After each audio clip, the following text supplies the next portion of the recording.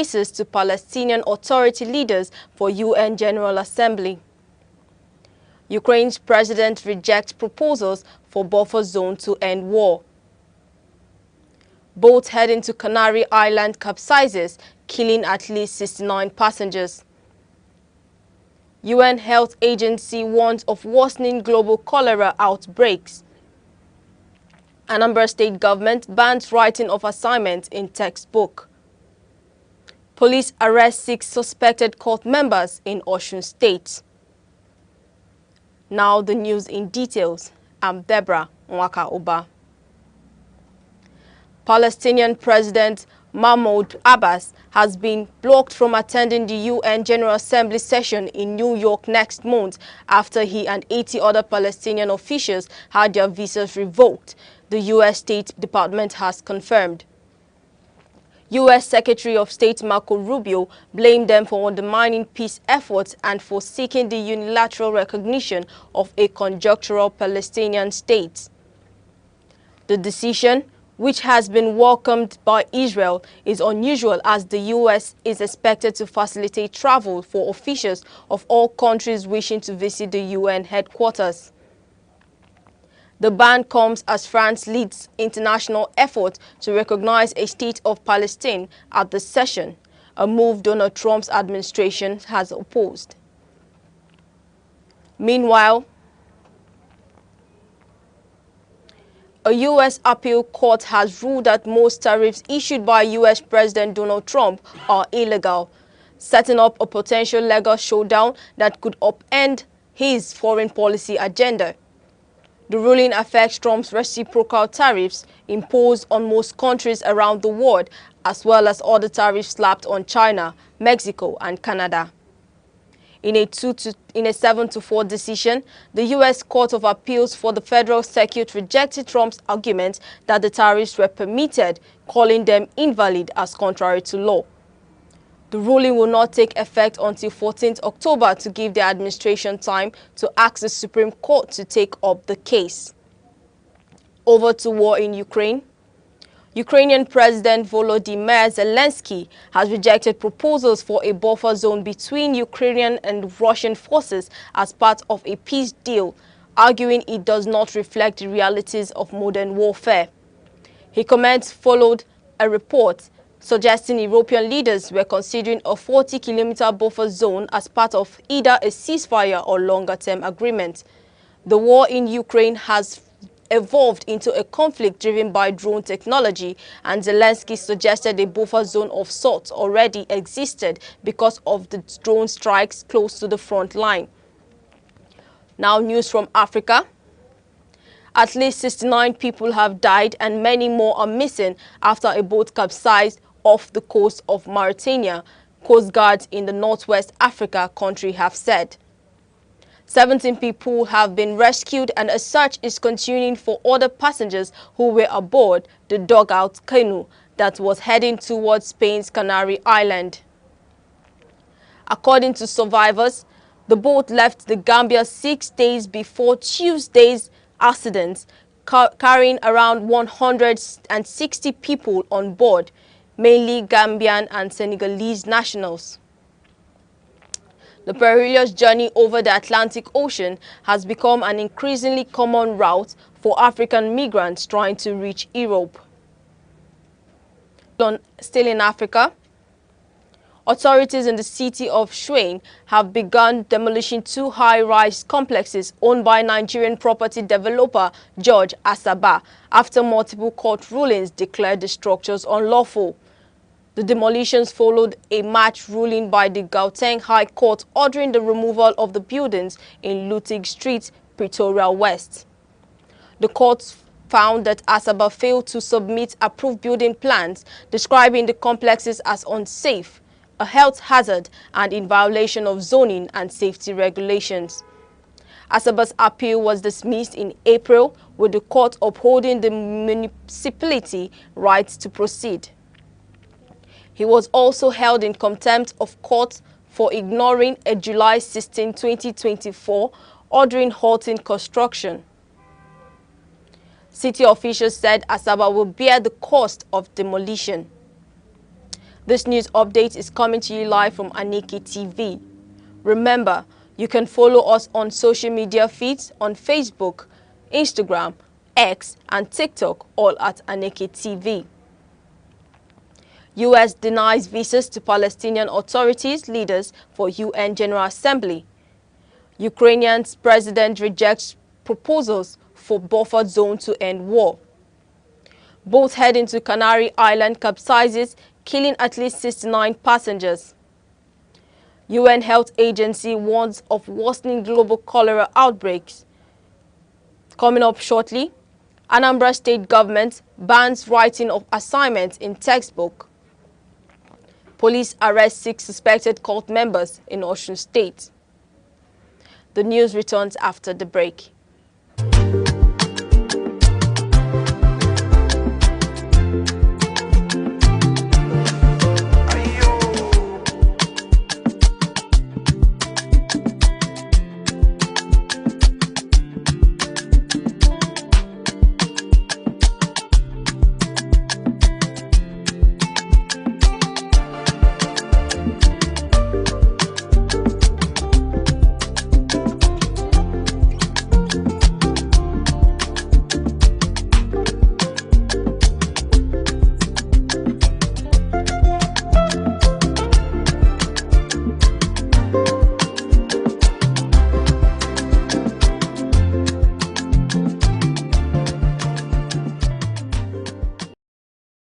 We now bring you stories from Nigeria. The World Health Organization, WHO, says cholera outbreaks driven by conflict and poverty are worsening across multiple countries and pose a significant global public health challenge. The latest disease outbreak news said that 409,000 cholera cases and 4,738 deaths were reported across 31 countries between January 1st and August 17th, with 6 countries reporting case fatality rate exceeding 1%. According to the data, the Eastern Mediterranean region registered the highest number of cases, while the African region reported the most deaths. The report warns that conflicts, mass displacement, natural disasters, and climate change are driving the spread of cholera, particularly in rural and flood-affected areas with weak infrastructure and limited healthcare access. These cross-border challenges have made outbreaks increasingly complex and difficult to contain. WHO stresses that access to safe drinking water, sanitation, and hygiene remains the only sustainable long-term solution to end the current cholera emergency and prevent future ones. Given the scale, severity, and interconnected nature of the outbreaks, the risk of further spread both within and across countries is assessed as very high. WHO recommended strengthening surveillance, improving case management, scaling up water, sanitation and hygiene wash interventions, conducting vaccination campaigns, and enhancing cross-border coordination to implement public health measures.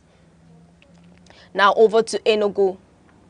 The Enugu state government has directed all former state executive appointees whose appointments have either been terminated or expired to return official and diplomatic passports in their possession. The state government directive was contained in a memo dated August 28, 2025, signed by the Secretary to the State Government, SSG, Professor Chidebere Onya. The memo referenced an instruction from the Nigerian Immigration Service headquarters in Abuja. According to the statement, the passports are to be submitted to the Office of the Secretary to the State Government at the Government House, Enugu, on or before Friday, September 5th, 2025, for onward transmission to the NS Enugu Command. The statement added that the cooperation of all affected persons is required to ensure a seamless process. Still in Enugu, the Enugu state government has commenced the payment of insurance premium for farmers in the state to cushion the effects of pests, crop diseases, and climate change on farmlands. The State Commissioner for Agriculture and Agro-Industrialization, Mr. Patrick Ubru, announced this in Enugu.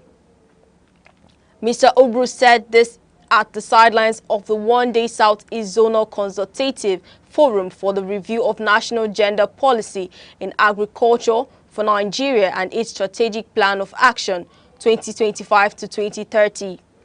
The commissioner, who did not disclose the amount involved and number of benefiting farmers, said that with the unpredictability of nature and climatic condition, insurance is very important.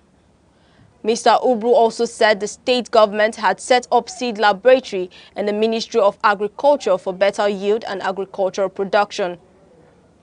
The commissioner said that the governor is currently developing 260 farm estates in the 260 political wards in the state. He said that the 200 hectares of land will be used for farming in each ward, and each farmer will be given 1 hectare of land for farming, and extension services will be provided for farmers as well. Now from Enugu, we move to Anambra. The Anambra state government has banned the writing of assignments by students in textbooks, describing the practice as wasteful and unsustainable. The Commissioner for Education, Professor Ngozi Chuma Ude, issued the directive to schools in Awka during a workshop organized for private schools proprietors and teachers in the state. Chuma Ude said that the decision to ban the practice was intended to make textbooks reusable, especially for younger siblings of students who would need them when they advance to the next class. She emphasized the importance of textbooks being inclusive, reflecting diversity, promoting equality, and addressing the needs of all learners. To story from the FCT.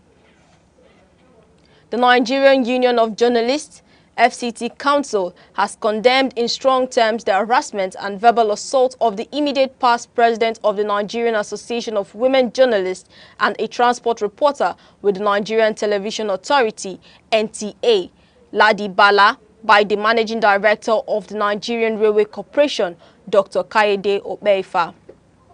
Bala was harassed and verbally assaulted by Dr. Obeifa while covering the aftermath of the Abuja-Kaduna train derailment.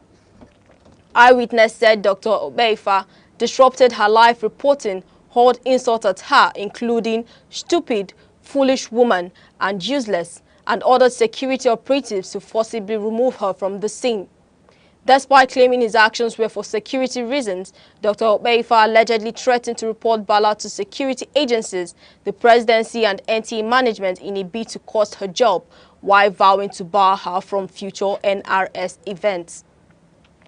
In the meantime, the Ondo State Pension Transitional Department has announced the commencement of a statewide verification exercise of pensioners from 2016 to 2025. In a statement by the Permanent Secretary of the Department, Chief Bumi Alade, in Akure, it was noted that the exercise was designed to ensure accurate person records and eliminate ghost pensioners. Chief Alade added that the exercise was to guarantee prompt and seamless payment of pensions and gratuities to all eligible beneficiaries. He said that all the affected pensioners were expected to present themselves at the designated verification center with necessary documents. Now over to crime. Osun State Police Command says it arrested 6 suspected cult members alleged to be terrorizing Osogbo and its environs. The command spokesman, Mr. Abiodun Ojelabi, made this known in a statement in Osogbo. Mr. Ojelabi said the arrest was part of efforts by the Commissioner of Police, Ibrahim Gotan, to contain cult activities and other vices in the state. Ojelabi said that on August 21, about 6:30 p.m. during the Student Union Week in one of the higher institutions in the state, police arrested 2 suspected cult members following intelligence reports. Now over to electoral matter. Port Harcourt witnessed a beehive of activities yesterday as residents thronged major markets and motor parks ahead of the local government elections scheduled for today. Hundreds of people were seen rushing to buy foodstuff at Mile 1, Mile 3 and Creek Road markets, stocking up ahead of the restriction of movement imposed by the State Commissioner of Police, Mr. Olubenga Adeboju. The restriction will run from midnight yesterday to 6 p.m. today. At Abali and Waterlines motor parks, families with luggage prepared to travel to their communities to cast their votes. Now over to business news.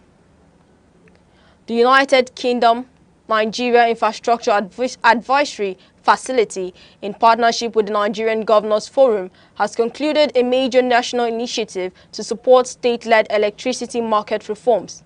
In a statement, it was revealed that the State Learning Workshop series focused on electricity market development, integrated resource planning and energy modeling software. The workshops held in Lagos, Calabar, Kano and Jos had participants from all 36 states and the FCT and set a strong precedent for what lies ahead.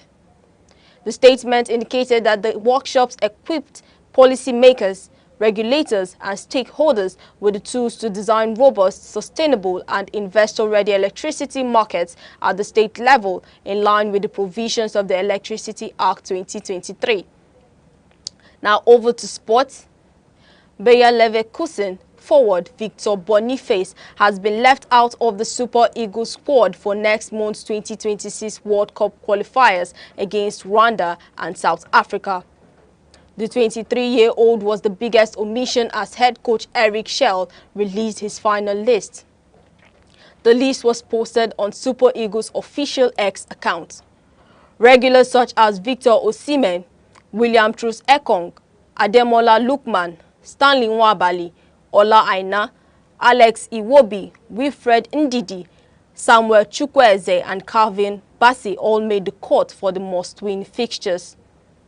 Schell also handed call-ups to Felix Agu, Benjamin Fredericks and Christianus Uche, three players who impressed at the Unity Cup earlier this year. Nigeria will host Rwanda at the Godswill Ababio Stadium, Uyo, on September 6th before traveling to face South Africa in Johannesburg on September 9th. Also on sports, Tottenham Hotspur yesterday signed Xavi Simons from RB Leipzig in a boost for new manager Thomas Frank. Spurs have been in pursuit of an attacking midfielder during the summer transfer window. They failed to lure Morgan Gibbs-White away from Nottingham Forest, and their bid to sign Eberechi Eze was scuppered when the England international left Crystal Palace for Tottenham's North London rivals Arsenal. That makes the arrival of the 22-year-old Simons all the more important to Spurs, who together with Arsenal and reigning champions Liverpool have won their opening 2 games of the new Premier League season. Now over to entertainment. Nigerian music superstar Tiwa Savage is officially back. The singer-songwriter released her highly anticipated new album, This One Is Personal, ending a 5-year hiatus from full-length projects. Recorded across Nashville, London and Lagos, the album showcased a deeply intimate Afrobeat sound featuring a few select collaborations. UK rapper Skepta appears on the Low Rising Star tapes, features on Addicted, and Grammy-nominated James Fortlency joins her on Change. To end news update, here are the main points. Palestinian President Mahmoud Abbas has been blocked from attending the UN General Assembly session in New York next month after he and 80 other Palestinian officials had their visas revoked, the U.S. State Department has confirmed. The World Health Organization, WHO, reported yesterday that cholera outbreaks driven by conflict and poverty are worsening across multiple countries and pose a significant global public health challenge. We also told you that the Anambra State government has banned the writing of assignments by students in textbooks, describing the practice as wasteful and unsustainable. That ends the news. For breaking news, eyewitness report, please call 070-3043-7110 or visit our social media handles on Instagram, Facebook, X, TikTok, all on Aneke TV. I'm Deborah Nwakuba. Thank you for joining us.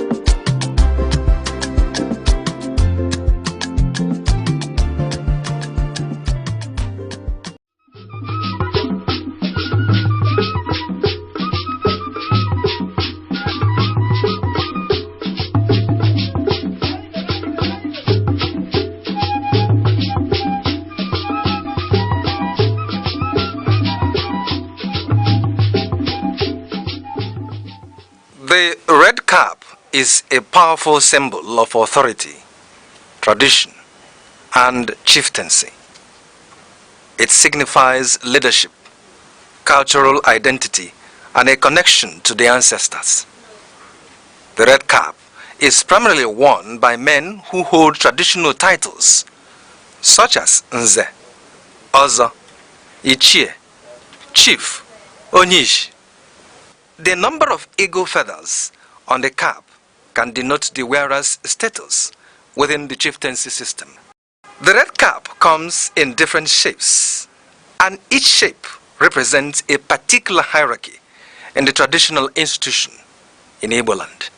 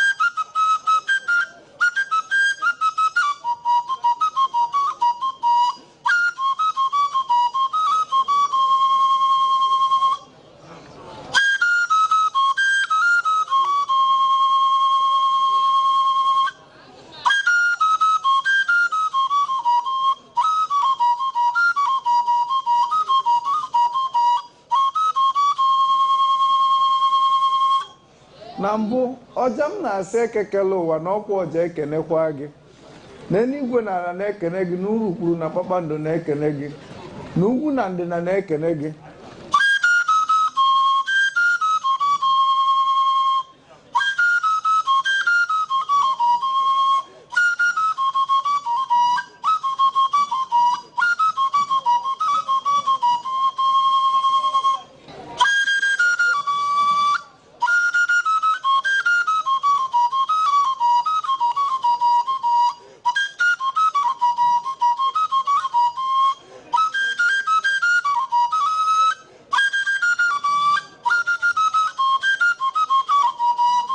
maka ka onye si eme ka ekwesị akpụ ya ka onye si eme ka ọja si akpụ ya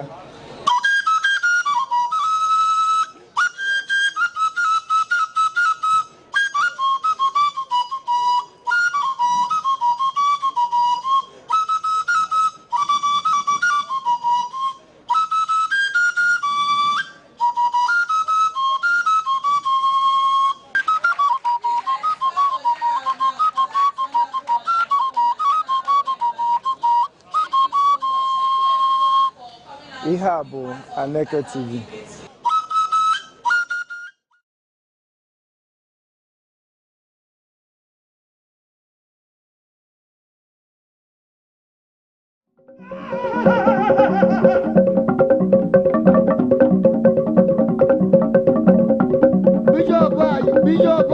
Bishop, whoa.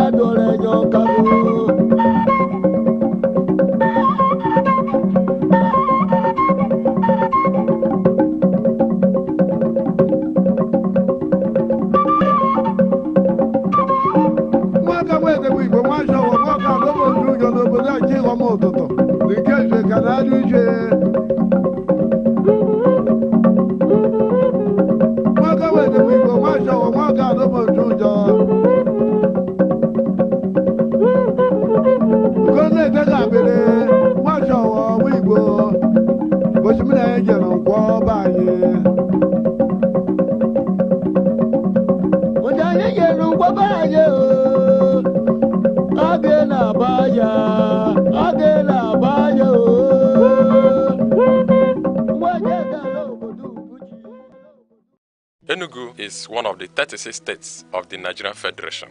It is located on a hilltop in the southern part of the country. It has a rich history and robust cultural heritage that boosts its uniqueness. Igbo is widely spoken in Enugu State. Enugu is popularly called the coastal state because of its large deposit of coal and other mineral resources. Enugu has 17 local government area councils. The history of Enugu dates back to the early 20th century when the British discovered coal in the Ude Hill in 1909, which led to the development of Enugu City in 1912 as a thriving mining town Enugu empowered the Nigeria railway system and electric plants greatly during the colonial era. On the 27th of August 1991, Enugu was carved out from Anambra to become a state. As the home of the Igbo people, Enugu's culture reflected in its music, arts, and tradition, location, and geography. Enugu is situated in the southern part of Nigeria, sharing borders with Benue State at the north, Ebonyi State at the east, Abia State and Imo State at the south, and Anambra and Kogi State at the west, covering approximately 7,161 square kilometers. Enugu is characterized by undulating hills, forests, rivers, and fertile soil, making it suitable for farming. The state experiences significant rainfall with an average annual precipitation of around 2,100 mm and temperature averaging 28 degrees centigrade. People and language. The people of Enugu State are predominantly Igbo, one of the largest ethnic groups in Nigeria. The Igbo language is a fundamental part of their culture and identity, with many dialects spoken across the state. Language plays a vital role in the shaping and culture and identity of the Igbo people. Culture and tradition. Enugu is rich in culture and traditional practices, one of which is the New Yam Festival, Iriji, a traditional celebration that marks the beginning of the harvest season. Another significant cultural event is the Masquerade Festival, Mmanwu, a colorful display of traditional dances, songs, and drumming. During this festival, different communities come together to showcase their masquerades, each with its unique characteristics and cultural significance. Enugu State is also known for its traditional arts, including wood carving, pottery, weaving, and music. Enugu's cultural traditions help to promote community cohesion, social bond, and cultural identity. Efforts are being made to document and promote this tradition, ensuring their continuation for future generations. Economy. In the past, Enugu's economy was largely driven by coal mining. During the colonial era, Enugu was one of the Nigeria's major industrial and economic centers. Today, Enugu's economy has become more diversified with some key sectors which includes agriculture, trades and markets, education and government, tourist centers. Enugu State is an important part of Nigeria, known for its cultural richness, peaceful environment, rich history, and tourist attractions. From its coal mining history to its current role as an educational and cultural hub, Enugu continues to grow and contribute greatly to the development of Nigeria. The August meeting is the annual gathering of married women, both at home and in the diaspora, to celebrate, deliberate, and address issues affecting their communities. It's also a time to resolve family matters and set goals for social development. This tradition, deeply rooted in the culture of the southeastern part of Nigeria, brings women together in a powerful way. It gives them the platform to speak freely, share ideas, and plan for community building, as well as socio-political progress. Each year, the meeting attracts women from across the globe, as August is a convenient time for many to travel. In its pure form, it strengthens bonds, fuels development projects, and unites women around a shared vision for their people. However, in recent times, the narrative has begun to shift. For some, the focus has moved from service to show, displaying expensive wrappers from Ashwebi to highly quality judges. These, in turn, can make less affluent women, especially those living in rural areas, feel a subtle sense of exclusion or inferiority. Still, a quick look at community sentiments shows that many women treasure this gathering. It remains a cherished opportunity to reconnect with loved ones, exchange valuable contact, and revive the spirit of togetherness. A cross-section of Enugu residents who spoke with Aneke TV reacted this way. My name is Mrs. Celine Ogun. When we talk about August meeting, the role and advantages of August meeting is overemphasized. The August meeting has generated a lot of developments in the community. It has affected the women both socially, spiritually, and otherwise. When you talk about the physical structures being done by the women in August meeting, most of the structures in the village, building the church, the parish hall, the father's house, community development, erecting borehole a lot of development, infrastructural development, that projects that women carry during August meeting. Not only that, during August meeting, professionals are invited and women are taught a lot of things that they don't know before. Some women, what they have learned in August meeting that help them enter into a lot of business, like skill acquisition and all the rest of them. When you talk about August meeting, the rule, what we gain from August meeting is overwhelming. My name is Mrs. Ibe Gloria Ijoma. You know, the theme of this 2025 August meeting by women, we tagged it as women as a nation builders. You know, we women, we're supposed to be part of the nation builders. We're supposed to contribute a lot in our families. That's the essence of August meeting. We gather, we discuss, and we contribute towards the building of this our nation, Nigeria.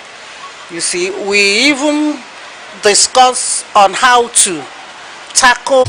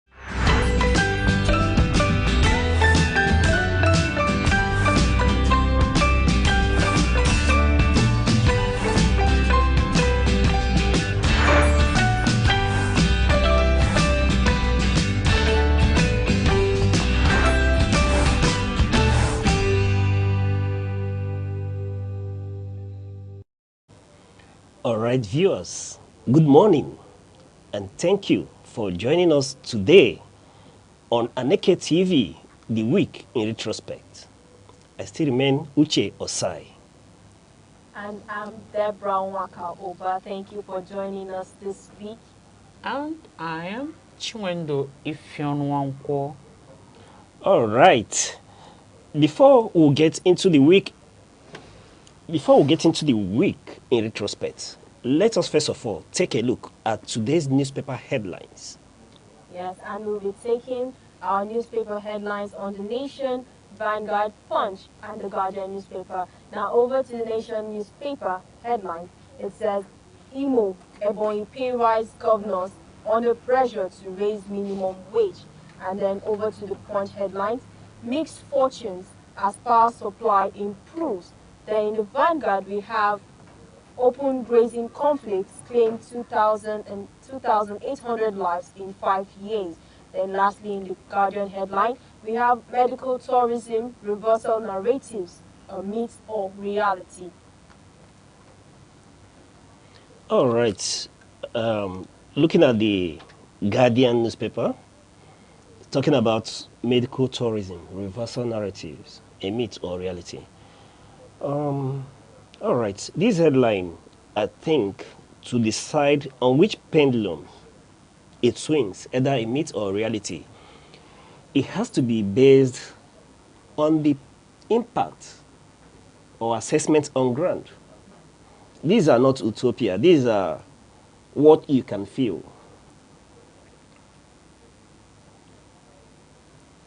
What is medical tourism? This is usually our official citizens going abroad for medical treatment. And this is a reality. We have our elected leaders going abroad for treatment. We equally have citizens who go abroad to give birth. Yes. So, in all, the emphasis here is not about the issue itself, but rather How do we curb it? Because yes, it's happening. Our dear late former president died not in Nigerian hospitals, but abroad. I recall a sitting senator died abroad and has to be cargoed back into the country. So when you begin to recount on the part of the leadership and the citizens, yes, it's natural for everybody want to run to where they will get better care. So what does that leave me with? It means that the health system in place in Nigeria is not either not up to par or has a lot of question marks. So the emphasis should be, how do we curb medical tourism in Nigeria? Are we putting the right infrastructures, the right facilities in place? Are we enabling our doctors, our medical personnel, operate in the right environment? Do they get the needed assistance to get trained and retrained? Are we making drugs available, affordable, and accessible? A lot of time at the grassroots, we'll talk about, when you get to the villages, we'll talk about what they call it, the primary health care. Okay. What kind of facilities do we provide? What kind of medical assistance do they get from those local ones? Then going higher, this tells you about a rot in the system, that Nigerians don't have a faith in what is available. Our leaders don't have faith in what we have here. So until we begin to handle this, you will continue to witness this, because it's a reality indeed. I think there's a little twist to this. And that's where I think they're actually coming from. They're saying that there is a reverse in the medical tourism. Okay, and we know we are talking about getting medical treatment out of here because of the medical expertise and the level or grade of medical attentions that we receive from there. But recently, it's noticed that those medical professionals, both those of them that are trained outside there and those that have left the shores of this country to join the medical program over there, they're beginning to return back to set up their own medical facilities, probably having seen what is obtainable there and how best to run things, so that they're bringing it home, so that our people will begin to have a feel of what medical treatment or medical benefit should be, or what it feels like.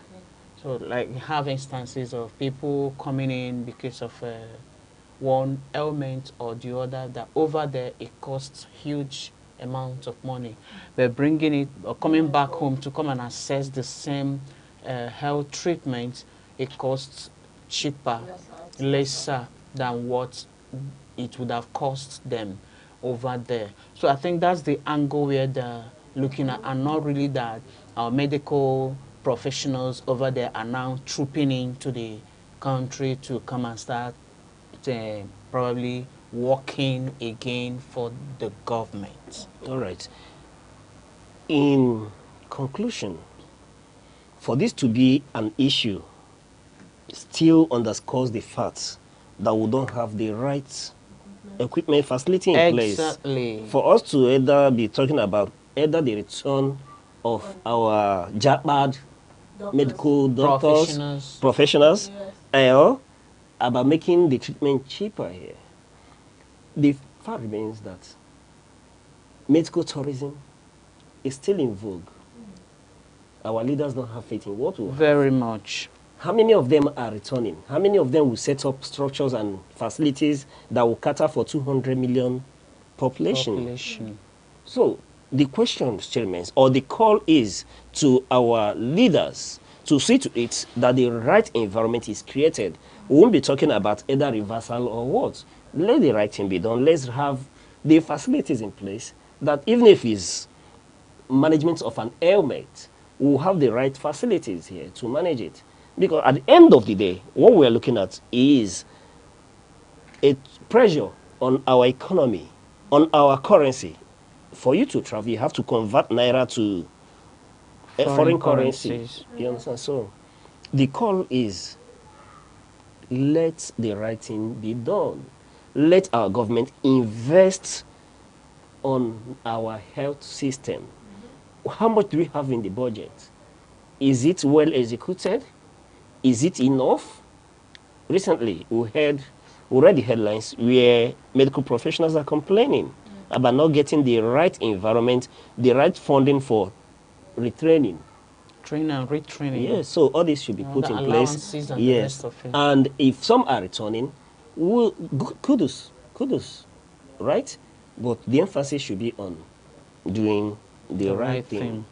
In fact, I recall that one of the contestants for the seat of the president in 2023 was of the view that if we get the right things here, if we get the right facilities and everything, that there's nothing like brain drain, that we should be able to even ship some. That we should be able to ship some of our medical personnel abroad. They will bring foreign returns. You understand? That will help to boost our reserves and our currency. And you look at India. That's what India has done in terms of health, in terms of IT. They are expatriates. When you go abroad, they dominate. Go to Silicon Valley. The major IT personnel you meet there are from India. And what do? They help improve the system, what they have at home. That said, let's take a look at the Nation newspaper. The Nation newspaper, it says Imo Ebonyi pay rise, governors under pressure to raise minimum wage. Good. That's a very good development as far as I'm concerned. Because till tomorrow, I do not believe that our civil servants are well remunerated. Given the environment, given the economy that they live in. So it's a big commendation to Ebonyi State and Imo State governor for raising their package. And indeed, let these other governors be under pressure to do likewise. Yes, for me, it's a good pressure. In fact, it should mount. Because I, for one, I don't think that the 70,000 is a good take-home for anybody in this economy. Yes. Yes, when I want to analyze, I imagine that worker with at least a wife and 2 kids at home. They will go to school, they will feed and all that. So, I commend most especially the Imo State governor for raising the bar to 104,000 naira. But I have to, in as much as yes, we want the other governors to toe on the same line, I would have to make this statement. At the end of the day, let this not be in the pages of newspaper or a political optics. Yes. I am quite aware that the governor of Imo State is about to complete an 8-year tenure. Why has he not done this?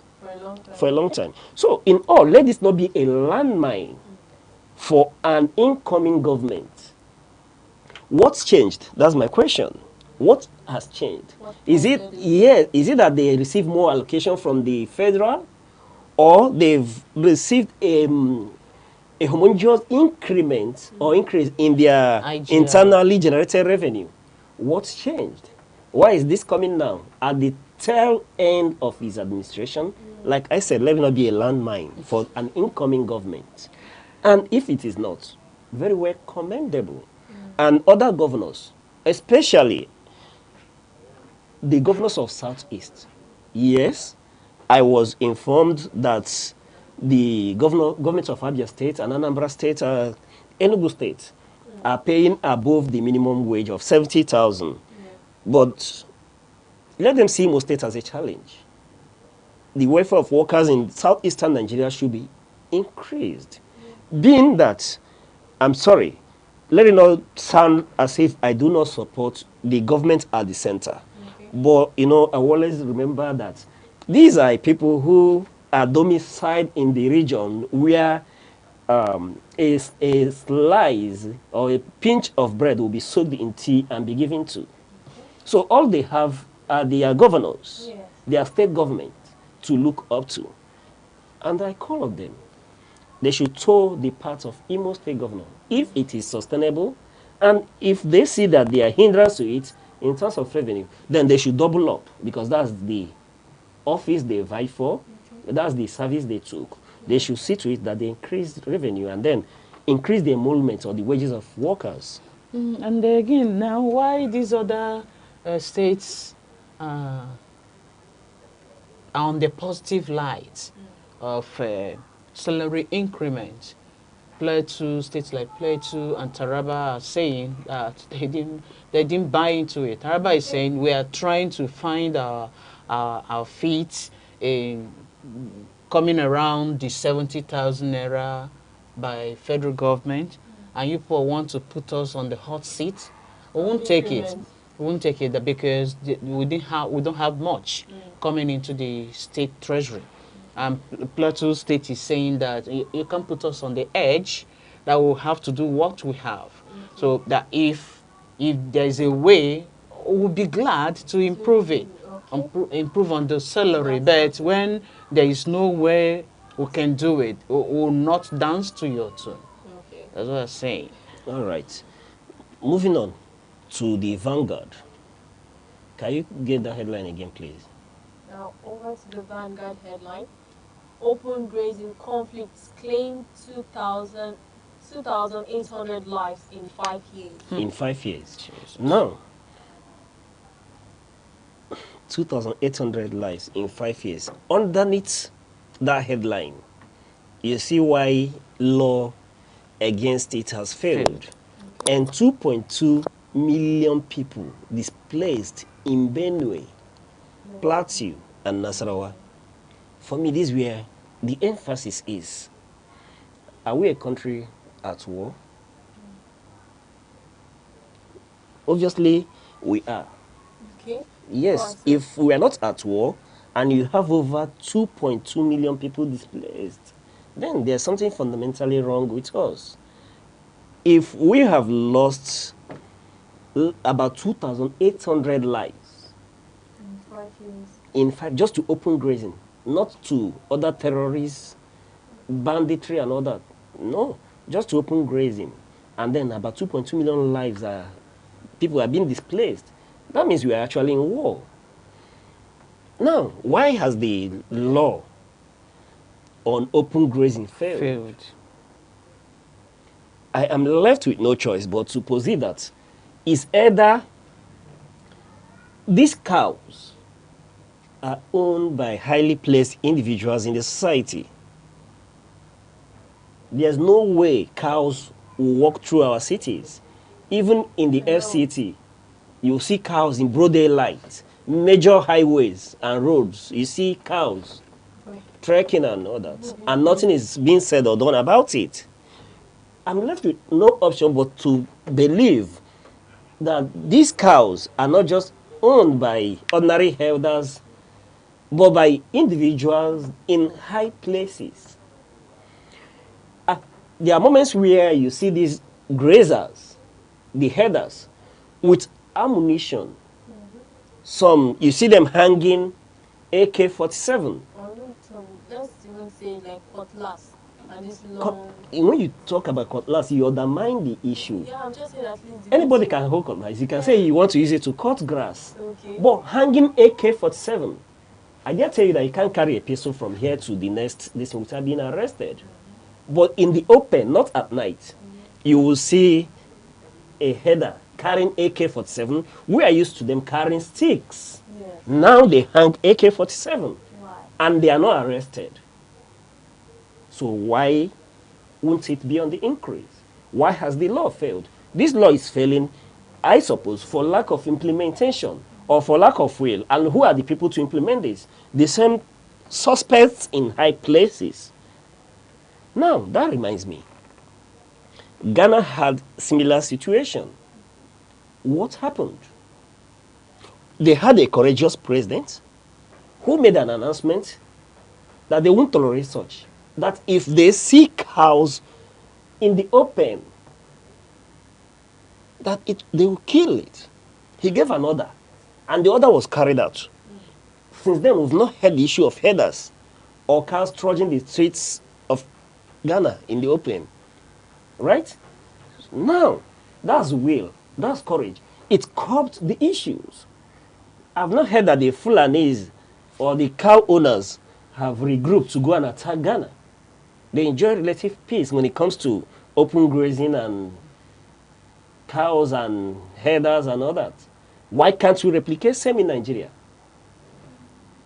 You see, a police commissioner that spoke anonymously said, no law is stopping or can stop any header or can make any header to be arrested. No law. Okay. No law. Because why? They are Nigerians. And because you're a Nigerian, you are free to move. And as such, they are Nigerians. So they're free to move. But the problem is not in the movement, but how with the movement. You're moving with cattle, with cows, which you know they're devastating in nature. When they enter a farmland, you know what happens there. That means you know the economic implication to whoever that is the owner of the farmland. Okay, it's not just that they will come there to destroy.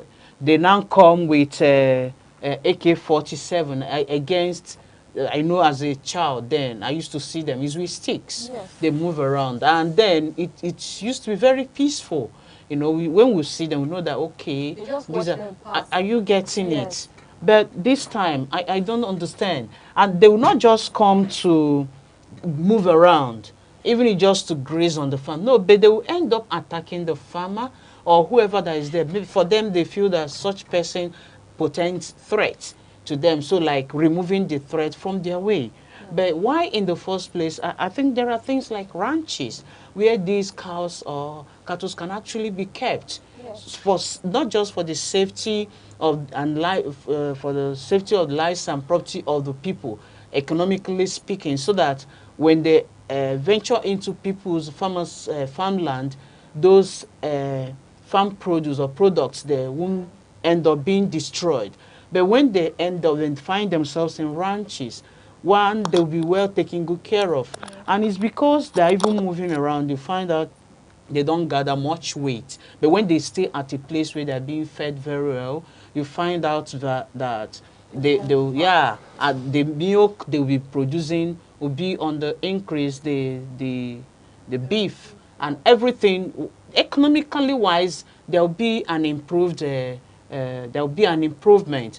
But this time, for me, everything is on the negative. So until these sacred cows in high places that feel that stopping herders from moving around their cars or hamper their own whatever thing that is coming into them, until these people are able to tell themselves simple truth.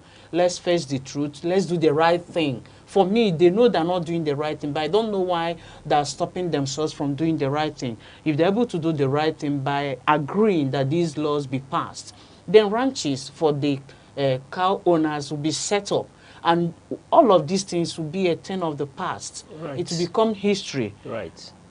Now, allegedly, or the person quoted is said to be a serviceman, a policeman, right? Yeah, he pleaded anonymous. That there's no what? No law? That there is no law restricting the movement of Nigerians from one state to another. to live or do business That's anywhere. Nigerians. And because these herders are also Nigerians, so they shouldn't be restricted from moving from one place to the other. That argument is fallible. I'm telling you. Look at Netherlands. I'm telling Look you. at Netherlands.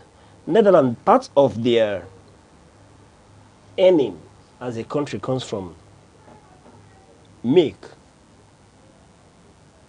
cows, but they don't have issue of herders roaming the streets. Yes, they do ranching. You see? They do ranching.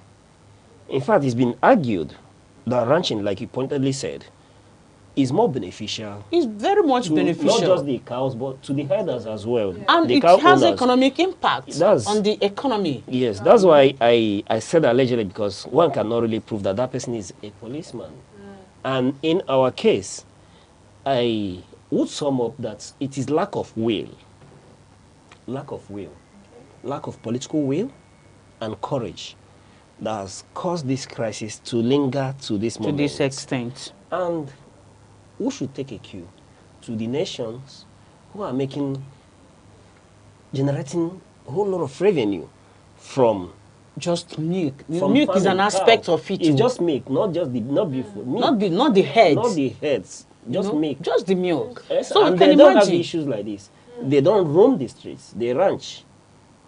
So you see, if you can plug into it, you find out that it will be beneficial. They're looking for revenues to increase the GDP. So somebody even making the argument that every Nigerian have a right to move from city to city. Do business.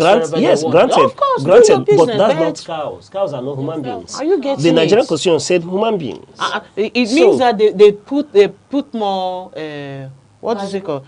They put more value on those animals. That's why I said that the argument is fallible. When you are talking from the perspective of Nigerian laws and constitution, right? It's fallible because what Nigerian constitution says, Nigerians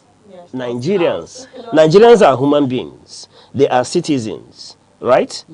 These citizens have rights, and that's the right to movement.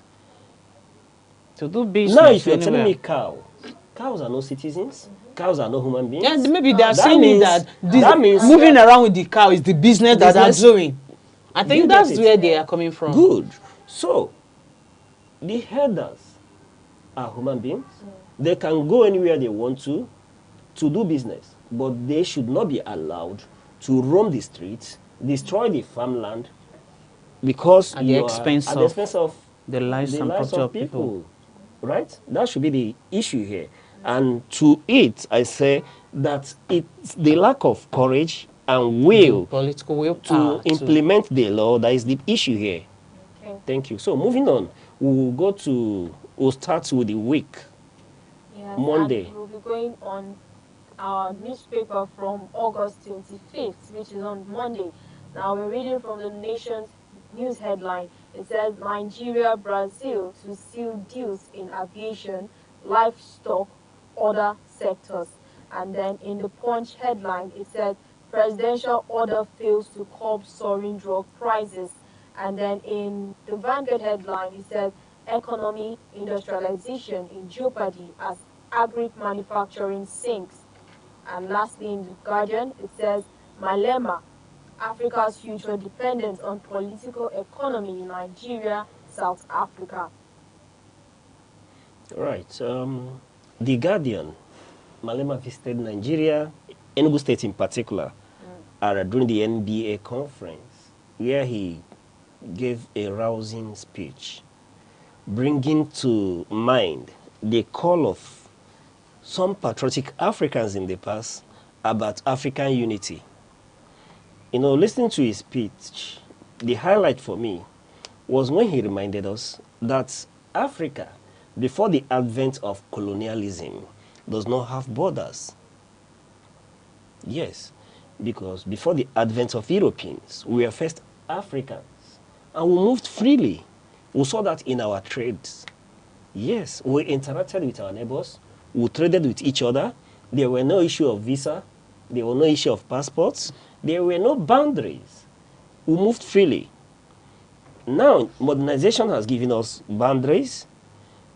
I now see myself as Nigerian, different from the man living a kilometer away in Cotonou, Niger, that I would have to carry a passport, a visa to cross over before I could do business. And Melema, during his speech, reminds us that what binds us together is more to Than the what? artificial separation.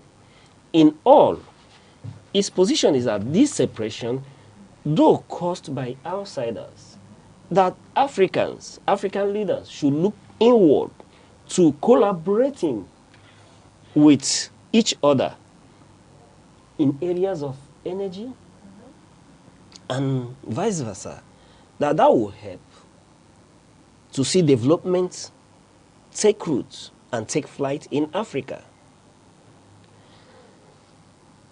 He equally called for unity between South Africa and Nigeria, remembering the role Nigeria played During the during the apartheid apartheid regime. policy in South Africa.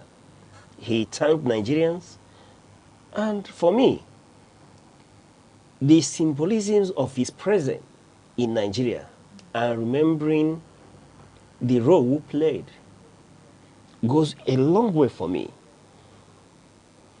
For Nigerians to know that it's not all South Africans that are aggressive or anti-Nigerians. And then the more we collaborate, the better for all of us. Madam. All right, so we'll go forward to the Nation newspaper. Nigeria, Brazil, steel deal in aviation, livestock, and other sectors. All right. This is a very welcome development. We've been calling for investments, partnership, right? And this president has gone all out. We've seen him go to Brazil Yep. a number of times, and then at the end of the day, we are about to witness results. I am aware that Air Peace, with this agreement, will now fly directly from Nigeria To Brazil. to Brazil, which is a welcome development, right? Yes. So we commend the federal government on this, and I will look forward to seeing not just Petrobras coming to Nigeria to operate. I would like to see the likes of Marco Polo. You know Marco Polo? They are the producers of these long buses that we see. Yes. So I would love to see them come set up factory in Nigeria. You understand? Produce in Nigeria. Let's see them manufacture these buses in Nigeria as Here well. in Nigeria. Yes, that may encourage technological transfer. It will help the economy. You understand? This we don't have to change to foreign currency to go and import. So it's a welcome development, and I'm happy for us, and should I say congratulations to the president for having made this possible. Yeah, but at this point, I have to chip in as much as the MOUs have been signed, but then there should be a judicial follow-up so that it will not just be a ceremonial thing. Yes, it is being signed and we are happy, and at the end of the day, we'll be expecting an execution. But then nothing will happen, and before you know it, this remaining 2 years will elapse. We are talking about another era. Who knows, plus and minus, coming back or not coming back. So it will be like starting all over again. So let's have in mind that in as much as this has been signed, it's not just for my political ambition, but for the betterment of the citizens. And as such, I should see to it that it's not just a paper thing, but it is translated in reality. Let's see them coming. Let's make sure they are here and let things begin to unfold. That's where I'm coming from. Okay. Okay. I would like to even say thank you to the federal government, at least for should I say, for this opportunity. Making it possible, Of yes. course, it's a positive It's a positive stance, one, you know. and we hope to see more of this More from of his it. travels. Of course. You know, remember, I was happy. I was happy he returned to the country from Brazil. You were telling me, you were asking the other day, can I now say that he should keep traveling so long as something? I say yes. So long as something good is coming out of these travels, please, he should keep on traveling. But provided he is bringing in positivity. Yes. Transformation in the economy and otherwise, I am giving him my full chest. I do not agree with you on this Why one. won't you agree with me? I'm happy that I'm happy for this. That Okay. he brought this home. Okay. Right? I'm happy for this. Okay. But my that he should travel more. No. Why not? No. Once in a while, What's yes. the argument? For me, there are more issues that need his attention at home. Yes, As far as I'm concerned, he should appoint ambassadors.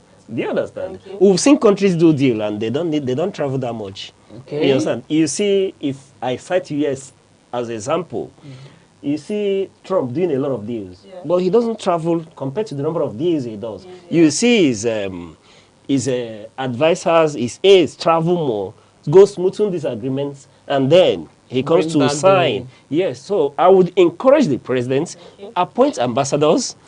You understand? So they will help to bring in some of these deals.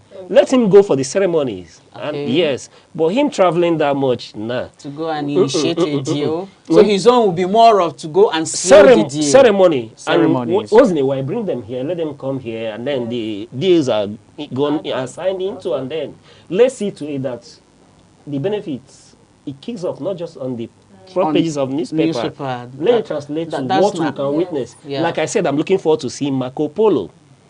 Yes, Marco Polo has been there for years. See the wonders they do with buses. Right? So it won't be a very bad thing to see that happen in Nigeria. Come back again. And why do I say he shouldn't travel that much? The issue of security needs his attention. Right? And a whole lot of other issues. Today we are talking about health sector and all that. So I, for one, I feel that there are more issues that need his attention here. Yes, he should stay. That's why I was so excited. He didn't travel from Brazil to UK or to France, that he flew back to Nigeria. And I was happy. I congratulated him for that. And I hope I won't be disappointed in future. So moving on to the Punch. Presidential order fails to curb soaring drug prices. Why is this so? You would recall at a point in time, yes, the government had to wade in and call for a review and reduction in the cost of bringing, in the cost of taxes on importing some pharmaceutical products and materials needed for production as well. And then we are being told that this order is failing. Be that as it may, there are factors that will necessitate this. How many pharmaceutical production companies do we have in Nigeria? If you start from Enugu State, where we are headquartered, when you count indigenous pharmaceutical production companies, there won't be up to 5 or more than 5. Are you even sure they're up to that? I'm just saying. I know offhand, I can mention only 2. Right? I can't think of, I don't want to give the names, maybe I'll be giving publicity. But handily, I can give you 2. Beyond that 2, I don't know of any other one, as far as we are concerned. And it's like that. What happens now? It means that the country is dependent on importation of drugs. Heavy importation. Heavy importation of drugs. And they have to change to what? Foreign currency. So when you change and import with foreign currency, that will determine the price you fix on your goods. This is one of the factors. And when you go into reading this, you see that there were drugs that they mentioned that the price, when at the point of writing, have increased since the president gave that order. And I would want to mention that some drugs are seasonal. They are bound to increase no matter what you do, even if you produce them in Nigeria. At that season, their prices will change. And there'll be a rush. There's a rush, yes. For example, we're in a malaria season. once in a malaria season, the price of Coartem, Amatem anti-malaria, and the Amatem will rest. always increase. I bet maybe when we start manufacturing enough here, we may see changes. But as far as I know, and I know very well about this, once it's season, the price will change. In fact, when you go to the market, you see people hoard this, like for example, Knowing, malaria drugs. knowing fully well When that it's off season, they are they will approaching buy the more. season. They know the season will come. Yes, so they will make money to that. And the call here should be that we should do whatever is necessary to encourage indigenous company, indigenous production. Beyond yes, this policy is good, where they have a reduction in importing the chemicals they need. Is good, but there should be grants that will help set up more companies. In fact, part of what we need is encouraging these entrepreneurs, because the drug drug market in Nigeria is mainly controlled by entrepreneurs, not even majorly pharmaceutical companies. Yeah, yeah, So entrepreneurs. I think what government should do here is to cue in from the Igbo, learn something from the Igbo apprenticeship system, right? And then translate it into the field. What do I mean by this? In the Igbo apprenticeship system, you bring somebody, train the person, then equip the person goes to establish, right, his or her own business, and then tries from there. Now, we are taking the pharmaceutical industry as an example. We have entrepreneurs who dominate this business. Many of them have done well for themselves. They've, in fact, this nation cannot function properly, health-wise, without them. Yes, when this individual in Nigeria, if they should come together and close shop, I will tell you, it will have ripple effects on the health system, on the health sector in Nigeria. So what do I mean? Why not bring down a grant, train them, those of them who have done exceptionally well, let there be a grant for them to transition into higher space production. Let them invest in production. That will generate employment, improve the economy. You will be less dependent on foreign companies. Importation. Yes, because we are heavily dependent on importation, and that begins to even affect the quality of the drugs drugs. that we have here. But some of the practitioners, they were saying that it is because, that bill to reduce some of those major pharmaceutical products and chemicals used in producing them, Drugs, yeah. that there should be a reduction on the tax paid on them. That bill is yet to be implemented. That is why those drugs kept being on the increase, on the high side.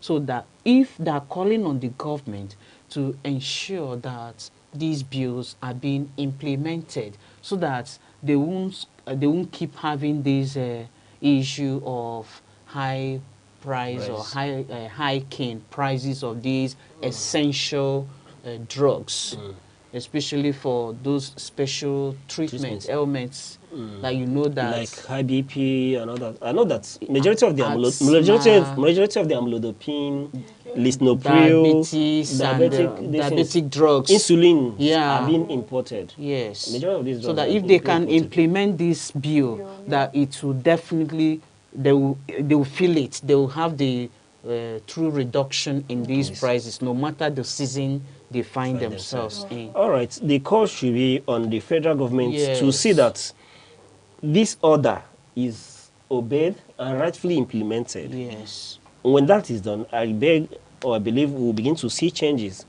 in prices. Moving forward to the next one. Okay, now moving forward to our Wednesday newspaper headlines. In the nation, we have oil giant Petrobras return its key gain of Tinubu's Brazil visit. And then over in the Punch headline, we have 2027 PDP ticket zoning to South splits North. And Vanguard reports presidency, Northern blocs oppose PDP zoning tickets to South. And then in the Guardian headline, we have over 5,000 cargoes trapped at ports amid 2 trillion naira demurrage losses. All right. I think let's just take a look at the punch. Yes, 2027 PDP ticket zoning to south splits north.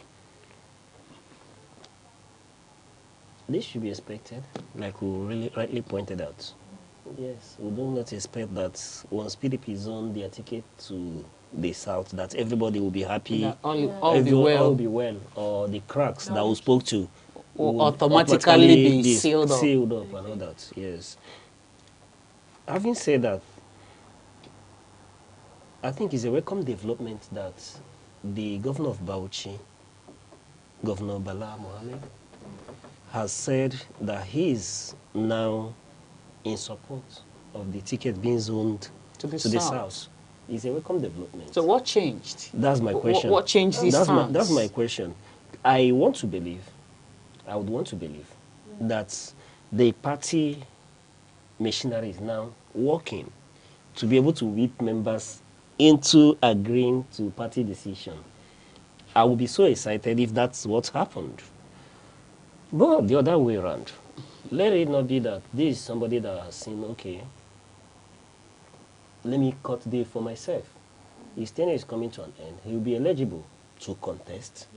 But now he has seen, okay, this is not a headway for a northern president. So let me go and give support to somebody, become a vice president, support somebody, let me get the vice presidential ticket, and for that, I'm good. To go by 2031. For his selfish interest, you know. In as much as we've recognized that this country is, our politics is shaped by a number of primordial factors like ethnicity, religion, and other sentiments.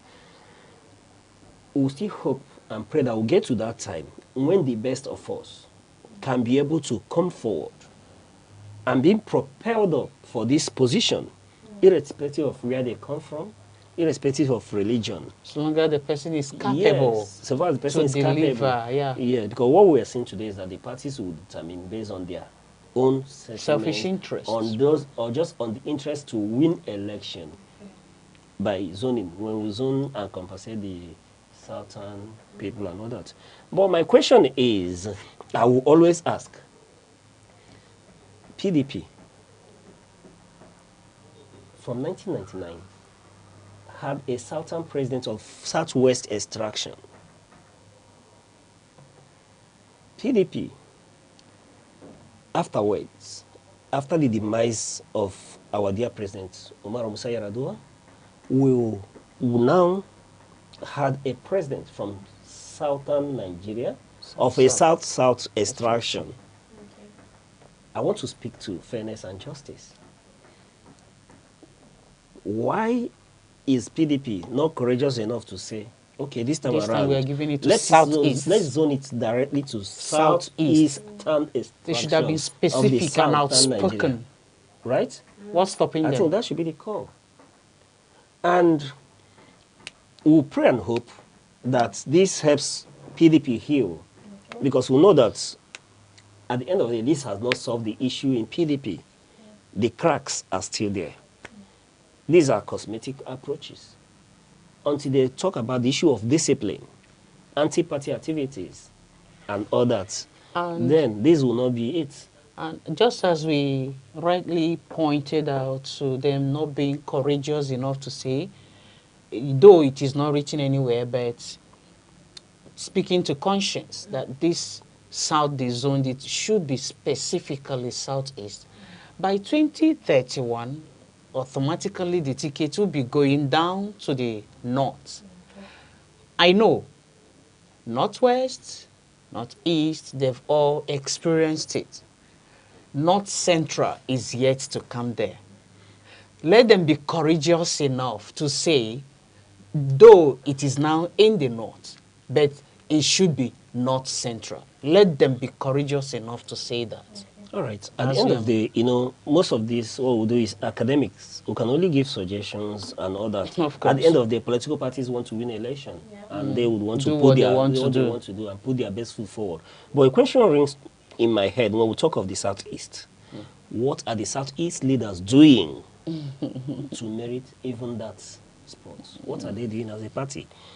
coming to the southeast, I understand it's only Enugu State that is Yes, of the PDP PDP seat. extraction. And all that. But what I want to point out to the PDP, irrespective of where you zone your ticket to, or even the candidate that you have, in as much as you've not invoked your constitution, section 10, subsection 6, that talks to discipline and anti-party activities, you're wasting your time. Because where you see important members of the organs of your party coming publicly to say that they will do everything to Make stop, sure that your opposition to make sure that the opposition wins. And this person will sit in the the meeting, neck. in the neck where you talk strategy and everything. Okay. So they are wasting their time. We've seen people where states where PDP is supposed to be, where the states or constituencies or local government that were supposed to be a stronghold of the PDP, and we'll see known figures come out to say what we are doing here is the presidency APC and all that. You know, that's a dance that started in 2023. Yes, you can be in your party and support another party. Another So we'll see party. how that ends.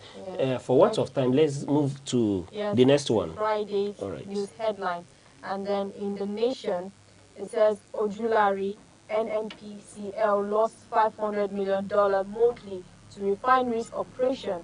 And then in the Punch, it says tariff war, FG intervenes as states discuss rift deepens. And then Vanguard also reports that 2027 opposition parties battle INEC over voters' data. And the Guardian reports that surge in unruly fan conduct, match day violence plunge, NPFL in crisis. Okay.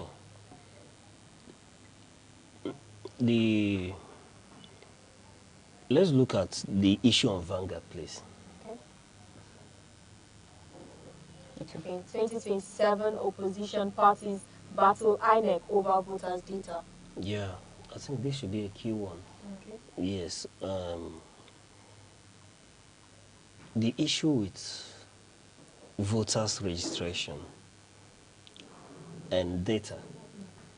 We looked at this yesterday. And I think the right thing here is that the right question here, or the genesis of the issue here, is the issue of lack of trust. At this point, I don't think our political parties trust INEC to be a fair and impartial umpire, which is why they are questioning the data coming from INEC, where a certain demography seems to be favored with this registration exercise than the others. And for the sake of time, I would want to call on INEC to be open enough to allow forensic experts come in to audit the data. Yes. Afterwards, yes, we can move on from there. Let's see if there will be issue of trust. Because the key factor here is lack of trust. And I'm meant to understand that the tenure of the chairman is coming to an end. Okay. Who would appoint the next chairman? Somebody that will be in the contest again in the coming election. These are the issues for the that he that pays the piper pays the tune. So these are the issues our legislature should look into. Okay. That's why we pay them. They should be courageous enough, Yes. intelligently enough to be able to analyze this situation, not to be selfish in analyzing it, and be able to give the country a system that we can trust. Yes. Many have argued, and rightly so, that the federal government shouldn't be the one appointing INEC. That in as much as INEC independent, that they are not independent. And they should so it should be seen that holistically independent of the Yes. executive and even legislature. So with that, we even call on the citizens to know about the voters registration, especially those of you in southeastern Nigeria, should go out, please register, because from the data released, southeast is nowhere comparable to the data released. It's very heart-aching. I wouldn't want to believe the opposition parties are right to say that the data are corrupted and untrustworthy, right? But we'll call on the citizens of southeastern Nigeria to sit up. If they don't, they may this time around not receive a crumb or a piece of bread soaked in tea. It's time for them, because this is their negotiating power. Yes, this is their negotiating power. With that, you can tell your... Whatever thing that will happen 2027 starts now. You can begin to redesign and appreciate those that have worked and those you feel that have not worked. But if you don't get involved, you have no say in it. Of course. Yes, with that, viewers, thank you for staying with us. And for the sake of time, this is where we'll draw the curtain this week on the retrospect. I still remain Uche Osai. And I am Deborah Wakoba.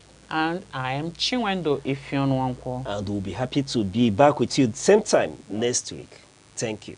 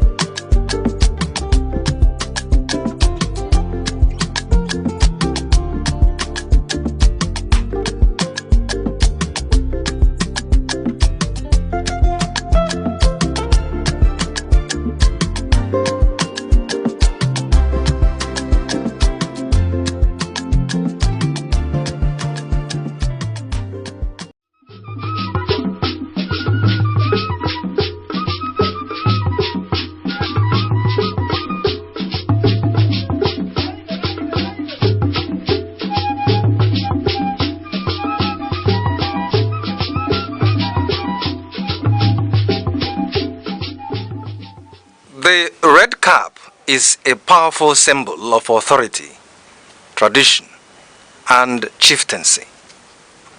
It signifies leadership, cultural identity, and a connection to the ancestors.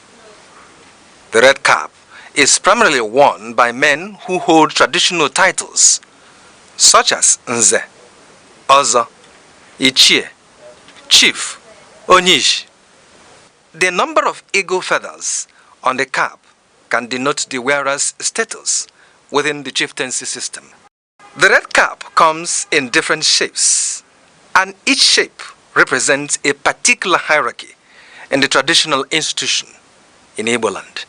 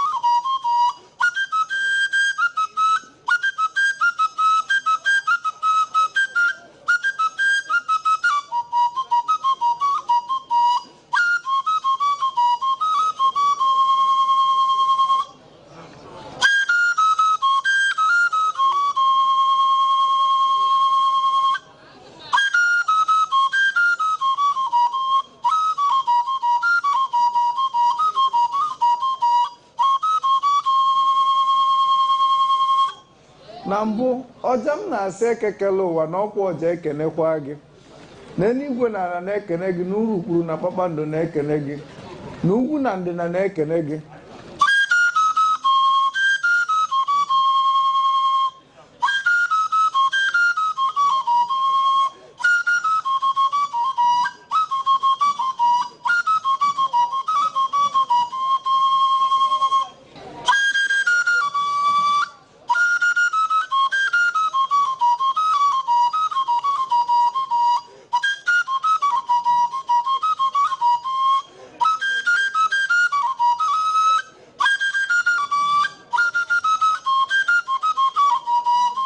maka ka onye si eme ka ekwe si akpụ ya ka onye si eme ka ọja si akpụ ya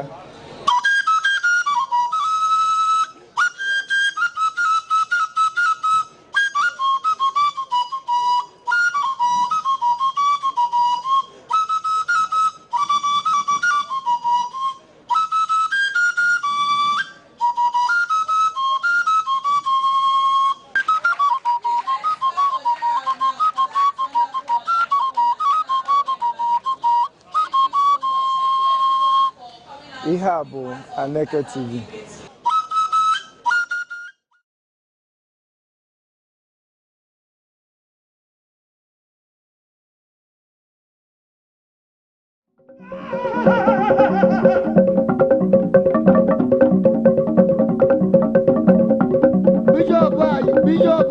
Bishop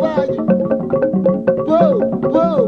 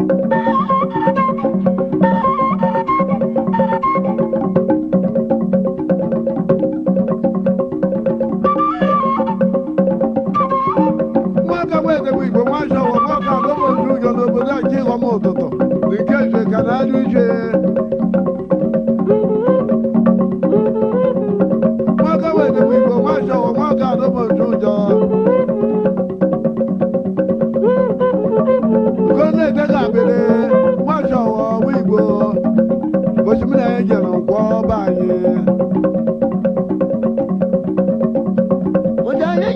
abanye o oge na-abanye oge na-abanye o nwaje gara obodo Ubuchi. Enugu is one of the 36 states of the Nigerian Federation. It is located on a hilltop in the southern part of the country. It has a rich history and robust cultural heritage that boosts its uniqueness. Igbo is widely spoken in Enugu State.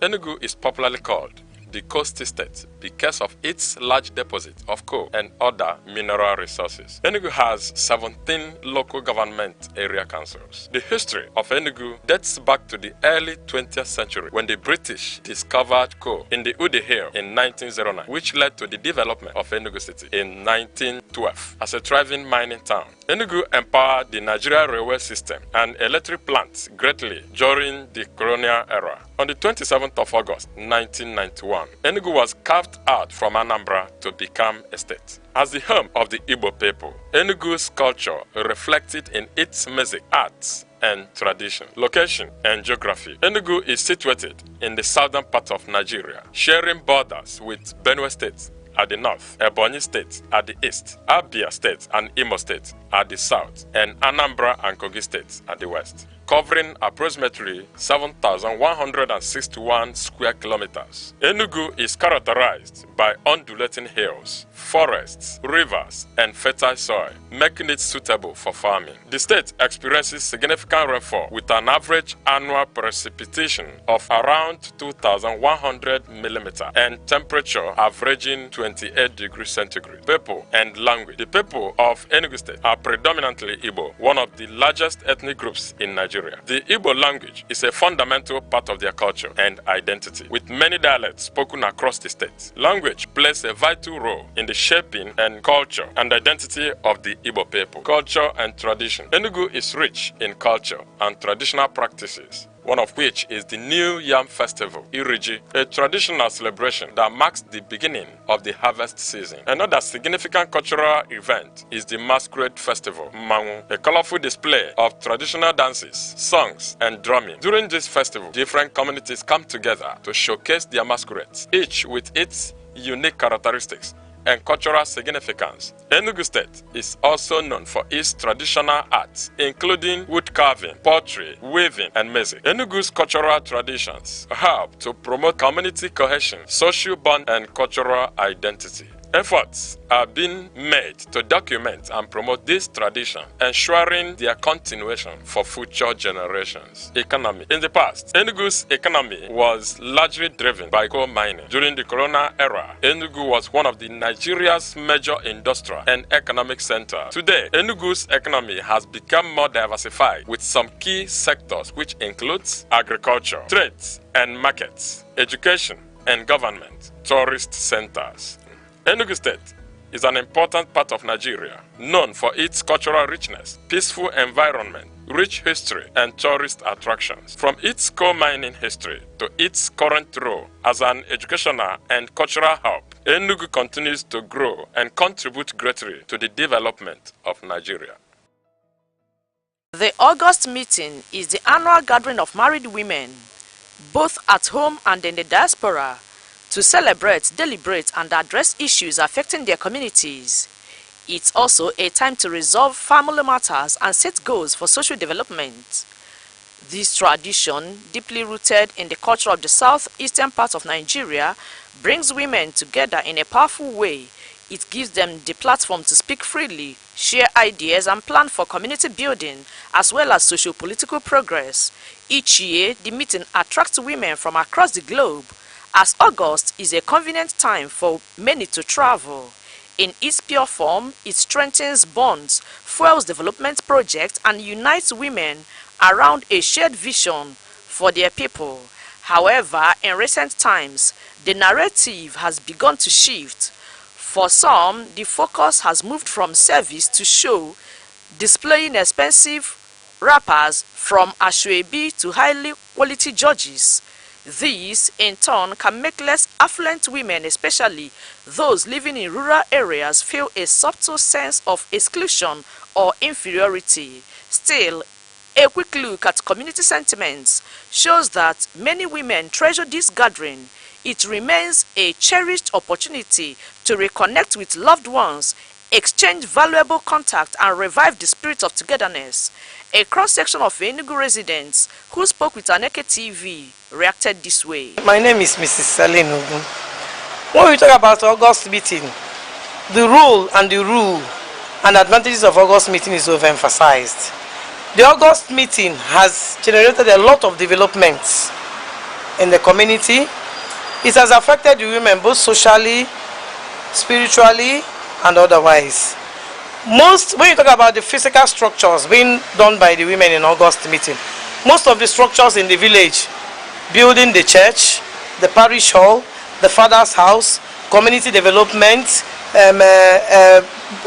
erecting borehole, a lot of development, infrastructural development, that projects that women carry during August meeting. Not only that, during August meeting, professionals are invited and women are taught a lot of things that they don't know before. Some women, what they have learned in August meeting that help them enter into a lot of business, like skill acquisition and all the rest of them. When you talk about August meeting, the rule, what we gain from August meeting is overwhelming. My name is Mrs. Gloria Ijoma. You know, the theme of this 2025 August meeting by women, we tagged it as women as a nation builders. You know, we women, we're supposed to be part of the nation builders. We're supposed to contribute a lot in our families. That's the essence of August meeting. We gather, we discuss, and we contribute towards the building of this our nation, Nigeria. You see, we even discuss on how to tackle some of the issues most women are encountering with their husbands or with their household.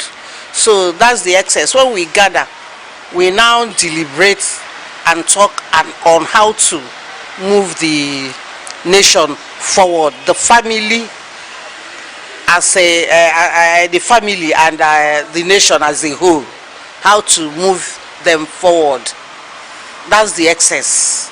My name is Chief Mrs. Eku Happiness Chinemerem. I love your question. Your question is not on jewelries, putting clothes, less, no. We have aim and objectives of having August meeting.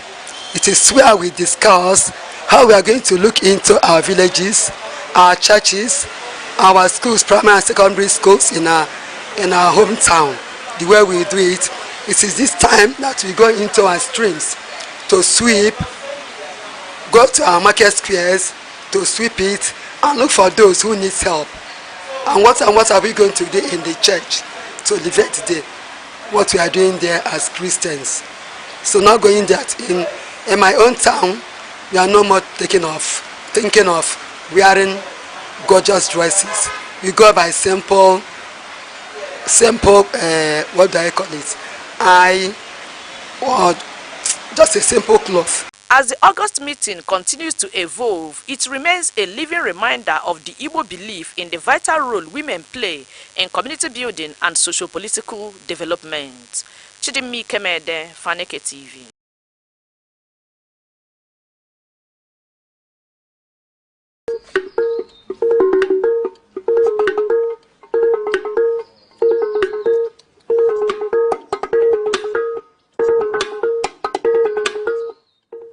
Ogene is a metal bell historically made by the Igbo people and considered as one of the most important metal instruments in Igbo traditional music. When struck with a wooden stick, it produces a sharp resonant tone. It is a symbol of Igbo identity and heritage, passed down through generations. Ogene acts as a rhythmic instrument, a melodic device, a means of communication, and also used in divination and spiritual rituals. It provides the rhythmic backbone, often setting the tempo and pace for other instruments and dancers. Ogene comes in different shapes and sizes. The single bell ogene, the double-belled ogene, ogene mpenabo, with each producing different sounds. The triple-shaped ogene, ogene mpe ato, each also producing different sounds. In an ogene cultural dance group, the vocal style is often distinguished by its main vocalist, with multiple singers singing in harmony with each.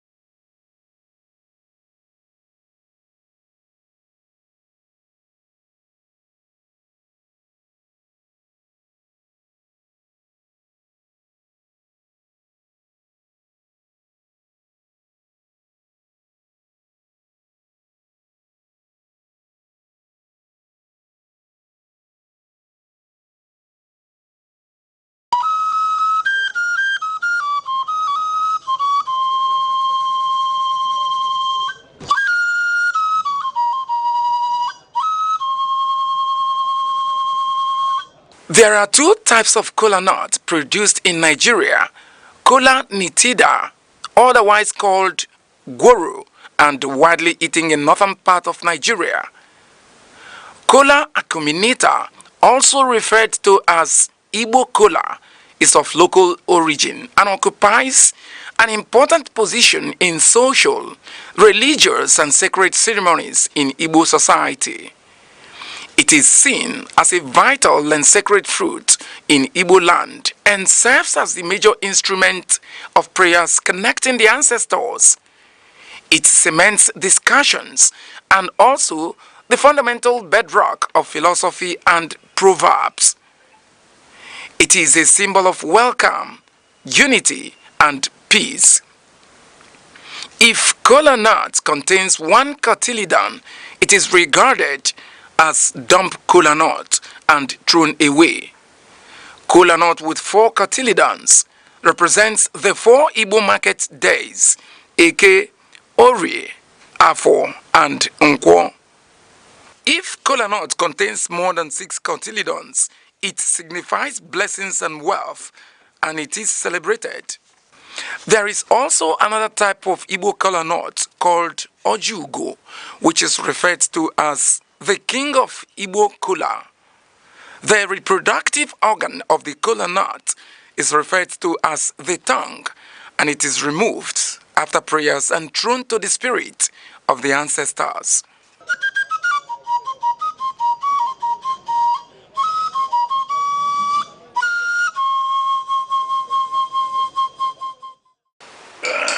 Ibai. Ekele mu. Ojo kwani ihe ji gondo. Ndo ana atoka. Onye ana nke ya no na agwo. Ibai adino. Ogologo ndo. Aruike. Na odumma ihe ji ene ndo anya. Na onye nwere ihe ji ene ndo anya. N'elufuta nwere ya. Ịmara na nsogbu rere. Ya olise bụ anyị na-ekene gị. Chukwu okike. Onye na-ogologo ndụ na ogologo anya na-ahụ udo na ọchịchị, anyị na-ekene gị. Na-ekene gị maka tata, na-ayọ maka echi. Maka na ọsọ gị maka eme echi anya amara. Na anyị adịka echi, na echi anaghị agwụ agwụgwụ. Na ihe ya adịla anyị mma. Ndị be anyị onwekwana ihe ọzọ na anyị enye ndị ichie jipụtara anyị na-ere nke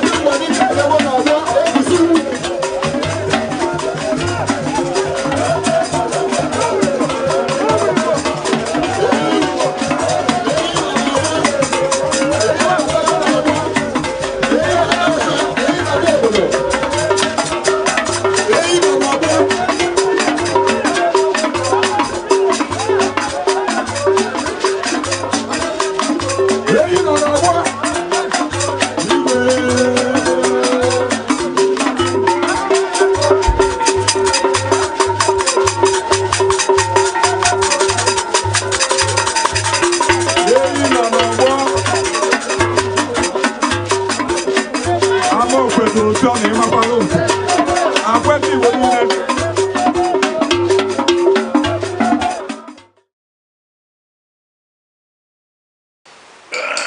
Ibai ekele mu ojo kwani eje gondo ndo ana atoka onye anabal nke ya no na-agwọ ibe anyị adịnọ ogologo ndụ arụ ike na ọdụmma ihe eji ene ndụ anya na onye nwere ihe eji ene ndụ anya na ịrụfụta nwụrụ ya ị mara na nsogbu rere ya olise bụ anyị na-ekene gị Chukwu okike onye ogologo ndụ na ogologo anya na-ahụ ndụ na ọchịchị anyị na-ekene na-ekene maka tata na-ayọ maka echi maka na ọsọ maka eme echi anya mara na anyị adị ka echi na echi anaghị agwụ agwụgwụ na ihe ya adịrị anyị mma ọ ya dịrị onye ọ na mma ịdịkwazị ọgbaghị nọ ya abịa n'ọnọdụ na n'Igbo eke oyi nkwọ awụ na ọdọmma ndị be anya onwekwara ihe ọzọ na anyị enye ndị ichie jupụtara anyị na-ere nke na be anyị amechi na ọbụ ọkụ na anọ anyị adawo aga ọjị a na-awa ha abịa ji na ọjị na-eke ịkya na a na-agụ ya a na-ejide ọjị na-eka nri ana m erachi ihe kere ihe na ihe wara ihe Chineke nna kere enu ke anụ m akpọkụ ndị ezigbo mmadụ niile nọchawọrọ ndụ na amechi ọkụ na anọ na anụ ọkụ na anọ na anụ Nkanụ na anụ Nta Egbe na-ese na anụ Enugu steeti na-asị biko na ọ bụ ha metere ihe ọma ka anyị na-asị ha gbadata ha bịa tara ọjị anyị na-asị eke ka eke ketere anyị ihe ọma anyị na-asị ahwọ ka ahwọ ghọtara anyị ihe ọma anyị na-asị nkwọ ka nkwọ kwọtara anyị ihe ọma anyị na-asị orie ka orie rutere anyị ihe ọma ihe ndị a niile ka anyị na-arịọ nna sị ka ị bịa mere anyị wetere anyị udo n'ala Igbo wetere anyị udo n'ala Naịjirịa wetere anyị ịhụnanya wetere anyị ọganihu wetere anyị ihe niile bụ ihe na-eme obodo adịmma nna biko ihe ndị a ka anyị na-arịọ kwetewo na imeworo anyị karịa ka anyị rịọrọ n'ịhwa Chineke nna kere enu ka ana bụ Chukwu okike abịama ndị be anyị ọjị abịa anyị na-ekene osebụrụ ụwa ekene Chukwu okike nna ketara anyị oge kere igwe ka anyị na-ata ọjị anyị chọrọ iwe ọjị ị na-awa n'otu awa n'ibe asị ka ị goziela anyị taa ka ihe ọma hụkwa gwute anyị na-akpọku ndị nna nna anyị ha bụ abụ ndị mere ọhụma goziela ya eke gozie orie gozie nkwọ mee ka ndị ọbụla na-agagharị na-achọ ha ga-eri mee ọhụma na ndị sokwa ụzọ ọtọ ndị kwụkwara ụzọ na-eje n'ụzọ kwụrụ ọtọ soro ka iwu Chukwu ji wee dị Chukwu na anyị siri ka anyị wụọ gị a tata nde udo na ọgụ na aga m niile ka ọ dịrị anyị mma ndewo anyị na-ewepụta ile ọjị na-egosi ụmụnna anyị okenye na-awa ọjị ndị ọzọ na-awa ọjị na-ele enye ile ọjị nsọfụrụ maka na ebe a nọ na ile ọjị a ka eji ama eziokwu iweta ọjị onye ọzọ na-asa ile ọ ga-eji na-ekwu eziokwu onye sara ile weta ile ọjị were na-ekpe ekpere were na-aga ọghọ ọ ga-ekwuneta eziokwu ọjị a anyị na-enye nsọfụrụ ọjị lụọ ịnọ otu a ata ya o ruo ise atakwa ya mana o bido ruo na asaa ịma na ị ga-egbu anụ ị ga-egbu ọkụkọ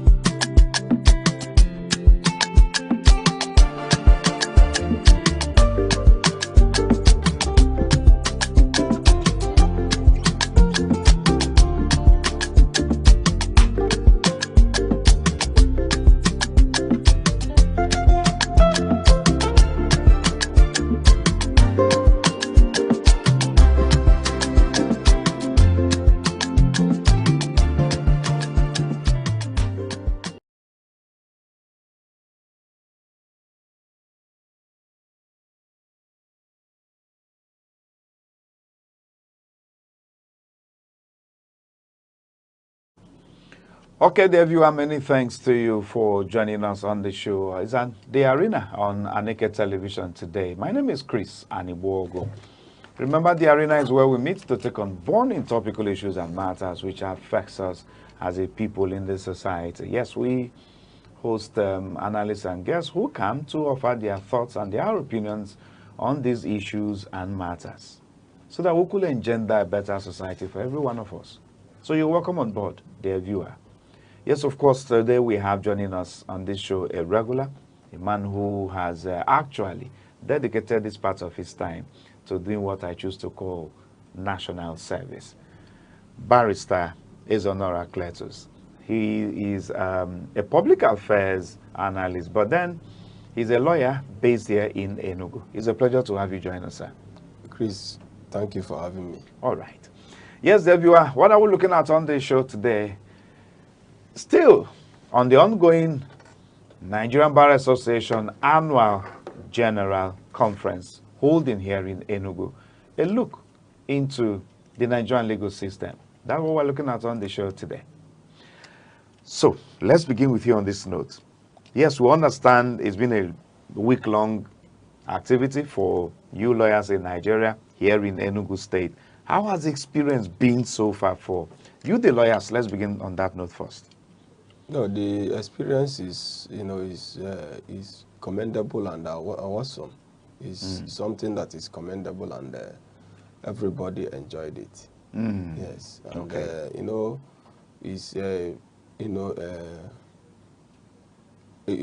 convergence of legal minds from different quarters. Do you get me? From Lagos, Abuja, Kano, 36 states of the Federation, various branches of MBA, all converge together, to deliberate on national issues, on national matters as it affects the people.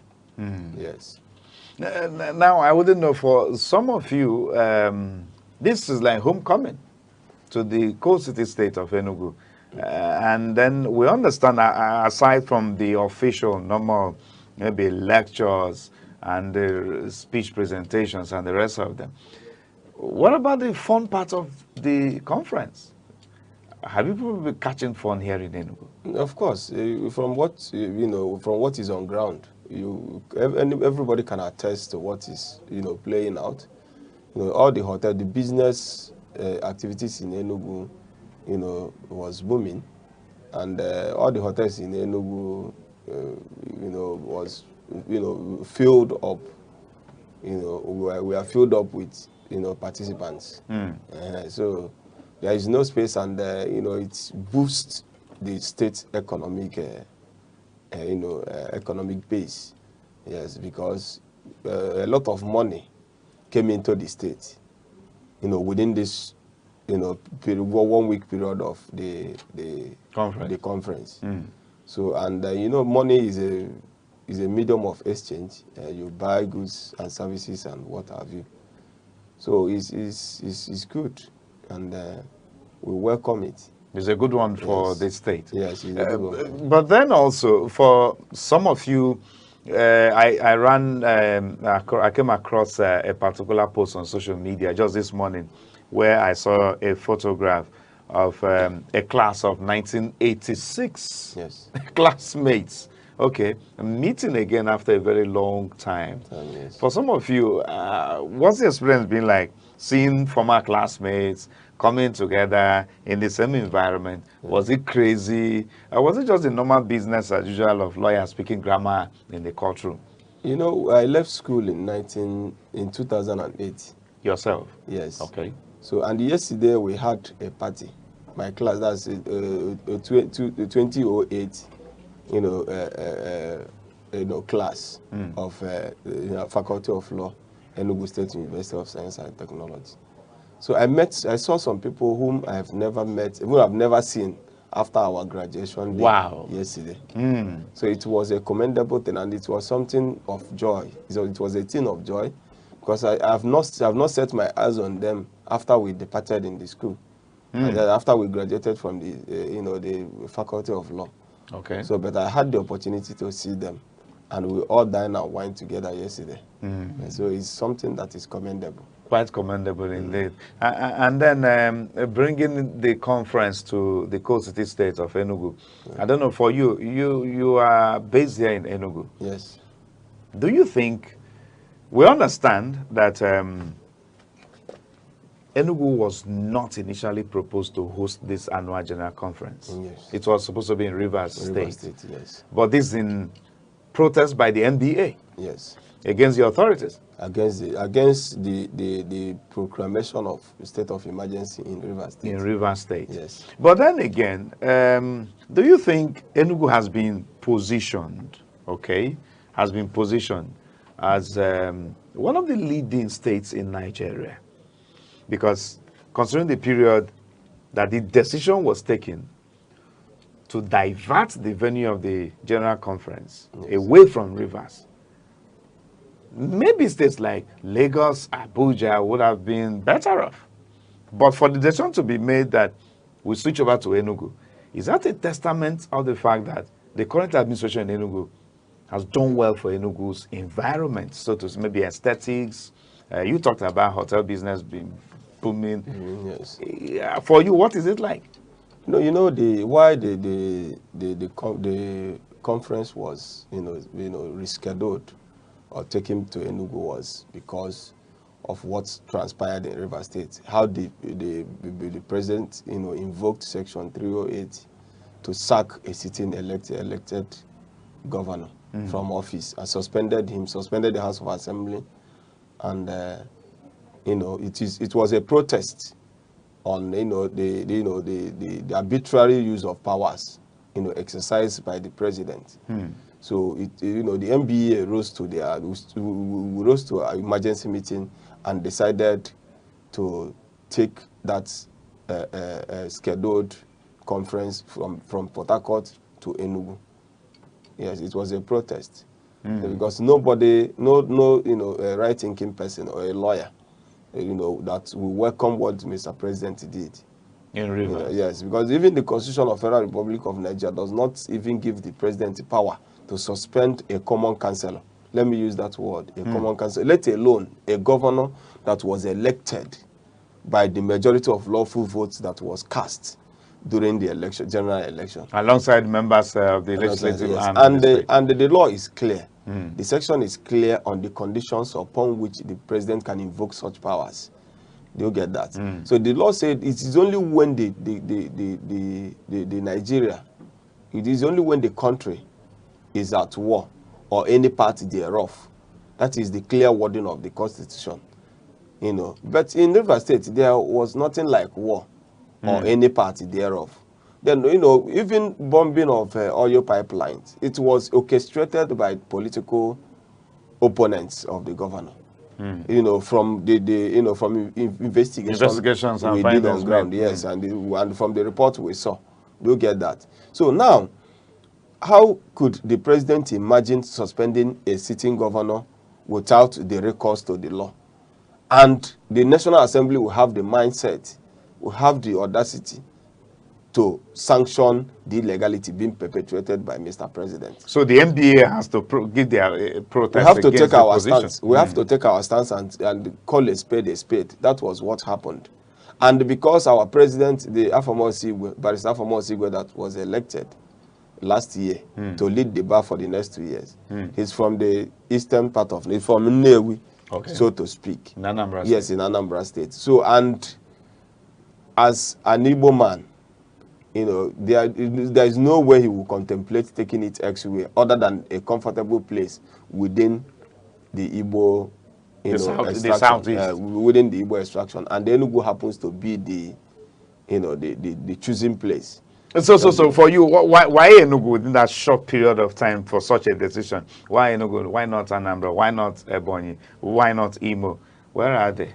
It's just because Which of one am I living in? Why not Abia State? Why Enugu State? No, if you go to those states you've just mentioned, yes, you can't get up to, the conference center that will accommodate over 10,000, participants. Yes, but this conference center here in Enugu, in Obara Square here, this conference center can accommodate over 50,000 participants. Yes, if you go in there, you will appreciate what the vision of the then Chimaroke, because Chimaroke was the one who initiated it. Who said the yes, ball and rolling. but the successive administration abandoned it. So having been abandoned for many years, then when Peter Mba emerged, because Peter Mba also worked with Chimaroke as, as his chief of staff and a commissioner. So he was part of that proposal to get that conference, to get it in place, or to put it in place. So I think that was the vision. He doesn't want their vision to die. Then he revived it. So it's good for it's a welcome development from the Enugu. Yes, it's a way to attract or even to get what's it called, tax, because you pay for the use and occupation of the place. All right, barristers, you pay the Enugu state government into the okay. Let's now move proper into the crux of the matter. The conference is holding in Enugu now, and I wouldn't know. I came around and I saw thousands of lawyers. Yes. I mean thousands of lawyers. Yes. And I begin to wonder, it begins to look like every family in Nigeria has a lawyer. That's just my conclusion. Yes. From what I'm able to make out from the outing, because the population of lawyers I saw, wow, yes, very intimidating. So talk to us now. What is it about the profession, law? What is it about it? No, one thing I want you to have at the back of your mind is this. We have over, I think over 70 something thousand lawyers, or even 80,000 lawyers, over 80,000 lawyers in Nigeria. That's inclusive of those who are dead and those who are alive, because we have enrollment book in the Supreme Court, and you are the one to write your name after you must have been called to bar. You go to the Supreme Court, they open the listing, you write your name, your surname, and the enrollment number yourself. You must write it. Nobody's writing it for you. Okay. Yes. So now, looking at that population you are seeing, or the number of people you are seeing there, you can't use it to generalize or to draw a conclusion that every family in Nigeria has a lawyer. With such population? Yes. No, it is not. It's not possible. No. Why I said it is not possible is this. Then we have, like in Yorubas, if you go to Yoruba, because Yorubas are the majority in the legal profession. Okay. So if you go to Yorubas, you see a family, both father and mother are lawyers, children, all the children are lawyers. You can get them in the Yorubas. If you come to Igbo, you will also get some, greater percentage of lawyers. Then if you get to the north, you also get greater percentage of lawyers. But Yorubas are they are the one dominating the profession. Yes. So, as this conference, this ongoing conference, yes, you see them. You see a lot of us, moving from pillar to post, moving from conference hall to other places. Do you get that? It's just the fun of it. It's just the fun of it. But you can't just use it to draw the conclusion, that every family in Nigeria has lawyers. No. We are out of, we have over 180 million Nigerians. Okay. Do you get that? I think we're even estimated to be over 200 million. Over 200 million, according to a report. Then if you out of that 180 million Nigerians, then lawyers are not up to 100,000. Okay. So you use it to. Anyway, we are not up to 100,000. Not talk less of 1 million out of 180. Okay, but then you're up to 80,000. We are up to 80,000. So now, what is in this profession? What is in it? No, there is nothing in it. All these lawyers you are seeing there, all these lawyers you are seeing in all this, multitude of lawyers you are seeing in that. Most of them are not even practicing lawyers. Most of them are into academics. Okay. Some of them are into, real estate. Some of them are into business. Some of them are into litigious lawyers are very few. That's lawyers that goes to court, argue cases, win or lose cases are very few lawyers.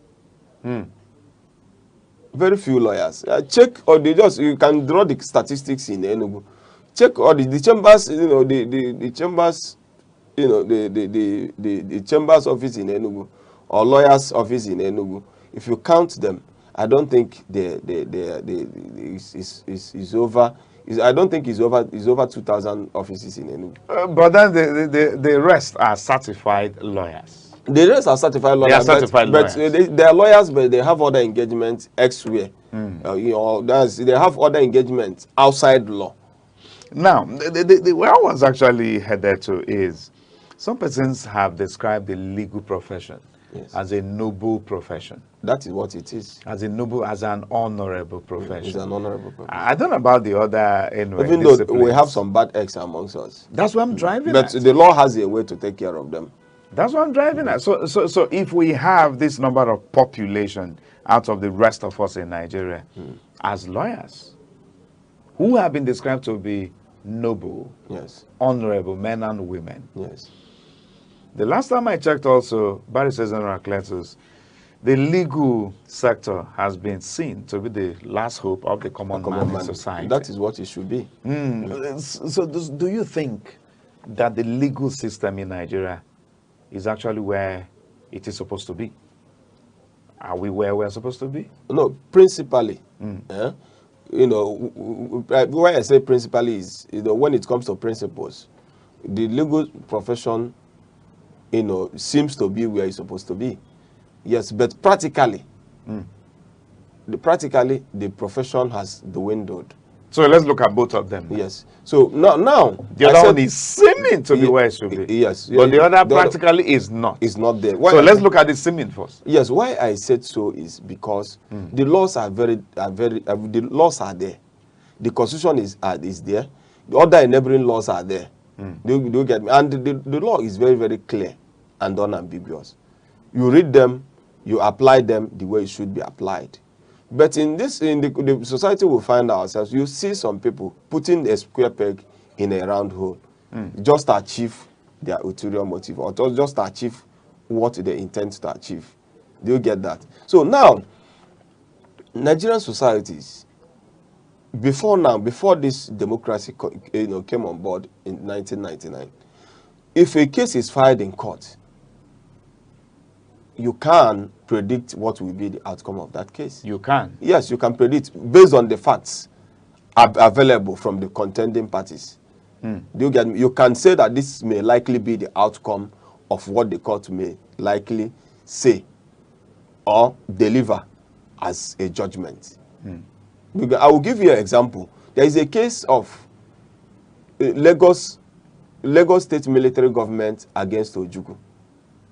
That is a classical case on the powers of the governor to revoke right of occupancy of a landlord. The matter went up to the Supreme Court, and the Supreme Court, I think either Oputa or Kayode, descended on the military governor. Yes, and they set aside that revocation that the governor, exercised arbitrarily.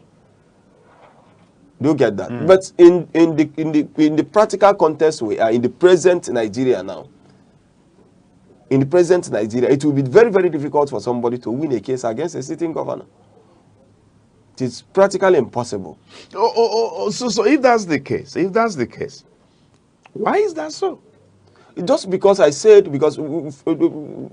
practically, that the system seems to not be favorable, or the system, is a kind of being captured. Is it because our laws have become weak? Why is that so? Because you just made reference to the likes of Justice Oputa. Yes. We know of the days of Uwais. Uwais, yeah. Justice Namani, and the likes of them. Yes. These were reputable lawyers. Yes, jurists. You understand? Yes. Jurists. I know of a time in this country when neighboring countries will come to hire. Yes. Our men from the legal profession. Yes, to go and demand their courts. Cases for them in their courts. Yes, even Gambia, all these Burkina Faso, there are Nigerian lawyers who are... So, but based on what you just said now, what has changed? Why has the law become so weakened? Why is the Nigerian legal system no longer where it should have been by now? This is 2025. No, political interference is major. Yes, is a major, impediment to the smooth running of the courts. The politicians interferes with the activities going on in the courtroom. But the court is supposed to be a sacrosanct you know, one thing, the court is supposed entity, to independent on their, institution. yes. Because one, the judiciary is not only is not only an arm of government. The judiciary derives its powers from the Constitution of Federal Republic of Nigeria. It's the same way that if you have read about the doctrine of separation of powers propounded by Baron de Montes. That's right. Yes. Then he said that once powers are not separated, there is imminent danger that the govern, that's the governors will abuse it. That's the people at the helm of affairs will abuse the powers. But when you separate the power, everybody will be acting independent of his own. But in Nigerian context, we have seen a situation whereby judicial pronouncements have been, interfered with. Interfered with, Maybe yes. By the executive. Maybe by the executive. But why is that so? And then the judiciary will allow it? No, why they allow it is just because of the pressure. And why we allow it is because of the kind of constitution we have in this country. The 1999 constitution. 1999 constitution. The constitution Abu Salome Abubakar gave to us and claimed that we Nigerians gave it to ourselves.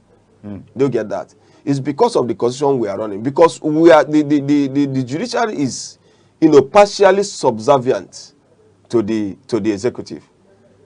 Because the executive refused to allow judicial autonomy. Governors buy cars for the judges. Governors build houses for the judges. Governors pay allowances to the judges. And they're saying that, who pays the piper will always dictate its tune. That's right. Do you get me? So if the judiciary is independent, if the judiciary is financially independent, financial autonomy, they have been fighting autonomy from the days of Obasanjo. Yeah, up 1999. to 1999 and up to this 2025 we are.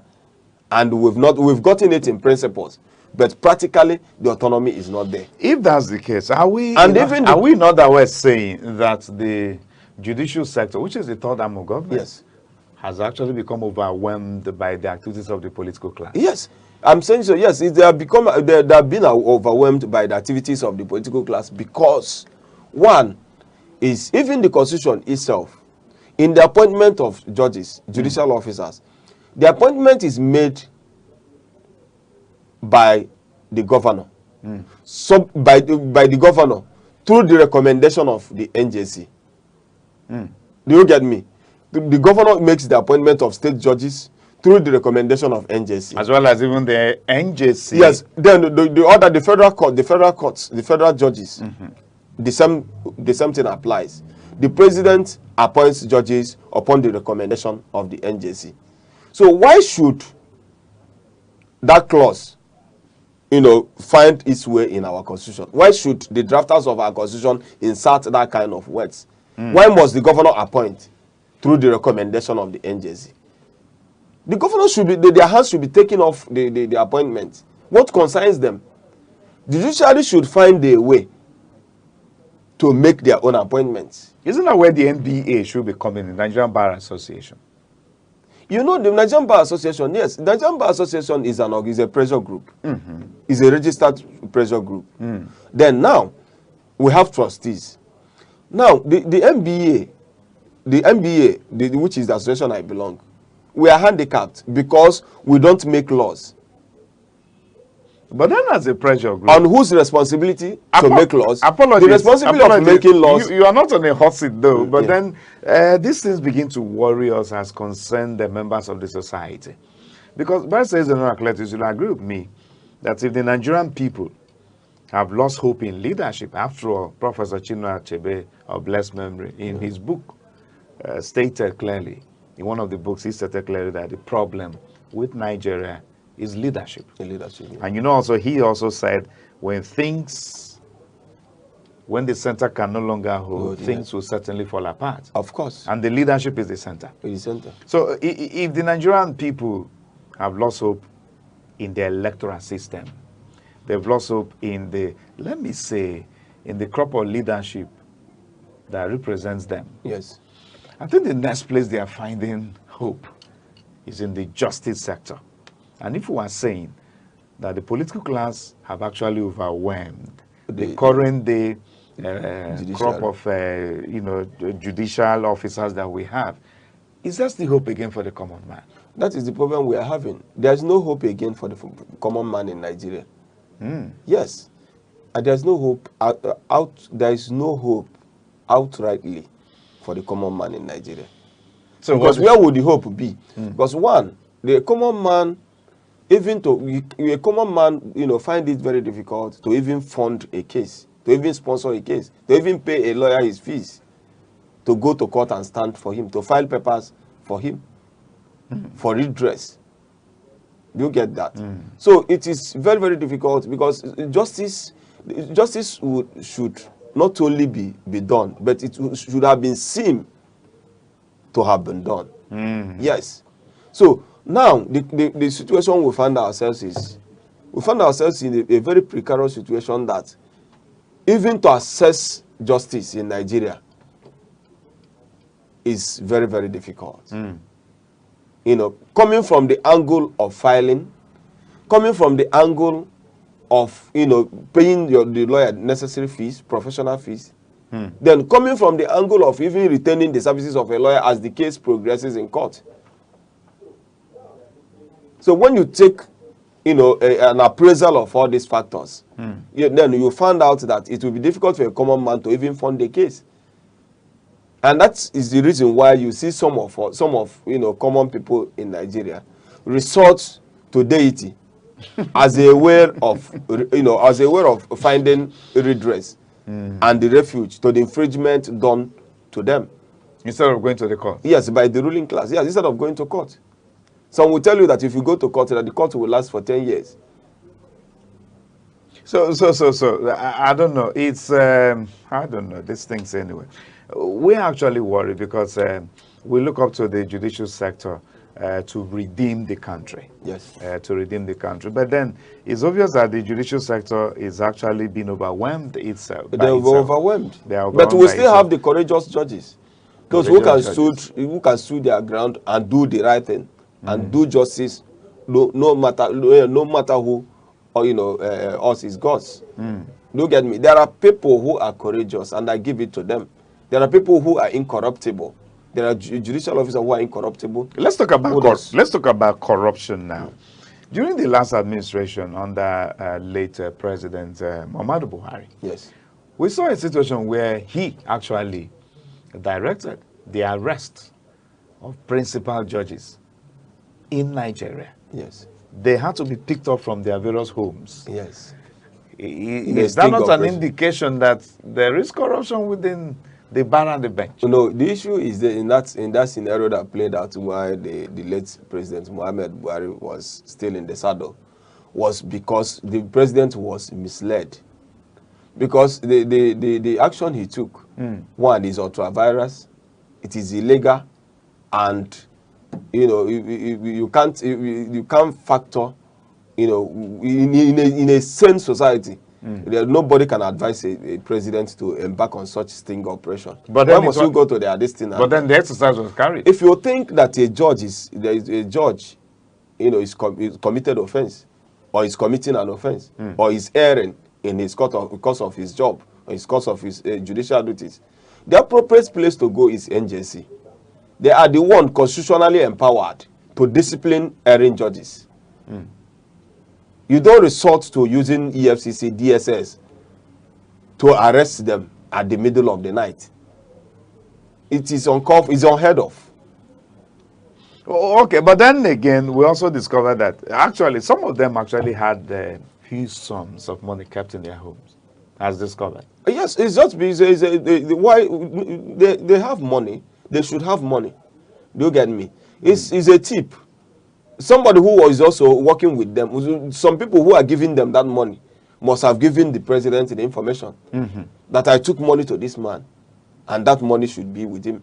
So obviously there is corruption within. There is corruption, and it's systemic, in such a way that you can't even factor how the entire thing is going.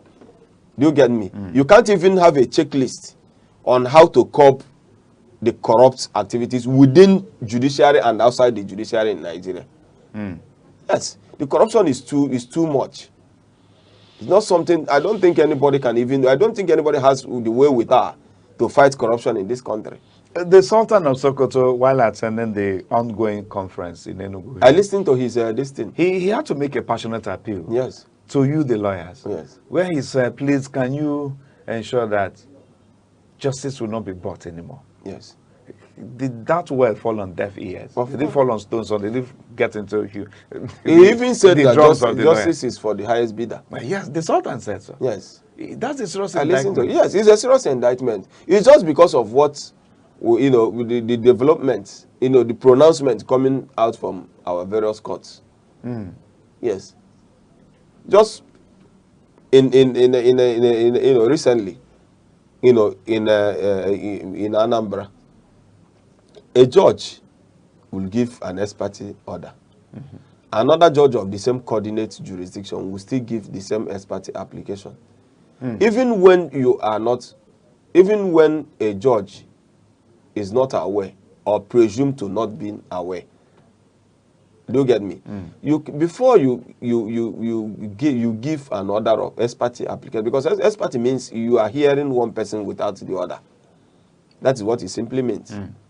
So before you can hand down an order ex parte, why can't you just adjourn the matter? Ask the other man to put the other person on notice.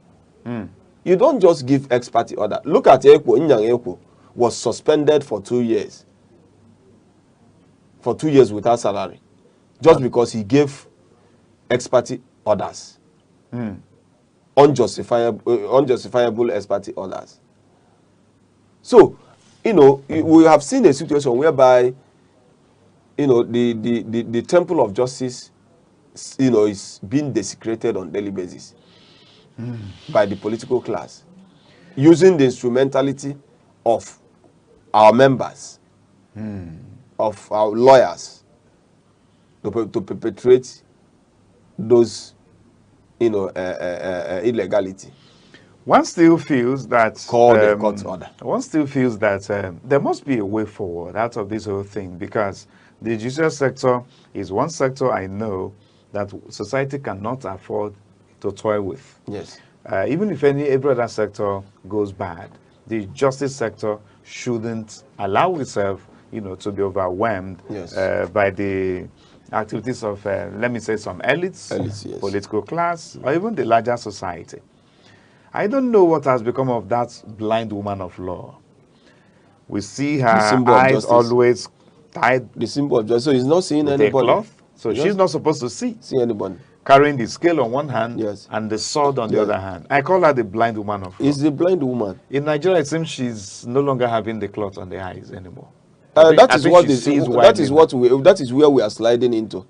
But I pray and I believe that the judiciary will rescue themselves. Okay. Yes, we will rescue the institution and put it to a proper perspective. If you listen to Obi Ezekwesili's speech, she made a serious, you know, she made a damning allegation against some people who are trooping into the profession. That the legal profession should be, that we should guide it. Is advising the lawyers. This is not profession that is meant for everybody. You have to be, you know, the person who is aspiring to become a lawyer has to be, you know, you have to be somebody of integrity. Of integrity, both in character and otherwise. Yes. Okay, away from all of that, we'll begin to round off. The signals are coming. I wish we were not rounding off now anyway, but then we need to round off. Now the annual general conference of the NBA is about coming to end in Enugu. I don't know what will be the takeaways from the lectures. You people have had fun. I'm aware there have been sessions, classes, where topical issues affect society have been brought to the know of lawyers. Yes. I was sharing with a colleague of yours who said he had been opportuned to learn different things that he has not learned before as a lawyer. Yes. He said the issues concerning artificial intelligence, the new tax reforms. He said now this conference has enabled him to acquire this knowledge on these other sectors. Now he's going out prepared and better armed to take on cases that may be coming from that aspect. Yes.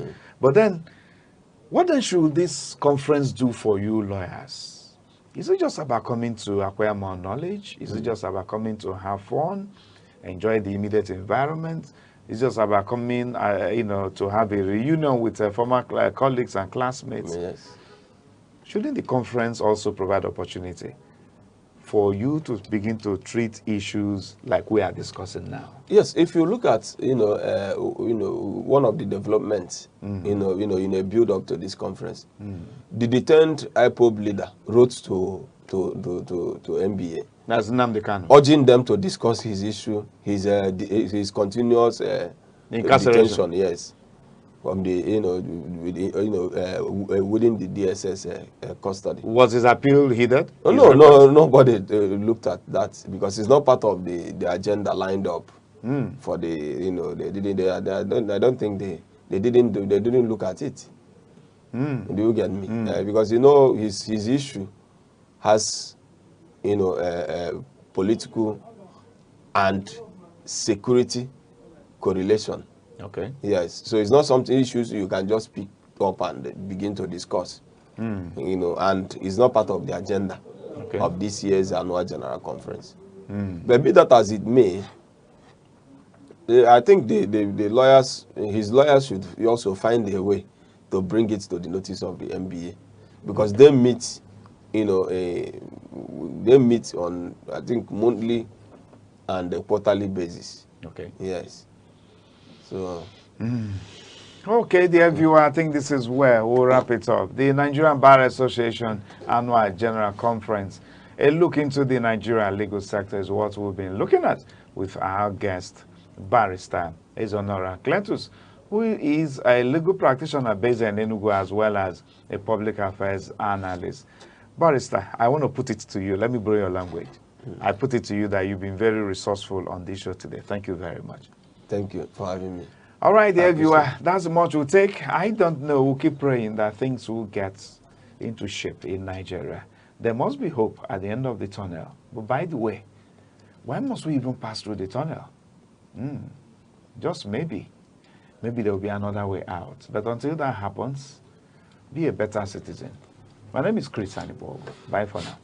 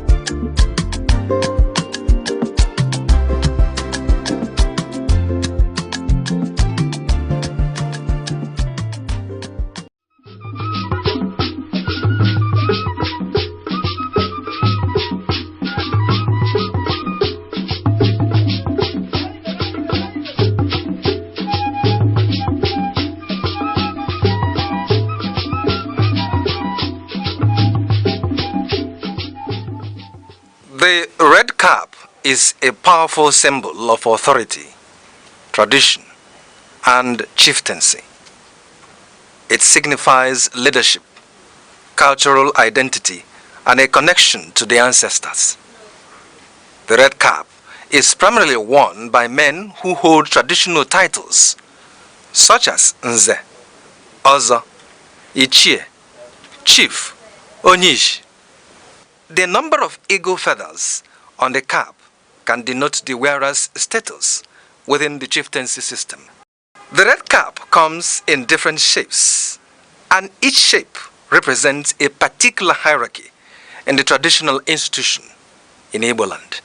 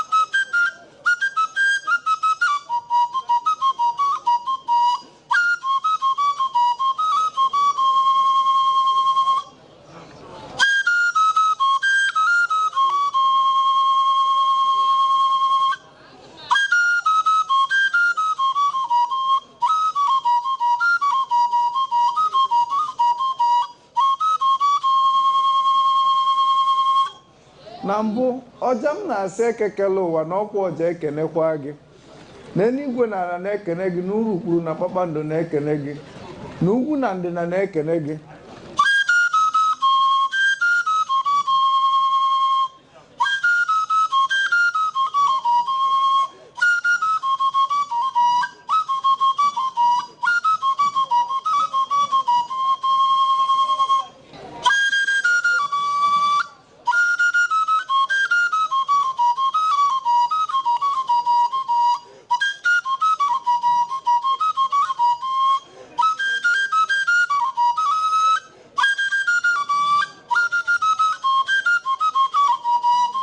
maka ka onye si eme ka ekwesị akpụ ya ka onye si eme ka ọja si akpụ ya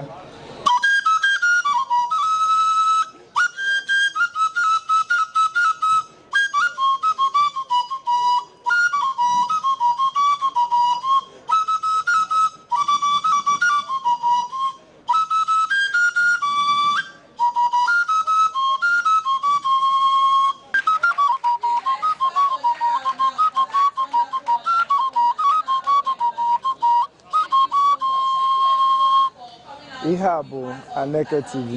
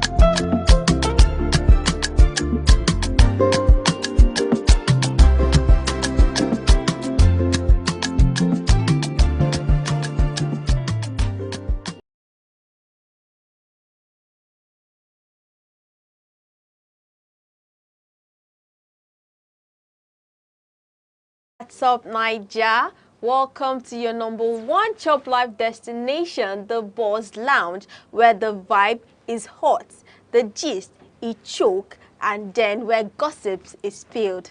You already know I'm a satisfied gist blog. Chibike, aka the Gentility. Yes, and I'm Deborah Wakoba, aka Debbie Lexus. And this is where celebrities spill and where the celebrities also shine and your favorite trends get rated or get roasted. Today we've got house stories, a celeb in the building, and a fashion segment that will make you say, now who started that one like that to... Let's get it started. This is the Buzz Lounge. Okay, and first step on the G stream, it is so. Firstly, we have here is about Gege Online University, and as we all know, there's a trending university which is online that he talks about women, on topics on women, and then teaching the men so. And I would like to know, what do you think about the so-called Gege Online University? Wow, there are so many things I have to say about this Gege Online University. You know, the Gege Online University is called like Gege University of Wisdom and Understanding. Oh wow! You know, he does his teaching on TikTok that he teaches men on how to not to make financial mistakes. You understand, and how to treat human. It's not just that he's saying that don't hate woman, no, but he always critique about how women have to handle human issues, like issues like don't spend roughly on women, and you know sometimes he'll be like don't make financial mistakes. He's a financial expert therapist. Oh wow! That's what he calls himself. And now he's be like don't give woman this, don't give woman that. You understand? Yeah. I know if you come online on TikTok, you see that so many people always join his life. Even sometimes some people always do it's something like fun. Let's just say it's all about entertainment. He's an influencer, but still in another part, he teaches. You know, but sometimes once he teaches those things, some ladies start criticizing, be like Gege is disturbing them, Gege is doing shit, he's spoiling a lot of things for them, you know, all those things. And some are crying, some are saying a lot of things, and some are saying that that it's always broke men that do listen to Gege. You understand? But they don't know that a lot of celebrities, they don't know, a lot of celebrities will be like listening to Gege. You understand? Like somebody like Zlatan, always, but all of them, you know, all of this is about catching crews. Yes. But at the same time, I think the guy is making sense. Yes, you know, like they said, there's always sense in nonsense. Yes. So that's the thing there. Okay. So, but how many % of men do you think attends this so-called online university? Well, many. Yeah, many. Because you know, sometimes that's around last week. Gege was like saying, thanking a lot of influencers for helping him out to showcase what he had to say to men. So I think like about let's just say about 300,000, 500,000 men. Are you serious? But let's just say if we want to calculate like how many people that watches his live, you see that the last one he did is about 25 point something million. Yeah, no, viewers. You understand? And even if he has to start all of a sudden, people will join immediately. Like people will join immediately. Even some people will be like, some influencers will be like, if they travel out, they will still be playing Gege's video. Like they will all be reflecting the videos on their screen, bringing out book, writing down. I think I saw something. I read they sat down. Even watching him even military people. Even military people, sometimes everybody be like, let's listen to Gege. Gege is so fun to listen to. Gege is a financial expert. Gege is this, Gege is that. You understand? So people always enjoy the teaching of Gege, but sometimes women won't enjoy that part. Okay, I want to ask a personal question. Do you watch his online university? Well, I think I watch though. I watch it, but you know, all this is all about determination. Yeah. You understand? It's not what somebody tells you to do, you will do. Yes. Somebody might teach you not to do this, but it is what is within you. What you feel like you want so you do. Okay. You do. Unless you make that mistake. Don't say the best correction given to someone is correction by oneself. Yes. Once you don't correct yourself and you make mistake, that mistake will teach you, next time I won't do this. So yes. You understand? Yes. So that's the best part. So it's for me to determine if I'm to listen to what Gege is saying. Yes. But I think somehow it makes sense. Yes. But you know, something about these influencers. They'll be telling you how to do this. But they are doing otherwise. But they'll be That's doing it, strange. you understand? Yes. Because again, it's not today that I started this stuff. You know, he traveled to around, let's just say last 2 weeks, he traveled to London. And when he traveled, he was twerking in a club, dancing with ladies, you understand? And even around last 3 weeks, around last month, there's a video trending online that see our teacher Gege. Yes. Gege is resting on a lady's chest. So it'll be like, you come online, be like, it's not me, it's AI. You guys have to cut this thing out. You understand? So yeah, you have to be saying all those things a lot. But when it comes to his business, he'll be like, don't do this, so don't do this. you understand? Don't do that. So but he's not the ones, otherwise, you understand? But you have to tell people that this is what he has to do, even to the extent that he opens a streaming studio. So that people can invite people. Even he has a rival, Cider Bulge. You understand? Cider Bulge is a professor too to ladies. So ladies listen to Cider Bulge, men listen to Gege. Okay. You understand? Okay. So all these things about like it's all about cruise and competition is hot. You understand? So people Cider Bulge. You know, sometimes Cider Bulge is this kind of a lady that critiques men. You always tell women, ladies to have this long-sightedness of luxury. You understand? That if a man doesn't give you 1 million naira, that you have to turn it down. That he cannot accept 100,000 naira a man gives him. You know those things she's telling ladies and doing it like. So people won't take it serious. Yes. So people won't take men serious. But you know, all of a sudden, even that's what all those celebrities always do. Yeah. They will tell you how to do this. For example, Blessing CEO. Okay. You know, of recent, Blessing CEO came on. Honest Bond podcast. She came with her man. Sorry. She came with her fiance. Let's just fiance. To that Honest Bond, and they were kissing. Yeah. Oh. But she was the one that always tell ladies not to do so, not to believe in men, all those things. Wow. But they are the ones always they will go down to the back behind and be doing otherwise. I want you to be like so I was misled by this person. So all those things determines what you determine by yourself is your choice. So I've answered your question. Yes, you have. Thank you very much. So my next question here is, what do you think about the trending memo released by the Nigerian University Commission, which is the NU, warning impersonators impersonating university without official accreditation? And do you think it will affect Gege's university, even though it's an online? It might be cruise, but do you think? It's for the Nigerian University Commission to understand that it's cruise. You understand? It's not just that Gege is impersonating. Yes. Somebody can just open a fashion school. Somebody can just open a fashion school and be like, I'm opening this fashion school.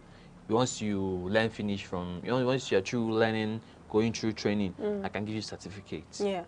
You understand? But the fact that Gege called his own Gege University, not even school, or Gege University for wisdom and understanding, you understand? So, but I think that they have to understand. Even the memo, a lot of bloggers like show those pictures, and Gege even carried it. A lot of PM bloggers carried the news that they will shut down Gege, it will affect Gege, all those things. But Gege have to come online and start saying that he's teaching all those things, that it's not meant to impersonate university. You understand? Even he posted, he was like, he's not meant to impersonate university, that he's only teaching for them. I think the only thing Gege owes to people or to the government is for him to pay his tax. Like, for example, for him opening a studio. Yeah. You understand? Him opening a studio, online studio, or a place where he can stream people. Maybe his only thing I have to do is just to pay the house rent, pay stuff. Even Pella complained about Lagos. You know Pella now, I know. the TikToker. He complained about the Lagos state government imposing about 36 million naira tax on him. Okay. You understand? So all those imposing, he was like, later the Lagos state government was saying that all those things are not for him. Yeah. That the only tax that he has to impose to people is all about, people who are not online, who are just there.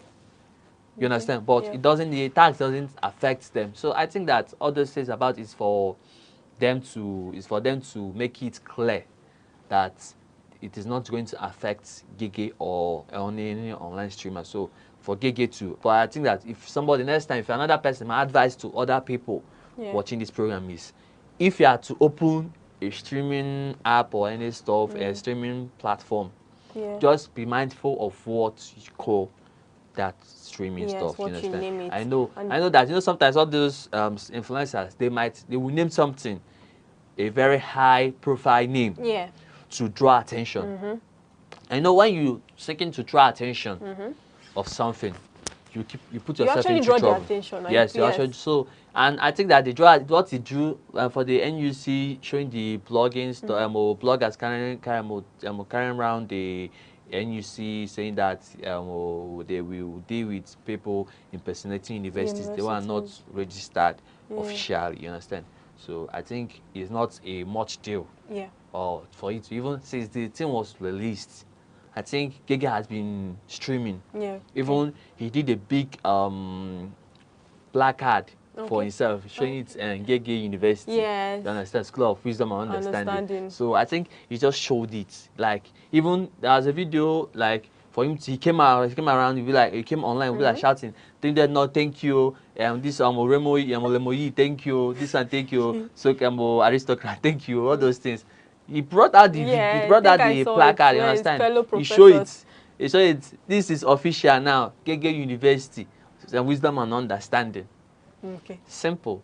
You understand? So I think maybe it won't be that much to for the stuff to affect Gege. So okay. Now, right now we'll be going on a short break, and please stay tuned on the Boss Lounge on Aneke TV, and don't forget to follow us on our social media handles on X, Instagram, TikTok, all on Aneke TV. Gege, your stupid mentality! I'll start our boyfriend against us! Leave ladies alone! Leave us alone! I can't even have a study of his steals again. I can't drive a guy's car again. My weekly allowance is giving me 2,500 naira. He's now giving me 2,500 naira again because of your stupid lecture. All because of your lecture. All because of your lecture, Gege. This is not fair. This is not fair.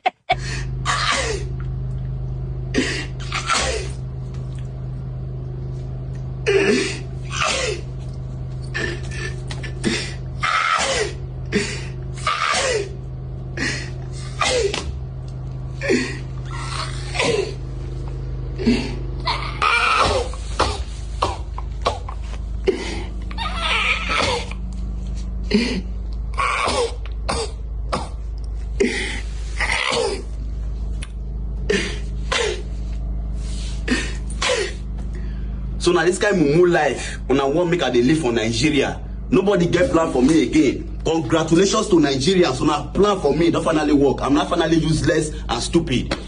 Don't worry. Now, can you get me a call? What be this? Gege University of Wisdom and Understanding. Video the ambience of this side. You don't video now? Okay, now video this side. Can you get me a call? Gege Academy. Come on. Can you get me a call?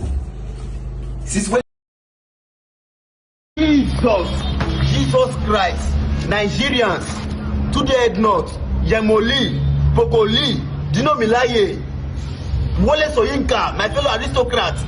Thank you so much, Nigerians, for the love. More than 170,000 people watch me on live on TikTok. More than 170,000 people watch my lectures today. Gege University of Wisdom and Understanding. See and hear.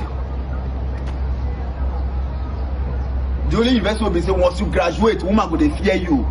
Once you say where you graduate from, say I graduate from Gege University of Wisdom and Understanding, she go dey fear to ask you for money. I'm not the first person in the history of Nigeria when 170,000 people watch live. I not be graduate too, but by the grace of God, I don't found school. The first illiterate to found the university in the history of Nigeria, online school. And everybody, full country day. So una love me like this, Nigerians. Una love me like this. What I do to deserve this love? Now offer an abuse, so now they show offer and love for Nigeria. So offer and get hope for Nigeria. Eh? People will not get hope, will not get help, they still get hope for Nigeria. See gift. I made over, no one even talk about money, gift when they give me to this worth over $30,000 before God and man. See, I'm not gonna take this love for granted because I don't really do anything for Ona. If Ona show me this love, I know if like say person go do ritual on my behalf, Abi. So now they use people, they do ritual on their behalf, they know. If not, this thing will show that honorary and this thing they happen for my life. At this point in time, if Nigeria and a country where they value great people, by now they're supposed to be comparing people like Aristotle, Wole Soyinka, Albert Einstein. Look, see my head, view my head. They see the areas of the head. My head and their head, difference there. Oh. Now, 170,000 people, the most popular university in Nigeria, Uniben, Unilag, all those universities, they don't have up to 10,000 students. But today, history have just made the first university, Unigege, to record 170,000 students in a single day. God, I'm grateful. Hello, you're still in the Boss Lounge on Aneke TV. Okay, so we'll be taking a look at the rest of the stories we have here today in our show. And then it's concerning Cubana chief priest. So now it's talking about the conspiracy between alleged baby mama of Cubana chief priest Helen and Cubana chief priest. So what do you think about this conspiracy between two of them? Well, that's another trendy stuff. Yes, it is. You know, the woman, she doesn't want to rest. You understand? She always come online and starts, you know, reacting, calling names that Cubana chief priest is this, is that he has to come to do DNA.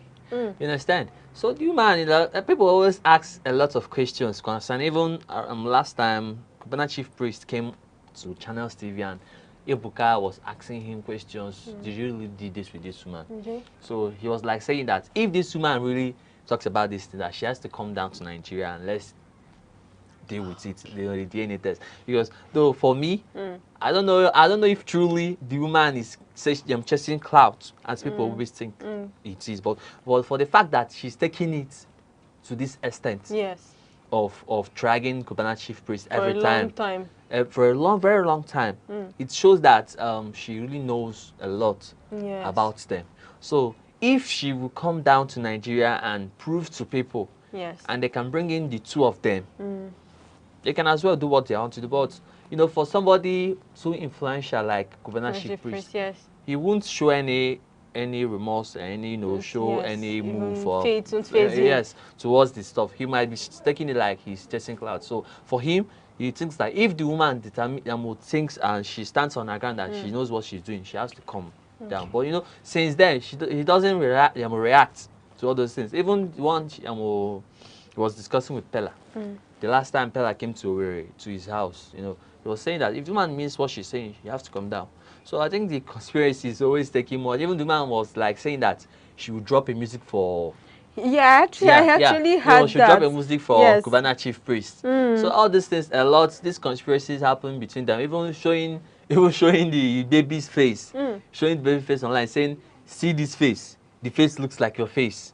See the head. The face look like your head. Pasco Kechuku, come and do DNA. Pasco Kechuku, this one will do you. That one will do you." All those things. And you know, she's speaking like this online. She uses her Kenya tongue, accent. You know, so some people always take her accent for cruise. You know, all those things. So I think it's determined for her to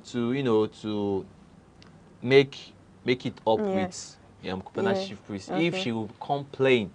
Commenting. Even I read a comment online today saying that people asking her, our wife, you look very beautiful now. You understand? So she'll be like, who is our wife? You understand? So she'll be like, some person will be like, we will enjoy you if you come down to Nigeria. Please come. She said that she'll be coming down soon. Okay. You understand? And she, you know, a lot of people, if you see once she posts something, she'll always have that time to reply people's comments. You understand? So that you know that it's very serious. So it's not for me to determine if she's chasing clouds, or if she's saying the truth. You understand? But it's for them to make it up or to conclude within themselves. Even it's for Cubana chief priest to go and be like, okay, let's settle this our case. Yes, what do you mean? amicably. But you know, say all, you know that all these kind of things, you know, causes issues in marriage, because for this woman to be saying this, had it been if Cubana chief priest wife doesn't understand Cubana chief priest, they might have well broken up. Yes, for a some long hard time. misunderstandings. Have misunderstanding. So, but for the fact that it's better, sometimes it's better for you to marry your best friend, somebody that understands you, so that no matter what, even if you have issue with somebody tomorrow and the person comes tomorrow and start calling you out, you won't have issues in your marriage, because I think Cubana chief priests have like 3 kids or so. Okay. They have kids. So, but you know, you having kids and you having a lovely family, somebody coming online dragging you, it tarnishes your image. It brings issue to your marriage. Okay. So I think that's the thing. So it's for them to make it up with themselves. Speaking of there's a trending song, this track made for Cubana chief priest by this alleged baby mama. So what do you think about the music? Well, I heard the music. I think it's very fun. Okay. Funny to me. It's very funny to me because I think she's having fun, but as well she's dissing Cubana chief priest. Yes. You know, she came online. She was wearing a cap, a baggy trouser, a coat, and all those Papa Lolo stuff. Pot belly. So she was dancing. Pascal okay, Chuku, you don't cast. You know those things that Pascal okay. You know, she's making fun of him. You know, all those things to draw more attention, to know that she has been saying this thing for over years. Yeah. You understand? But based on say she doesn't want to take it too far, maybe. So you know all this kind of thing. When you come out and start dragging somebody, mainly there will be threats, there will be encouragement, there will be emotional stuff, either emotional than cast or anything. But particularly you might be saying the truth. But particularly you might not be saying the truth. But if you are saying the truth, people might be dragging you. What do you mean? But if you're not saying the truth, you might still be dragging the person in order to chase clout. So for her coming online to even drop music for him, I think she's very serious this time around.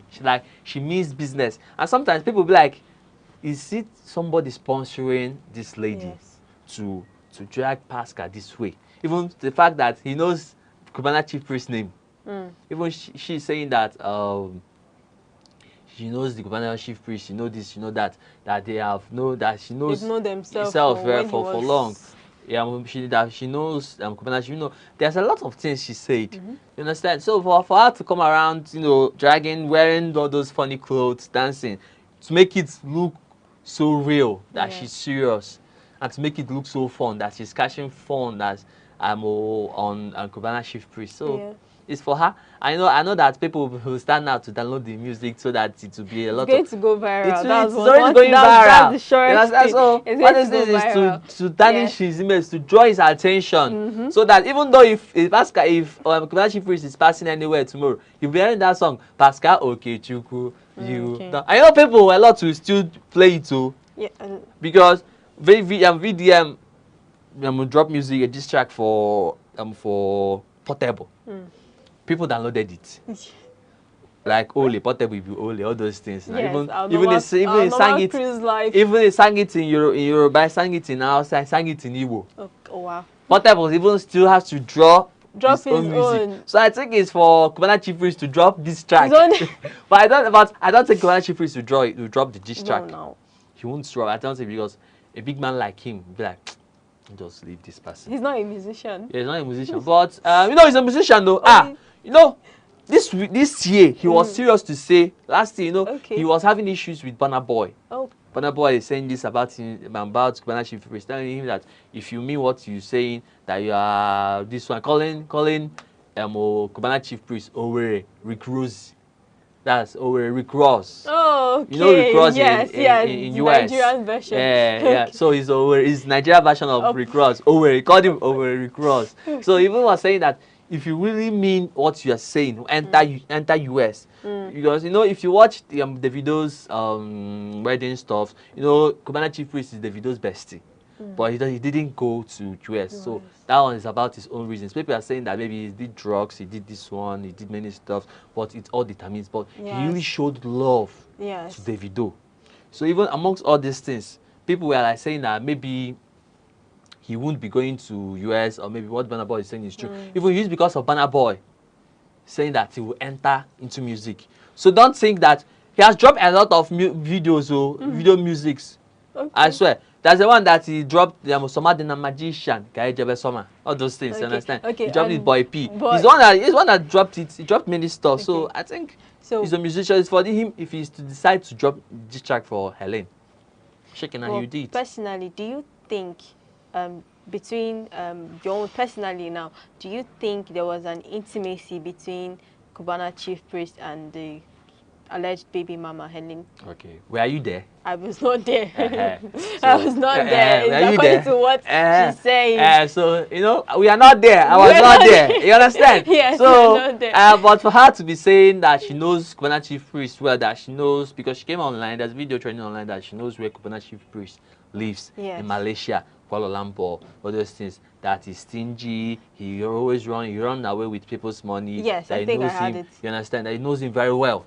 So maybe it was when he was, we men, when you be living your those alabanco life, all those things, big man life, or maybe your youthful age life, you be living a lot of lifestyle. So maybe it's for him, maybe he did with the woman, maybe he didn't. Yes. So maybe they did broke up or so. Yes. So for him now to start being popular now, maybe the woman has been the person they maybe have intimacy with. So maybe the woman is saying that so you later left me. People human always do it now. Like if you're a man and you did have something with if you're a woman and you did have something with a man, and tomorrow I left you behind and I become a rich man or influential person, it's for you to come online and start dragging me. Yes, so probably I don't think called you and you called me out and all those things. So, yes. But as well, you might as well try to chase clout too. Exactly, that's another angle to look at. Yeah. Okay, thank you. All right, and that's the end of today's show on the Boss Lounge. Like I said, don't forget to follow us on our social media handles: Facebook, X, Instagram, YouTube, all at Aneke TV.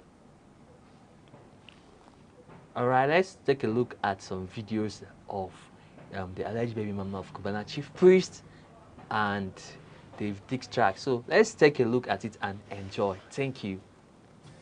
And then, guys, let me tell you one thing. This man, a juju man, do you know the 2 kids that he has in Malaysia? He's not taking care of those kids. He used to beat that woman in Malaysia.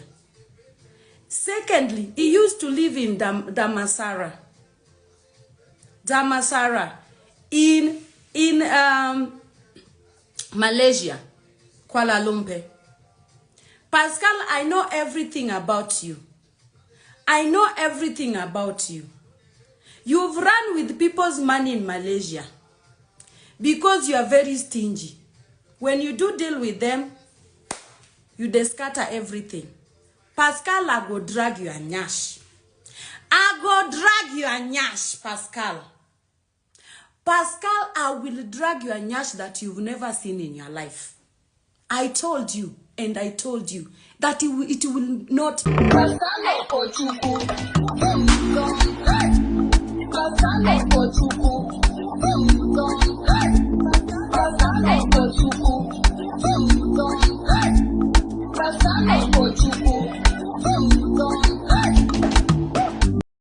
Well, our time for today is almost up.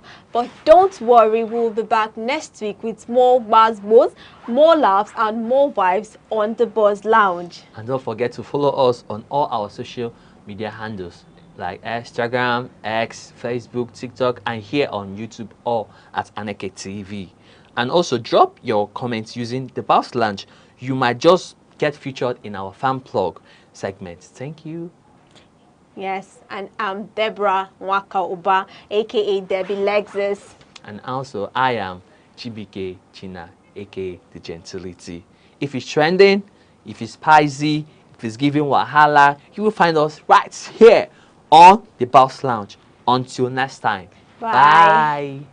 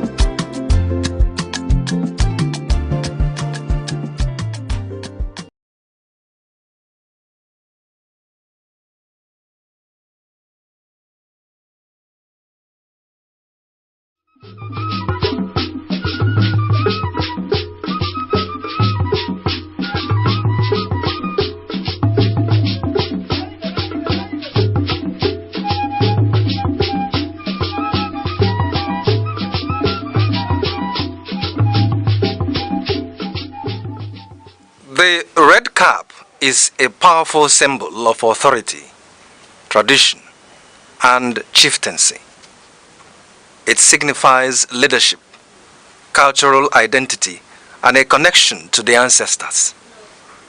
The red cap is primarily worn by men who hold traditional titles such as Nze, Ozo, Ichie, Chief, Onyish.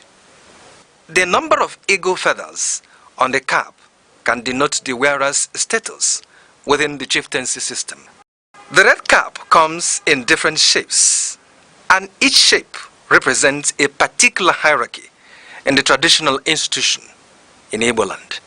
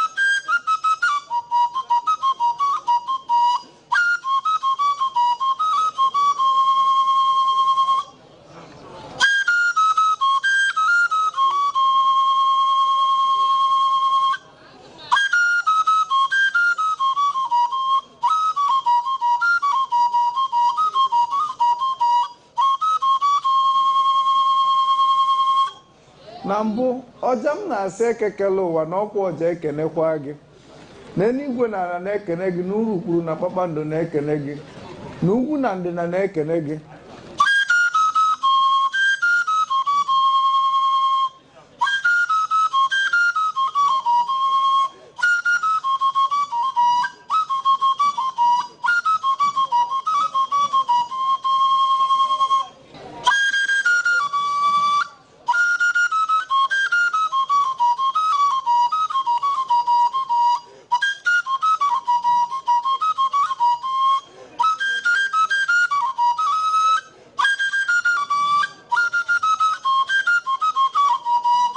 maka ka onye si eme ka ekwe si akpụ ya ka onye si eme ka ọja si akpụ ya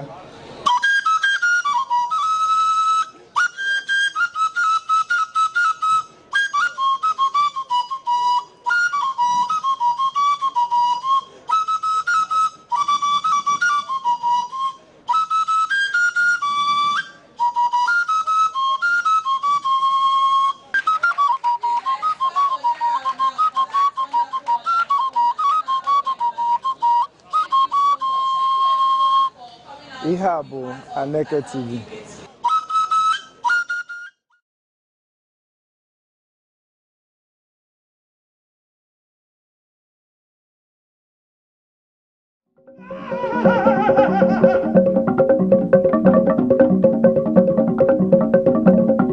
Bishop Ayi, Whoa.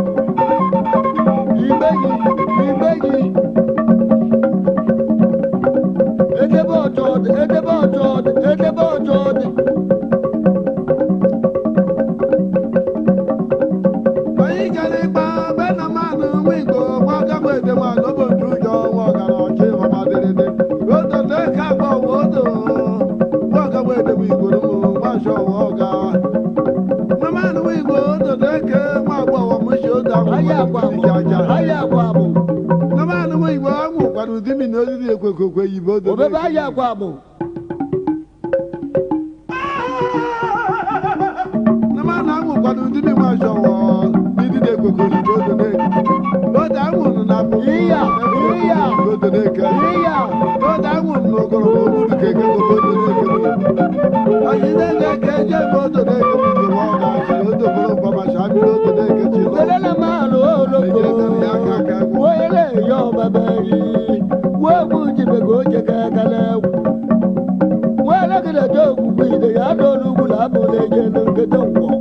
Dulo to go ro.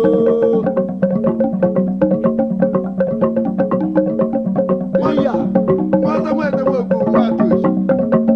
Mo na ni de ni ma ku ku. Mo ta ma la ku ko ta de ni da ma cho.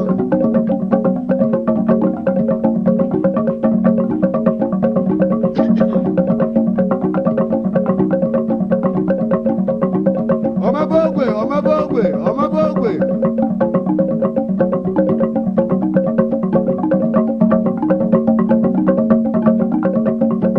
Iya, ọ gara achọ.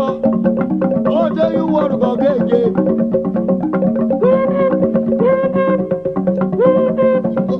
Oje iwu ọrụkọ ga-eje. Ọmọ bọ́ọ̀gbẹ̀.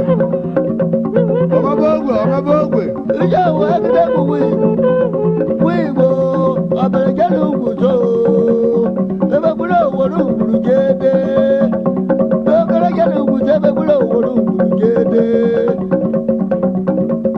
ebe máa pẹ̀lú oyún jẹ̀dẹ̀lẹ̀ jìnnú kájọ rẹ̀ jọ kánú.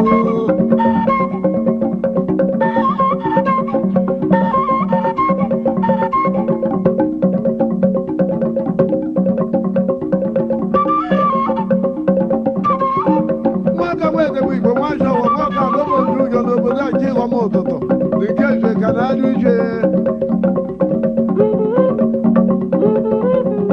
Wọ́n kọ́wé ìdìbò ìbò wọ́n ṣọwọ́ wọ́n kà ló mọ̀ tún jọ. Kó ní ìtẹ́gà àbèrè wọ́n ṣọwọ́ wíìgbò. Bóṣùmínà ẹ̀ jẹ̀rọ nkwọ́ báyìí. Mo jẹ́ ayé jẹ̀rọ nkwọ́ báyìí o. Age na baya.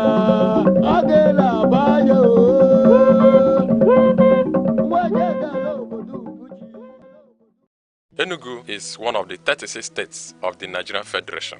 It is located on a hilltop in the southern part of the country. It has a rich history and robust cultural heritage that boosts its uniqueness. Igbo is widely spoken in Enugu State.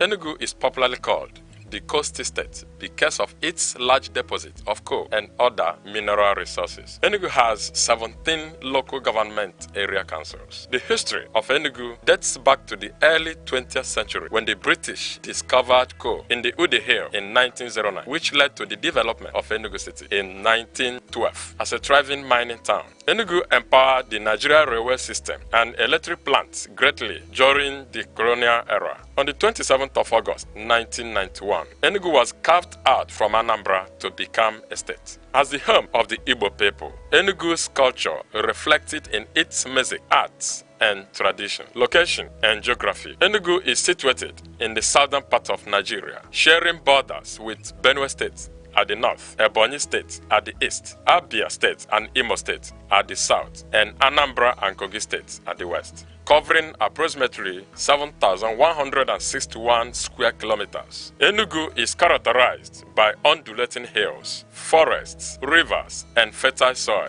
making it suitable for farming. The state experiences significant rainfall with an average annual precipitation of around 2,100 millimeters and temperature averaging 28 degrees centigrade. People and language. The people of Enugu State are predominantly Igbo, one of the largest ethnic groups in Nigeria. The Igbo language is a fundamental part of their culture and identity, with many dialects spoken across the state. Language plays a vital role in the shaping and culture and identity of the Igbo people. Culture and tradition. Enugu is rich in culture and traditional practices one of which is the New Yam Festival, Iriji, a traditional celebration that marks the beginning of the harvest season. Another significant cultural event is the Masquerade Festival, Mmanwu, a colorful display of traditional dances, songs, and drumming. During this festival, different communities come together to showcase their masquerades, each with its unique characteristics and cultural significance. Enugu State is also known for its traditional arts, including wood carving, pottery, weaving, and music. Enugu's cultural traditions help to promote community cohesion, social bond, and cultural identity. Efforts are being made to document and promote this tradition, ensuring their continuation for future generations. Economy. In the past, Enugu's economy was largely driven by coal mining. During the colonial era, Enugu was one of the Nigeria's major industrial and economic centers. Today, Enugu's economy has become more diversified with some key sectors which includes agriculture, trades and markets, education and government, tourist centers. Enugu State is an important part of Nigeria, known for its cultural richness, peaceful environment, rich history, and tourist attractions. From its coal mining history to its current role as an educational and cultural hub, Enugu continues to grow and contribute greatly to the development of Nigeria. The August meeting is the annual gathering of married women, both at home and in the diaspora, to celebrate, deliberate, and address issues affecting their communities. It's also a time to resolve family matters and set goals for social development. This tradition, deeply rooted in the culture of the southeastern part of Nigeria, brings women together in a powerful way. It gives them the platform to speak freely, share ideas, and plan for community building, as well as socio-political progress. Each year, the meeting attracts women from across the globe, as August is a convenient time for many to travel. In its pure form, it strengthens bonds, fuels development projects, and unites women around a shared vision for their people. However, in recent times, the narrative has begun to shift. For some, the focus has moved from service to show, displaying expensive wrappers from Ashwebi to highly quality judges. These, in turn, can make less affluent women, especially those living in rural areas, feel a subtle sense of exclusion or inferiority. Still, a quick look at community sentiments shows that many women treasure this gathering. It remains a cherished opportunity to reconnect with loved ones, exchange valuable contact, and revive the spirit of togetherness. A cross-section of Enugu residents who spoke with Aneke TV reacted this way. My name is Mrs. Aneke. When we talk about August meeting, the role and advantages of August meeting is overemphasized. The August meeting has generated a lot of developments in the community. It has affected the women both socially, spiritually, and otherwise. When you talk about the physical structures being done by the women in August meeting, most of the structures in the village, building the church, the parish hall, the father's house, community development,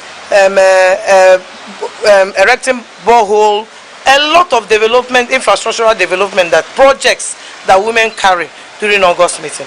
Not only that, during August meeting, professionals are invited and women are taught a lot of things that they don't know before. Some women, what they have learned in August meeting that help them enter into a lot of business, like skill acquisition and all the rest of them. When you talk about August meeting, the rule, what we gain from August meeting is overwhelming. My name is Mrs. Gloria Ijoma. You know, the theme of this 2025 August meeting by women, we tagged it as women as a nation builders. You know, we women, we're supposed to be part of the nation builders. We're supposed to contribute a lot in our families. That's the essence of August meeting. We gather, we discuss, and we contribute towards the building of this our nation, Nigeria. You see, we even discuss on how to tackle some of the issues most women are encountering with their husbands or with their household. So that's the excess. When we gather, we now deliberate and talk on how to move the nation forward. The family as the family and the nation as a whole, how to move them forward. That's the excess. My name is Chief Mrs. Eku Happiness Chinemerem. I love your question. Your question is not on jewelries, putting clothes, less, no. We have aim and objectives of having August meeting. It is where we discuss how we are going to look into our villages, our churches, our schools, primary and secondary schools in our hometown. The way we do it, it is this time that we go into our streams to sweep, go to our market squares to sweep it and look for those who need help. And what are we going to do in the church to elevate what we are doing there as Christians? So not going that in my own town, we are no more thinking of wearing gorgeous dresses. We go by simple, what do I call it? Or just a simple cloth. As the August meeting continues to evolve, it remains a living reminder of the Igbo belief in the vital role women play in community building and socio-political development. Chidimmi Kemede, Aneke TV.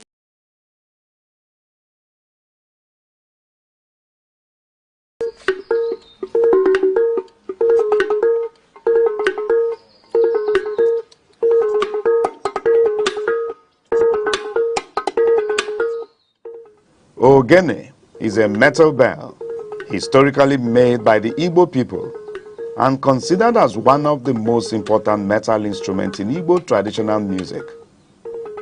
When struck with a wooden stick, it produces a sharp resonant tone. It is a symbol of Igbo identity and heritage, passed down through generations. Ogene acts as a rhythmic instrument, a melodic device, a means of communication, and also used in divination and spiritual rituals. It provides the rhythmic backbone, often setting the tempo and pace for other instruments and dancers. Ogene comes in different shapes and sizes. The single bell ogene, the double-belled ogene, ogene mpenabo, with each producing different sounds. The triple-shaped ogene, ogene mpe ato, each also producing different sounds.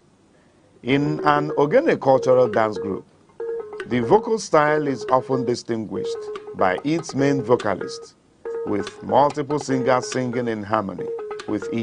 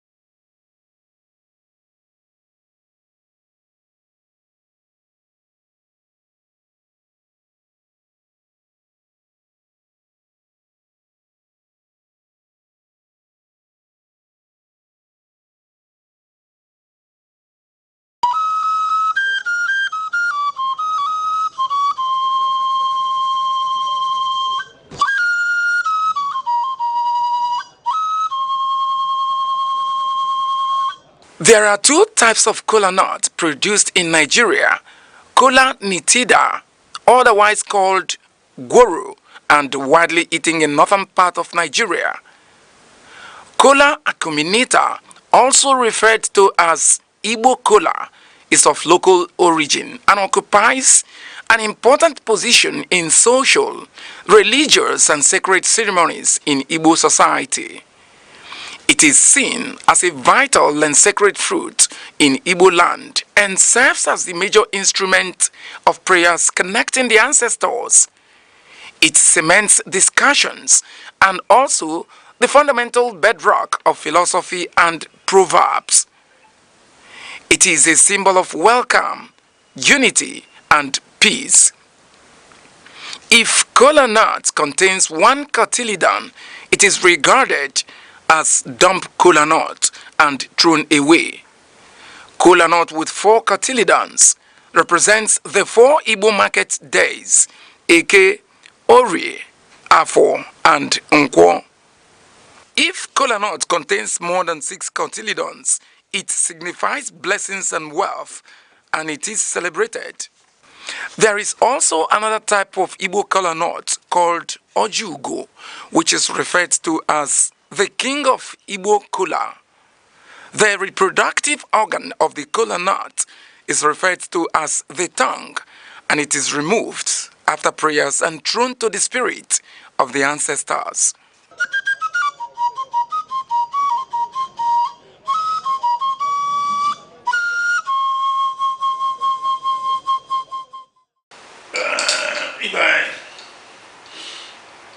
Ekele m ọjị wụ kwana ihe eji agọ ndụ ndụ a na-atọka onye anabara nke ya na onu agwọ ibe anyị adị nọ ogologo ndụ arụ ike na ọdụmma ihe eji ene ndụ anya na onye nwere ihe eji ene ndụ anya na ịrụfụta nwere ya ịmara na nsogbu rere ya olise bụ anyị na-ekene gị Chukwu okike onye ogologo ndụ na ogologo anya na-ahụ udo na ọchịchị anyị na-ekene gị na-ekene gị maka tata na-ayọ maka echi maka na ọsọ maka eme echi anya amara na anyị adị ka echi na echi anaghị agwụ agwụgwụ na ihe ya adịrị anyị mma ndị be anyị onwekwara ihe ọzọ na anyị enye ndị ichie jupụtara anyị na-ere nke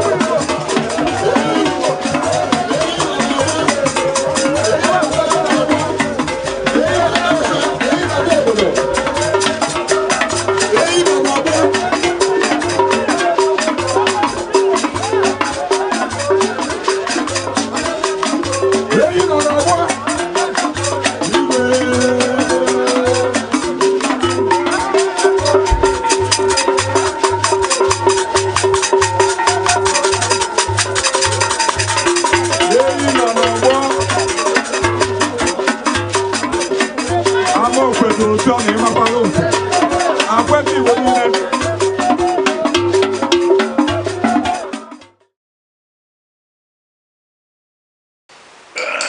ibai ekele mu ojo kwani eje gondo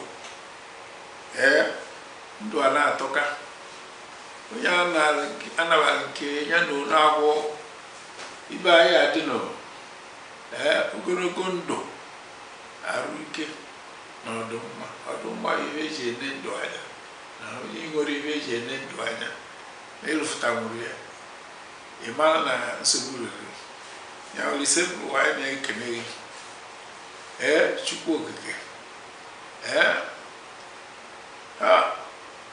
onye ogologo ndụ na ogologo anya na-ahụ udo na ọchịchị anyị na-ekene na-ekene maka tata na-ayọ maka echi maka na ọsọ maka eme echi anya amara na anyị adị ka echi na echi anaghị agwụ agwụgwụ na ihe ya adịrị anyị mma ọ ya dịrị onye ọ na mma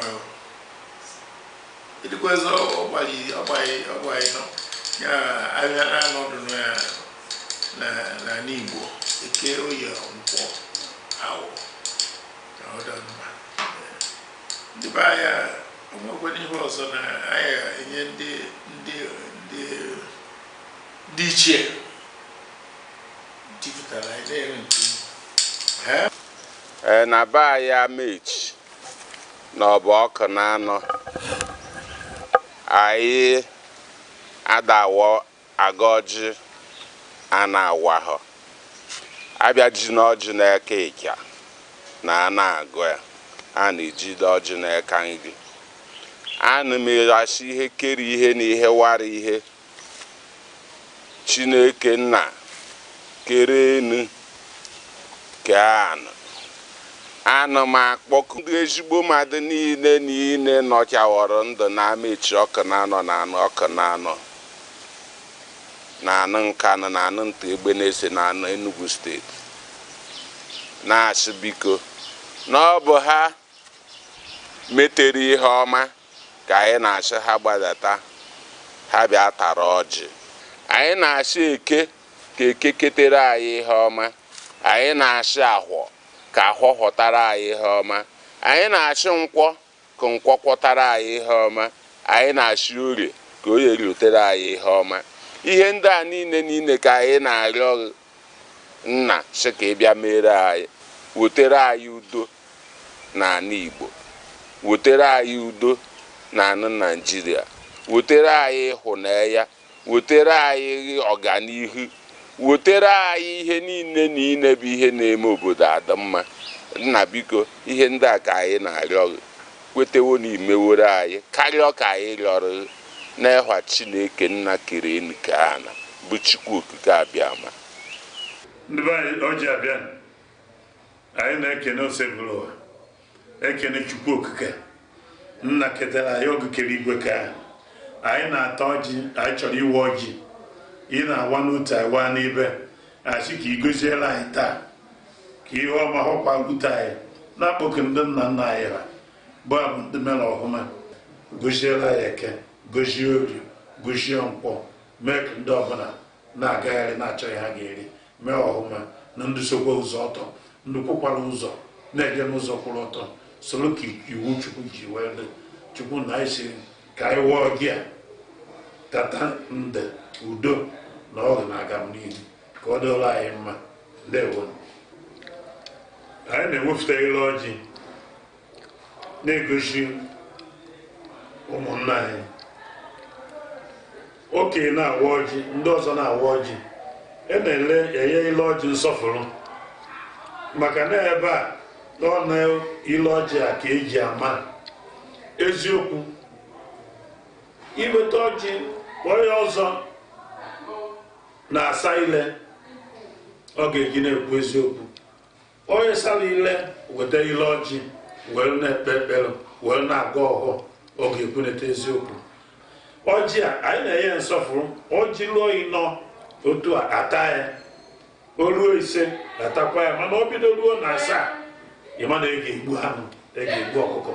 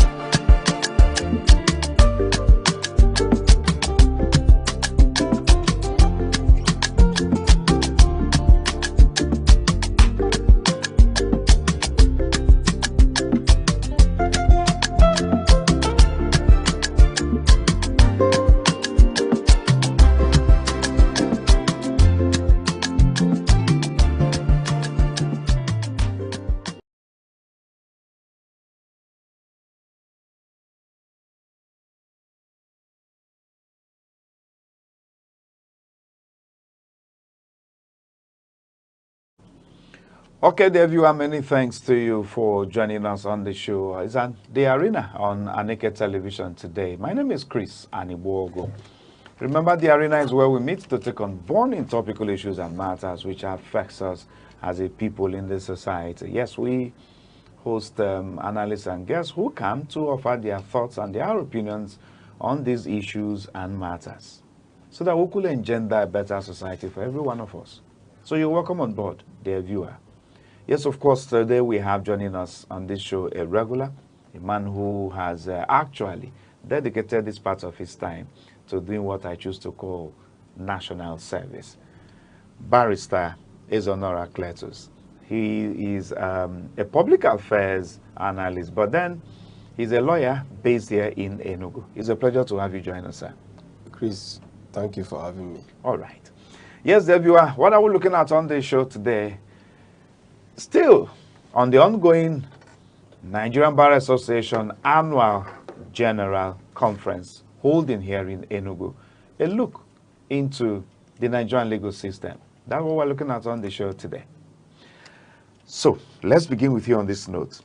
Yes, we understand it's been a week-long activity for you lawyers in Nigeria, here in Enugu State. How has the experience been so far for you, the lawyers? Let's begin on that note first. No, the experience is, is commendable and awesome. It's something that is commendable, and everybody enjoyed it. Yes, and okay. It's a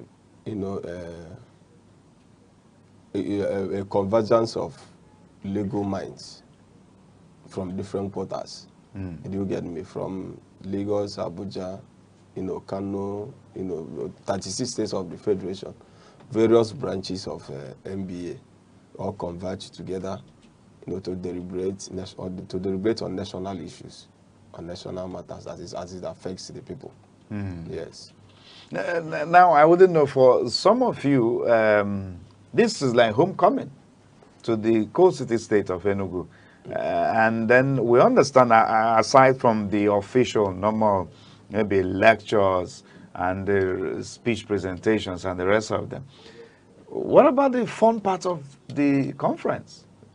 Have people been catching fun here in Enugu? Of course, from what from what is on ground, everybody can attest to what is playing out. All the hotel, the business activities in Enugu, was booming, and all the hotels in Enugu, was filled up. We are filled up with participants. So there is no space, and it boosts the state's economic economic base. Yes, because a lot of money came into the state within this period, 1 week period of the conference. So, and money is a medium of exchange. You buy goods and services and what have you.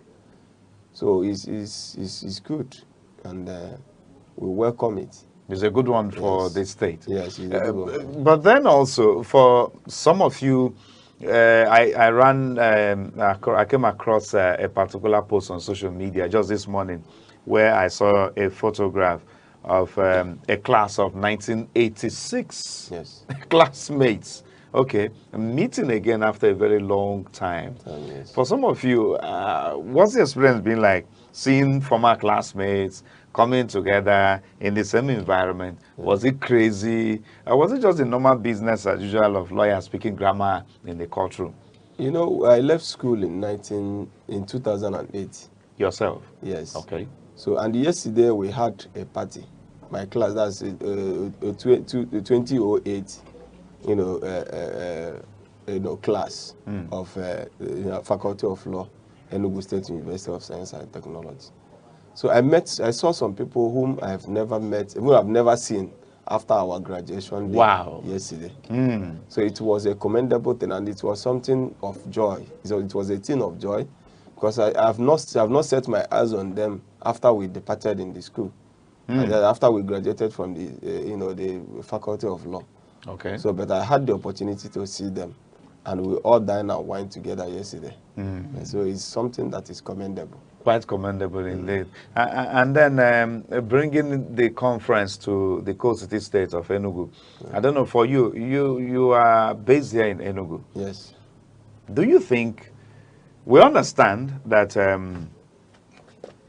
Enugu was not initially proposed to host this annual general conference. Yes. It was supposed to be in Rivers State. Yes. But this is in protest by the NBA. Yes. Against the authorities. Against the proclamation of state of emergency in Rivers State. In Rivers State. Yes. But then again, do you think Enugu has been positioned, has been positioned as one of the leading states in Nigeria? Because considering the period that the decision was taken to divert the venue of the general conference away from Rivers, maybe states like Lagos, Abuja would have been better off. But for the decision to be made that we switch over to Enugu, is that a testament of the fact that the current administration in Enugu has done well for Enugu's environment, so to maybe aesthetics? You talked about hotel business being booming. Yes. For you, what is it like? No, you know why the conference was rescheduled or taken to Enugu was because of what transpired in Rivers State. How the president invoked Section 308 to sack a sitting elected governor from office and suspended the House of Assembly, and it was a protest on the arbitrary use of powers exercised by the president. So the NBA rose to an emergency meeting and decided to take that scheduled conference from Port Harcourt to Enugu. Yes, it was a protest because nobody, a right-thinking person or a lawyer, that will welcome what Mr. President did. In Rivers. Yes, because even the Constitution of Federal Republic of Nigeria does not even give the president the power to suspend a common councillor. Let me use that word, a common councillor, let alone a governor that was elected by the majority of lawful votes that was cast during the election, general election. Alongside members of the legislative yes. and the law is clear. The section is clear on the conditions upon which the president can invoke such powers. Do you get that? So the law said it is only when the Nigeria, it is only when the country is at war or any party thereof. That is the clear wording of the Constitution. But in Rivers State, there was nothing like war or any party thereof. Then, even bombing of oil pipelines, it was orchestrated by political opponents of the governor. From from investigations we did on ground, yes, and from the report we saw. You get that? So now, how could the president imagine suspending a sitting governor without the recourse to the law? And the National Assembly will have the mindset, will have the audacity to sanction the illegality being perpetuated by Mr. President. So the NBA has to give their protest. We have to against take our position. stance. We have to take our stance and call a spade a spade. That was what happened. And because our president, the Barrister Afamo Osigwe, that was elected last year to lead the bar for the next 2 years, he's from the eastern part of it, from Nnewi, so to speak. In Anambra Yes, in Anambra State. So, and as an Igbo man, there is no way he will contemplate taking it elsewhere other than a comfortable place within the Igbo, the southeast, within the Igbo extraction, and Enugu happens to be the choosing place.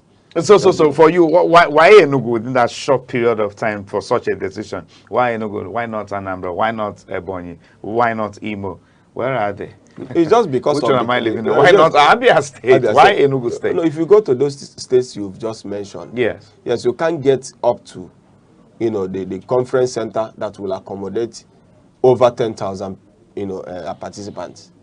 Yes, but this conference center here in Enugu, in Obara Square here, this conference center can accommodate over 50,000 participants. Yes.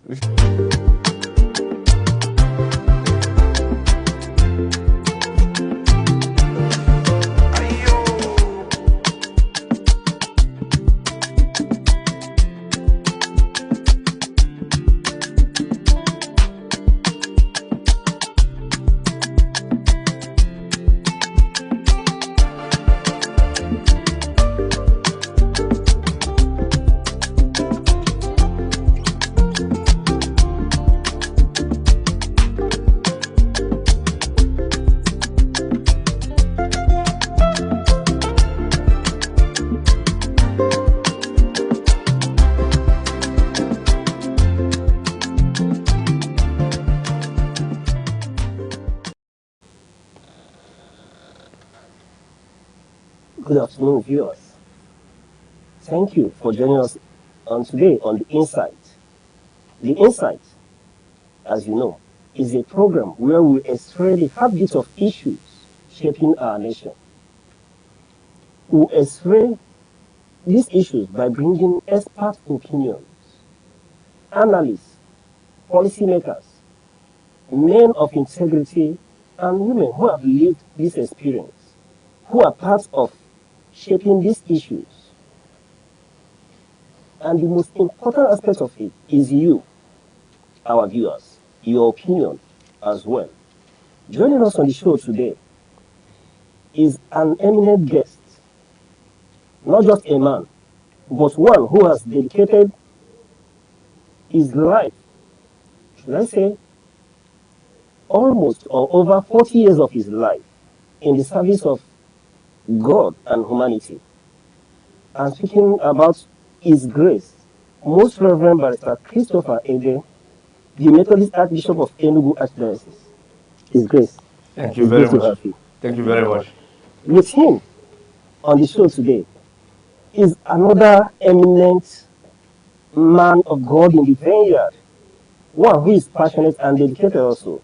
I'm talking about the Right Reverend Dr. C.C. Ekebisi, the Bishop of Okunano, and he is the chairman of the planning committee of the 50th anniversary of the Archdiocese of Enugu. My Lord. Thank you. You're Thank welcome. you. Thank you. It's good to have you on the program. All right. His Grace, let's get right into it. Today, we are honored to have your presence. Thank you. But before I talk to that, I want to talk about hardship. The country, the citizens, everybody is complaining about hardship. The government seems overwhelmed with efforts to improve the situation. His Grace, what role or how do you think the church should intervene in this? Well, first of all, I want to thank you for inviting me to Aneke TV. You are doing a great job. We've been watching you and watching this television, and you've been bringing very important topics for discussions, especially in this program, The Insight. The problem of hardship in Nigeria is one that I will call self-inflicted. I think that the way this country is blessed, we have no reason to be passing through what we are passing through today.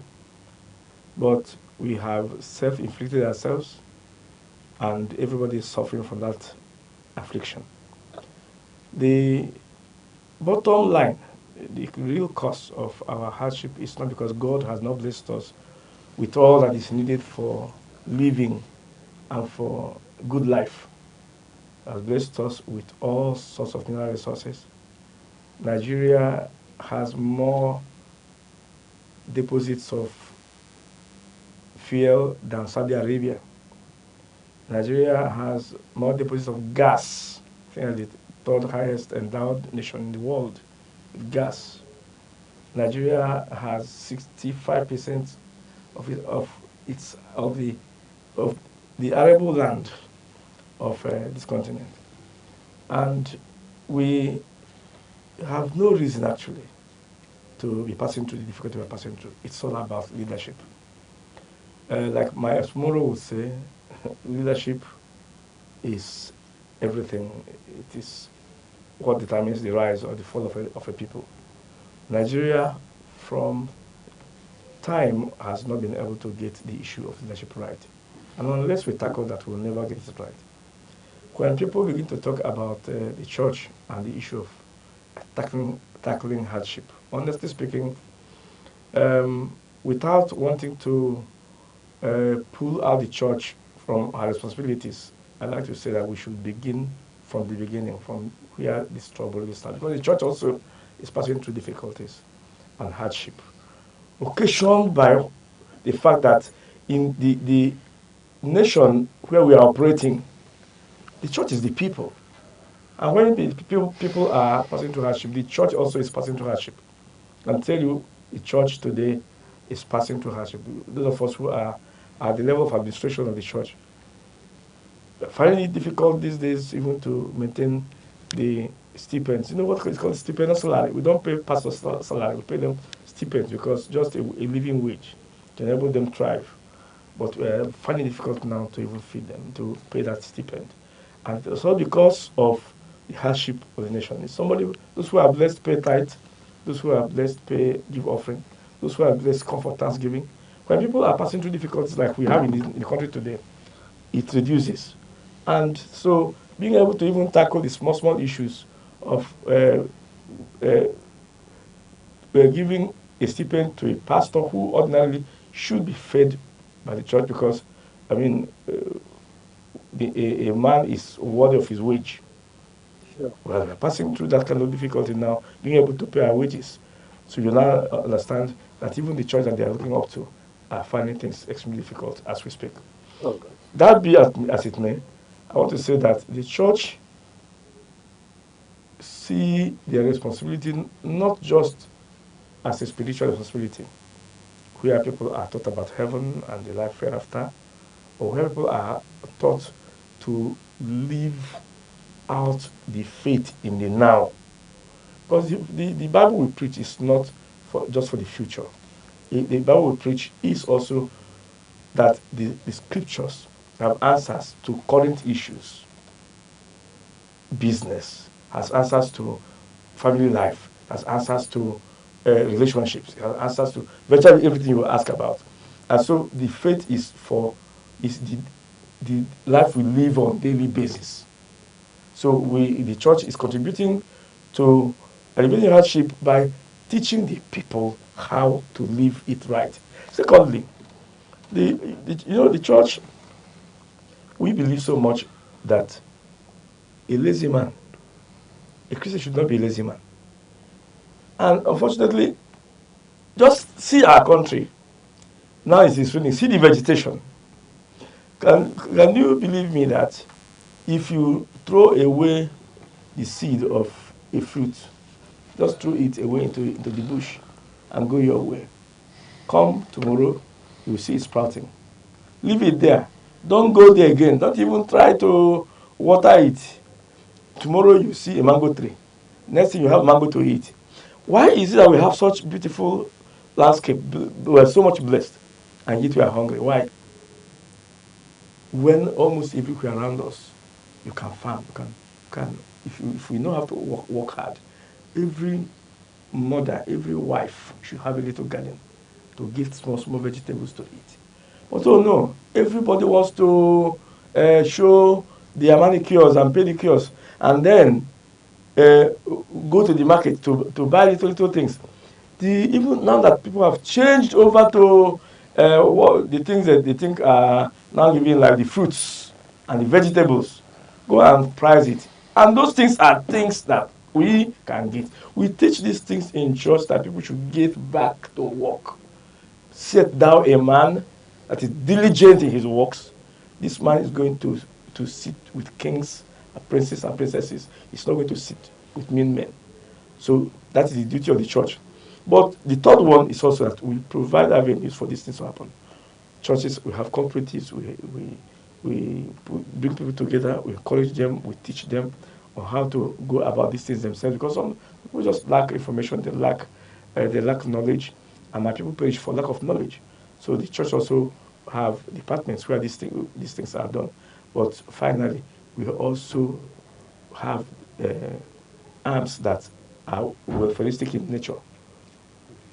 Widows' arms, orphans and vulnerable children. We have arms of the church that handle that area. But I can tell you, it is better to teach people how to fish than to give them fish. Because they are trying to make the church now a place for coming to get the fish. The church is insisting that we must teach them how to fish.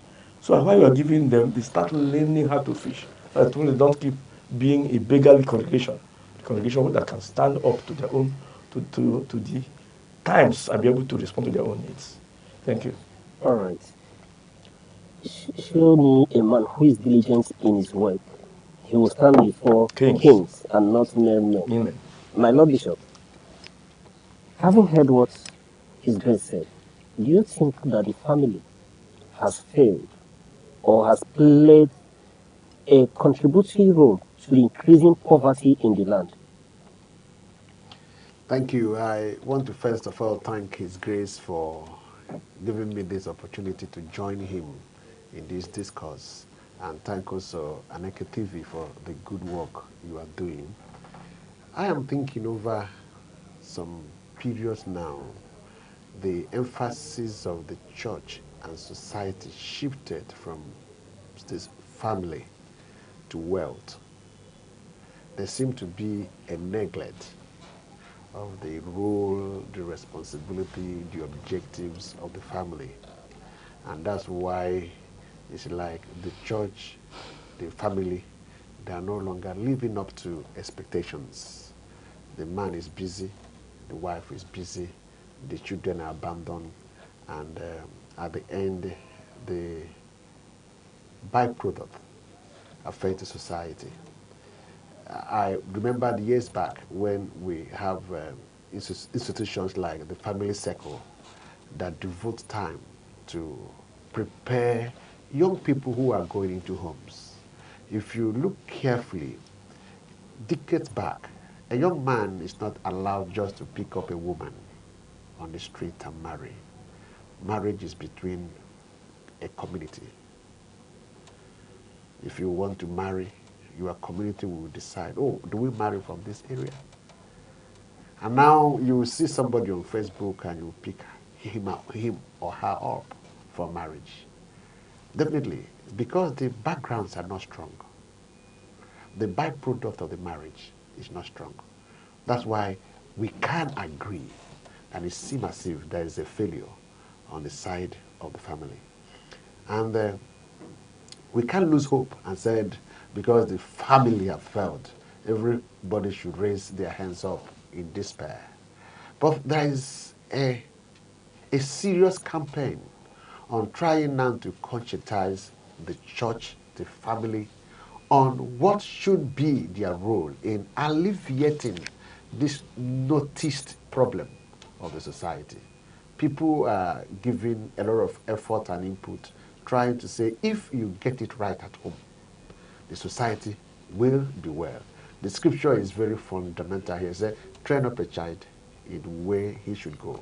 And you are sure, wherever he is or she is, she will maintain the accepted standards of the society. There's a decline because the home front is weak. All right. The home front is weak. Okay. Anyway, I would want to explore further, but for want of time, let me get to the other issues, such as the 50th anniversary. We are aware that His Eminence, the prelate of the Methodist Church Nigeria, His Eminence Dr. Oliver Ali Abba, prelate of Methodist Nigeria, will be visiting. Yes. Can you speak to his visit and the impact? Well, thank you very much. The President of Methodist Church Nigeria, His Eminence Dr. Oliver Ali Abba, will be visiting Enugu. The church, from time to time, our leaders come to see how we are doing and be sure that the bishops, the archbishops, this person is the topmost leader of the church, that the bishops and archbishops are doing well, and he will see, not just hear reports, he will see, he will touch, and be sure of how far the ministers are doing with their work. And this is what he is coming to do. But fortunately, this visit also came at a time when Enugu Archdiocese of Methodist Church in Nigeria is celebrating her 50th year. It is not Methodist Church Nigeria in Enugu, it is Methodist Archdiocese. That when we turned Episcopal, we were created an archdiocese and diocese in 1975. And 75 to today is 50 years. So we're celebrating that anniversary. And it started by July. It is a two-month long celebration. Started July and will be ending by September with the visit of the prelate. The prelate will be arriving here tomorrow evening, really. And the program scheduled for his visit will include visiting of the 5 dioceses that make up the Archdiocese of Enugu. The Diocese of Enugu, the Diocese of Enugu Northeast, the Diocese of Okunano, the Diocese of Abani, and then the Diocese of Kegbe or Aniri. He'll be visiting those dioceses, and he will also have time to visit a few key members of the church on his arrival. But also, as part of our celebration of this anniversary, we have decided to take headlong this nagging issue of Ezenwani, Okite, Ezenwoke, and all these self-acclaimed prophets that are people who are not who call themselves into the ministry, and they are ruining the testimony of the church. For me, these so-called prophets who come to tell you the color of your pants and tell you the color of your trousers, of your singlets, they are people who are enchanters, who just came into the church and then using the scriptures and using the Bible, and they are doing magic, and the people tend to believe them more. And so they are weakening the witness of the church. Because after some time, people begin to discover that all these things they do are not actually the way Christ taught us. And they begin to pull back. All right. Now, so the prelate will lead us in a colloquium at the ICC, International Conference Center, on the 5th, coming Friday, on the 5th of September, by 10 o'clock. We have invited all traditional rulers, all religious leaders, the political class, the governor will be there. We have also invited the other four governors of the Southeast, because they have been doing something like the kind of battle that Soludo is fighting against Okiti and Ezenwoke and Ezenwani. Because of the insecurity they are occasioning in Anambra State. And I can say the insecurity they are occasioning in the entire Southeast. Because this Okiti and Ezenwoke Ezenwani has led into kidnapping, organ harvesting, ritual murder, and so on and so forth. They have weakened even the culture of Ndi Igbo, the tradition of Ndi Igbo. Before, if you kill somebody, if you shed blood, you go on 7 years exile in Alibo. This day shedding blood, you will see on television or on your phone, somebody will just shoot an Igbo and will be speaking Igbo and shoot 3, 4, 5 persons. It never happened in Alibo. And it's all because of the weakening of the ethos of the Igbo man, all because of quest for money. They look for money to merchandise the church. They are failing. They have now gone into Okite and there's one. They've gone into the forest. They've started putting wrap around trees, worshiping what is created than the creator. And then somebody is promising them that if they shoot them, that they will not have guns penetrate them. All these deceptions because of money. And when they are not getting this money, they now tilt over to kidnapping, to other harvesting, because they want money to feed that fancy. So we'll be dealing with this issue on Friday at the ICC. Everyone is invited. The civil society is invited. You, the media, you are invited to come and cover because we're going to have very many people to lead the discussion.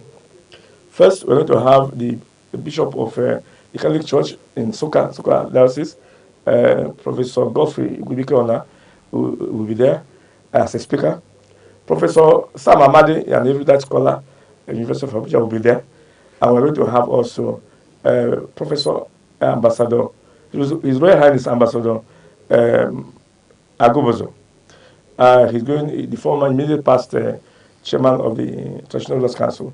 He'll be also delivering a paper. After that, there's going to be a roundtable with all the politicians and the governors, where they're going to give their testimonies.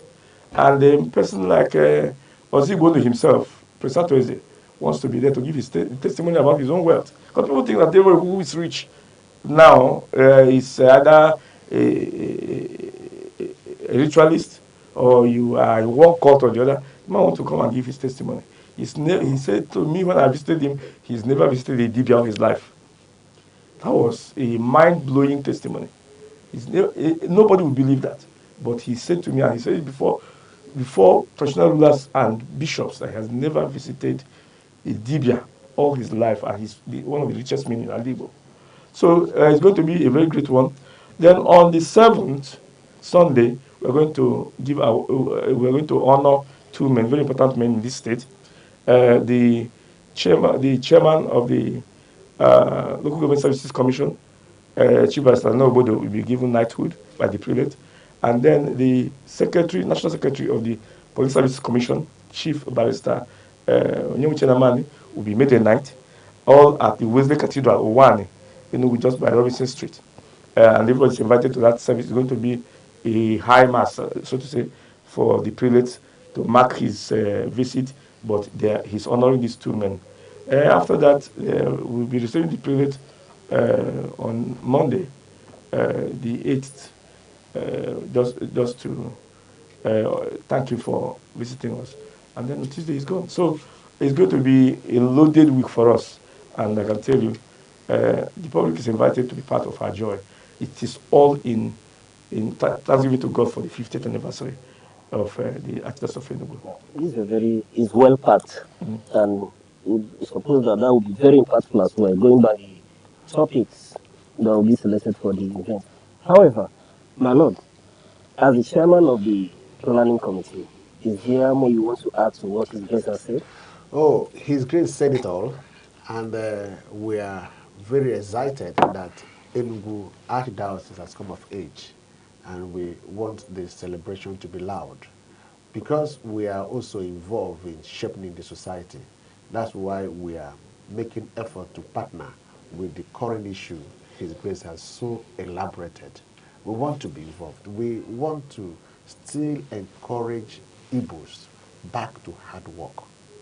All right. We want to ensure that people earn honest living. All right. And the whole objective of both traditional religion and Christian faith is righteousness. All right. And if every action, whatever we call it as a resurgence, is not geared towards moral uprightness, it's not a return to our background. The Igbo traditional society was known for its honesty, hard work, uprightness, and hard work. Any practice that is not taking us back to this ethos is a failure. We want to conscientize the Igbos and said, what we call return is a deviation. Can we look at exactly what the Igbo man believed in? And our tenants and the Christian tenants agrees. Because the scripture said, if you don't work, don't eat. Yes. Okay. My lord, now that you've spoken about it, I was wanting to ask a question, but you've spoken eloquently about the impact and the need to move away from this renaissance we call return to traditionalism.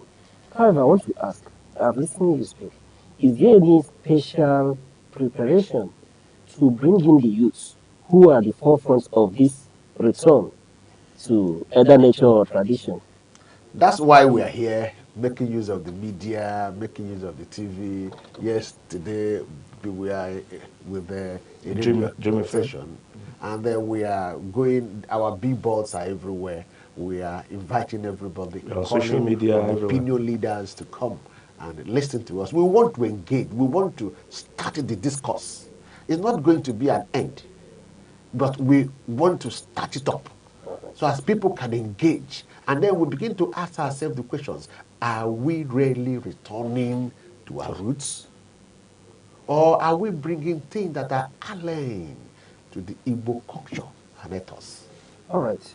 I will throw this open. His Grace. We're talking about this issue. It's a menace in our society, really. Everyone will agree to that.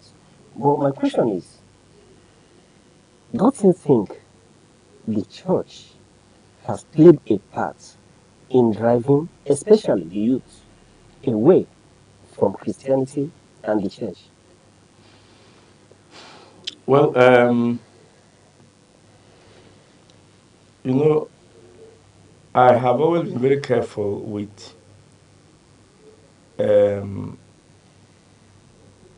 defining current religious moves as the church. I told you there are some people who are not called into ministry and they are hungry, they have nothing to do. Some of them are even proponents of raising workers in wine. But because they cannot do it in the bush, because the church has succeeded in letting people know that that thing they do in the bush is not right. They now brought their tool of trade into town. They have churches built, houses built. They hire warehouses. They put big microphones. That is why you are able to find scores of human beings buried in a place they call church. Those things are not church, for goodness sake. These are people who are also these evil men who now think that since people will not look for them in the forest, they can now come out, hide behind the veil curtain, and come out and do all sorts of things. So when we talk about the church as being part of it, then we want to say who is actually is the real church. The unfortunate thing is that church is not regulated, and people are kicking against regulating the church. Muslims are also kicking against being regulated. People don't want religion to be regulated. They want freedom of religion, and that is the constitution. But the truth is that people have misused, abused that situation, and evil men are now coming and answering church and watering down the real faith. Honest, it's Grace. Please hold on that thought. Yes. Thank you, viewers, for staying with us. We'll go on a short break, and when we return, we will continue on this issue.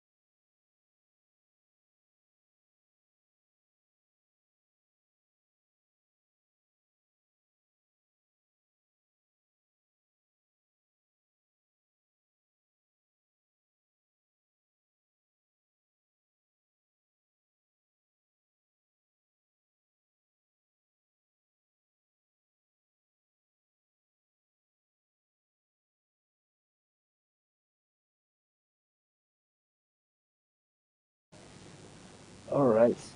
You are still watching The Insight, the program where we bring you and analyze, x-ray the habits of politics, issues that shaped our nation. And today, we are speaking with His Grace, Most Reverend Barrister Christopher Ede, the Methodist Archbishop of Enugu Archdiocese. And with him also on set is the Right Reverend Dr. C.C. Ekebisi, Bishop of Okunano, and Chairman of the 50th Anniversary Planning Committee of the Archdiocese of Enugu. His Grace. Yes. It's been wonderful speaking to you. Thank you very much. Now we are talking about issues that I know our viewers will be most interested in. We'll be mentioning Ezenwan, Ezenwoke as well. Please, can you throw a little light so that there are people who do understand or who do not are not able to understand the Igbo terminology Ezenwan or Ezenwoke? Thank you. You know, to be honest with you, the issues of Ezenwoke Ezenwanye is the matter of the moment because it is the craze now going on. In fact, if you are following the trend, there's a lot of battle now going on between the government and this Ezenwoke Ezenwanye in Anambra State. Here in Enugu State, the House of Assembly has held a plenary to discuss this matter and to find solution to it. Almost everywhere now, you see our young people going back to fetishism, and they call it going back to our roots. Now, it was good to listen to the plenary when they came to Enugu House of Assembly. Some DBS came, DBS that were rude herbalists, herbal doctors. They were trying to make a difference between them and Ezenwoke. That the DBS, those who call themselves, they were speaking against Ezenwoke and said that is not the culture, Igbo culture. Even the Igbo traditional religion abhors what they are doing. But you see, this, because it is the quickest way to make money. You see, somebody will say he built a 5-star hotel from being Ezenwoke. Imagine that. And somebody will say she built a 5-star salon because she says in wine. And they paint themselves, carry long cruisers, staff, because cruiser belongs to the bishops, long staff, and then with sounds, make noise, frighten the people, and reap them of their money. So this concept of Ezenwoke and Ezenwanye actually is everybody. There's somebody who does not know it. Thank God for social media. Social media has popularized it. In fact, it is driving our youths away from the church. They call the church a scam. They call Jesus a scam. A scam is what brought light to this country. It is the advent of the church that brought education. Advent of the church that brought true health. Advent of the church that brought light to this nation. And these boys are calling it a scam. They're calling Jesus, their creator, scam. And because they have sold their consciences to the devil, see the way they are perishing. They are dying untimely. They are dissuading hard-working young people from working hard and trusting their God to go back into fetish life and begin to use human parts. Imagine where organ harvesting has become a trade in our country. It's terrible. Your Grace, now that you're speaking against this issue, what is the church doing? Because one, or some may argue, that it is the failure of government to provide the needful, the basics, that is increasing the rate of suffering and poverty in the land, thereby driving our young people into this practice. I agree with you. I agree with you. It's a shame that you will see politicians, they will make money, they move it to UK, they will move it to Switzerland, they move it to America. They move all our wealth outside of this nation. They can't possibly establish ordinary factories that can engage it. Look, nobody who is gainfully employed will want to go into the forest for kidnapping. No. they know that it's a very tricky business that could end their lives. These things are poverty driven. That's why you talk about hardship. When at the beginning of this program, I agree with you. It is a failure of government to provide a playing ground, a good playing ground for our young people to thrive. We have one of the most intelligent young people in the whole world. Nigerians outside this country are the best doctors, they're the best engineers, they're the best lawyers. Nigeria is a blessed nation. But because poverty, like we said, the government didn't give us a platform to survive. These young people are now using their brain negatively. This says it's a negative use of internet because they tell you that you agree.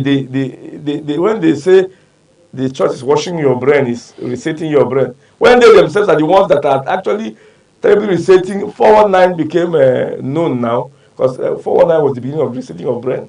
Now they have not gone to using and wine, and they are really resetting the brain because they now promise you that this alloy that you are seeing here will, if you evoke it 7 times, money will come. Especially if you kill a virgin and hide a virgin in your house, and you call this house, will make the virgin give you money, vomit money for you. I imagine that, and somebody believes it. And these people, the problem with the Bible says those that worship worship the devil look like the devil himself. You see somebody who is promising you money, look at him. He's still in the 21st century wearing an anama. He's bare-bodied.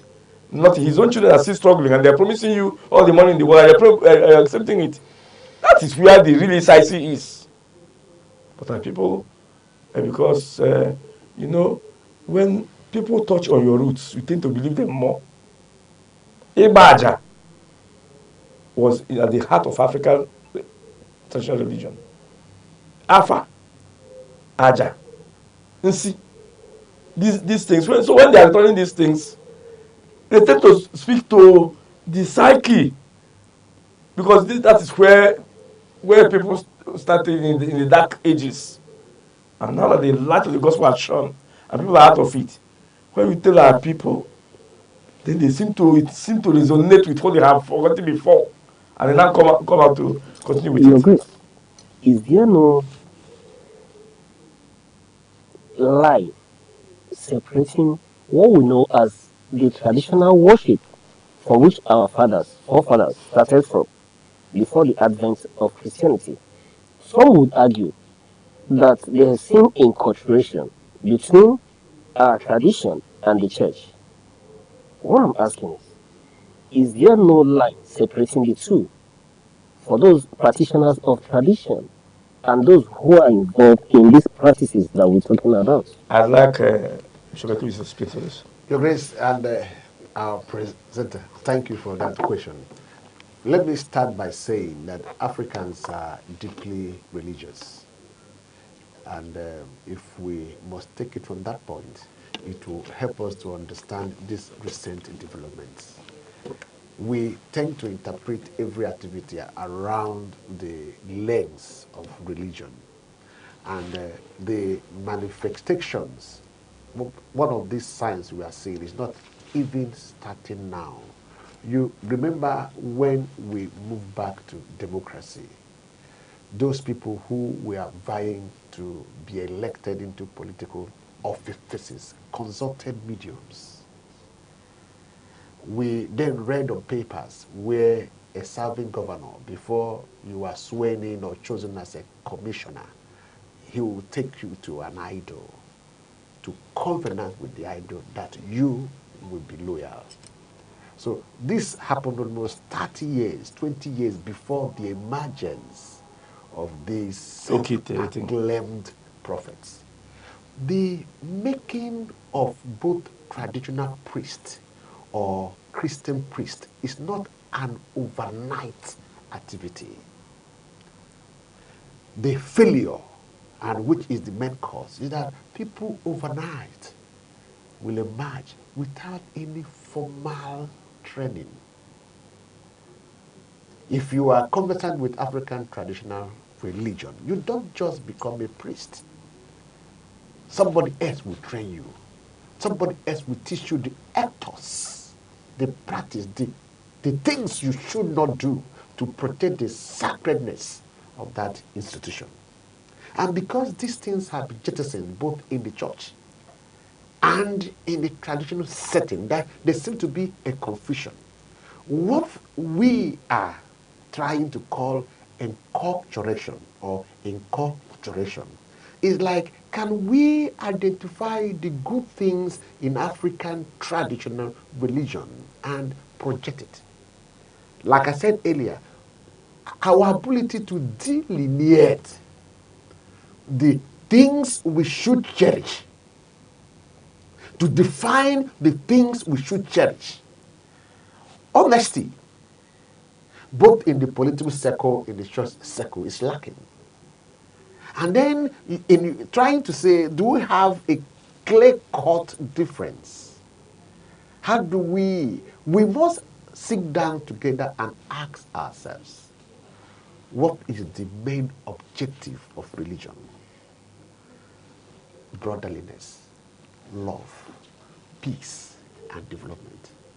Then, if I am in the business of stealing from you, bringing you together in the church and tell you things that is not going to help you succeed, and at the end you give me your money, have I succeeded? If I bring you to a shrine and make you commit your wealth to me and tell you lies, if you go outside of these shores, many of our Igbo brothers are locked up in cells because maybe a pastor has given them a holy oil to drink, and if you travel with anything on you, they will find you. Or maybe an whatever you call them have given you a substance. And these things are failing.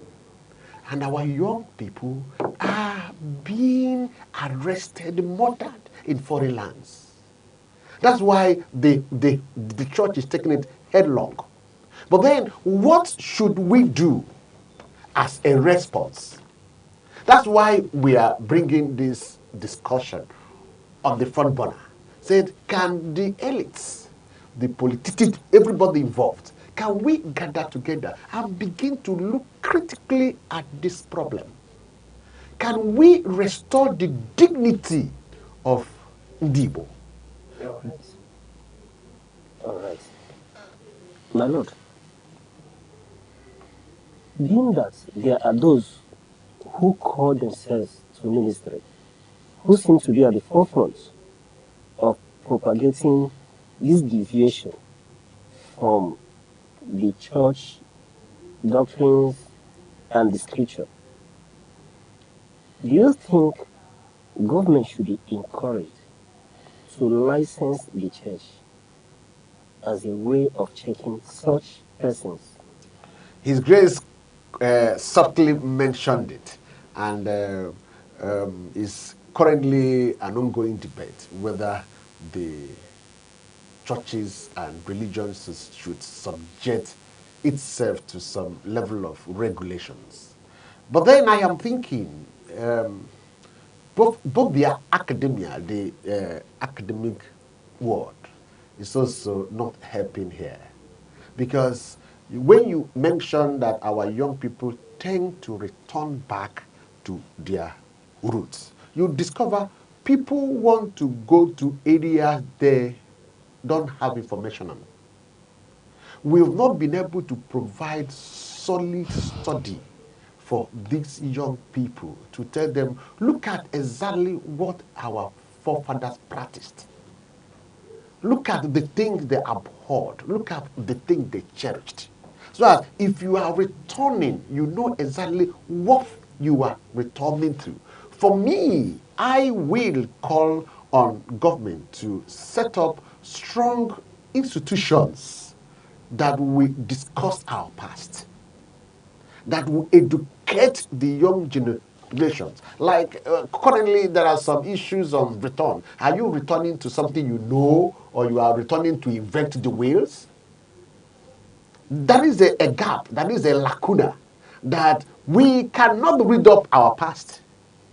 So for me, instead of talking about more on the government regulating, I will talk about more on education and providing available data. All right. From all the exchange, it's obvious that the colloquium, this anniversary well packed. My lord, let me give you time to speak to this anniversary and the colloquium. I will also shift it back to my boss because when the father is in the house, it's grace. Yes. Thank you. I want to thank you so much for the opportunity to use this medium to invite our friends, our well-wishers to be part of our celebration. We are very grateful to God that in spite of all the troubles that we have faced as a diocese, a large diocese, God led us these 50 years. And within the course of these 50 years, like every institution that are led by human beings, there have been hiccups here and there. But God was with us, and God is with us, and has brought us this far. That is why we're celebrating. And we invite everybody. We were all over Enugu on a road show. We have done our media chat, international press conference, which is everywhere. And we have laid the dioceses in not competitions this time, but in some kind of performances, religious performances like our young people, young preachers award. We have young preachers award for teenagers that we want to teach to be vocal in preaching the gospel. We've also done some recitation among, and then our women did their own programs. Now, what we are doing now this coming week is, this week beginning from tomorrow, is like the summation of everything we are doing. And we're inviting everybody to be there. The colloquium I have said is at the ICC. Thank God for the leadership of Peter Mba that gave us that place. It's beautiful. I was there yesterday, and believe me, I was also there. I was the one who prayed to commission the bus terminals, and I can tell you, this is a disruptive leadership. We want to thank the governor for that. He will personally be present at the colloquium with other politicians, because this is the matter of the moment. And we're inviting everyone who is hearing me, whether you are an Okite or anyone, come there. If you are a pastor or a bishop, come there. If you're a traditional ruler, come there. For a politician, because he has mentioned how politicians spearheaded this problem of going to consult mediums and going to swear to mediums before they take office. Come there. Let us all reason together as a people and save Ali Igbo.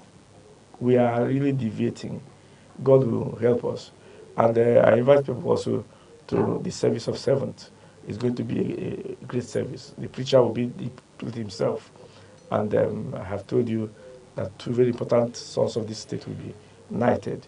So we invite also Aneke TV and everyone to come, for all things are ready. All right. Thank you. All right.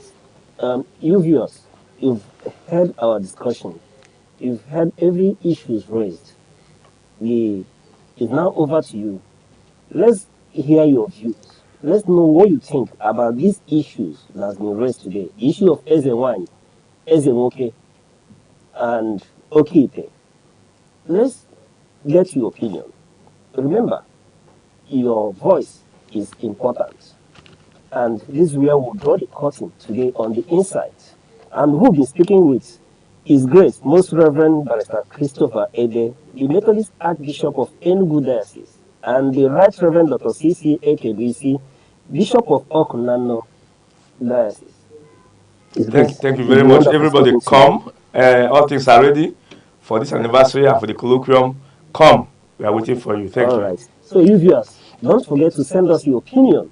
What you feel or the issues you think we should discuss next on our handle at Aneke TV on Facebook, Instagram, YouTube, TikTok, and our phone numbers as well.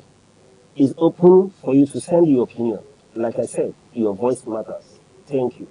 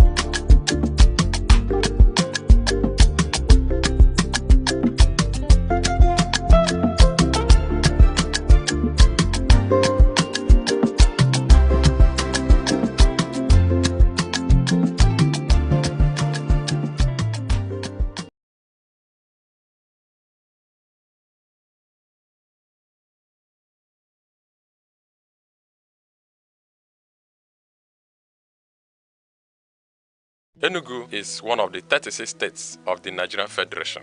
It is located on a hilltop in the southern part of the country. It has a rich history and robust cultural heritage that boosts its uniqueness. Igbo is widely spoken in Enugu State. Enugu is popularly called the coastal state because of its large deposit of coal and other mineral resources. Enugu has 17 local government area councils. The history of Enugu dates back to the early 20th century when the British discovered coal in the Ude Hill in 1909, which led to the development of Enugu City in 1912 as a thriving mining town. Enugu empowered the Nigeria railway system and electric plants greatly during the colonial era. On the 27th of August 1991, Enugu was carved out from Anambra to become a state. As the home of the Igbo people, Enugu's culture reflected in its music, arts, and tradition, location, and geography. Enugu is situated in the southern part of Nigeria, sharing borders with Benue State at the north, Ebonyi State at the east, Abia State and Imo State at the south, and Anambra and Kogi State at the west, covering approximately 7,161 square kilometers. Enugu is characterized by undulating hills, forests, rivers, and fertile soil,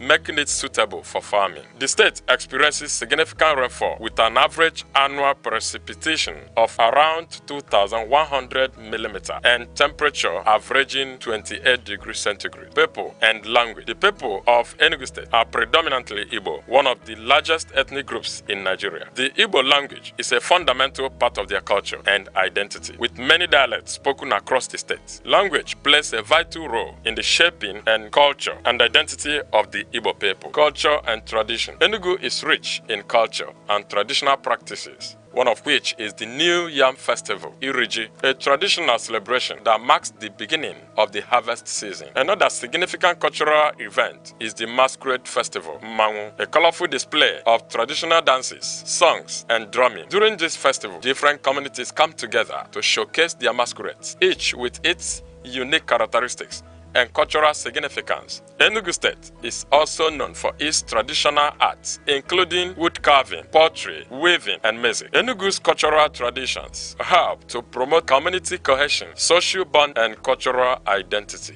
Efforts are being made to document and promote this tradition, ensuring their continuation for future generations. Economy. In the past, Enugu's economy was largely driven by coal mining. During the colonial era, Enugu was one of the Nigeria's major industrial and economic centers. Today, Enugu's economy has become more diversified with some key sectors which includes agriculture, trades and markets, education and government, tourist centers. Enugu State is an important part of Nigeria, known for its cultural richness, peaceful environment, rich history, and tourist attractions. From its coal mining history to its current role as an educational and cultural hub, Enugu continues to grow and contribute greatly to the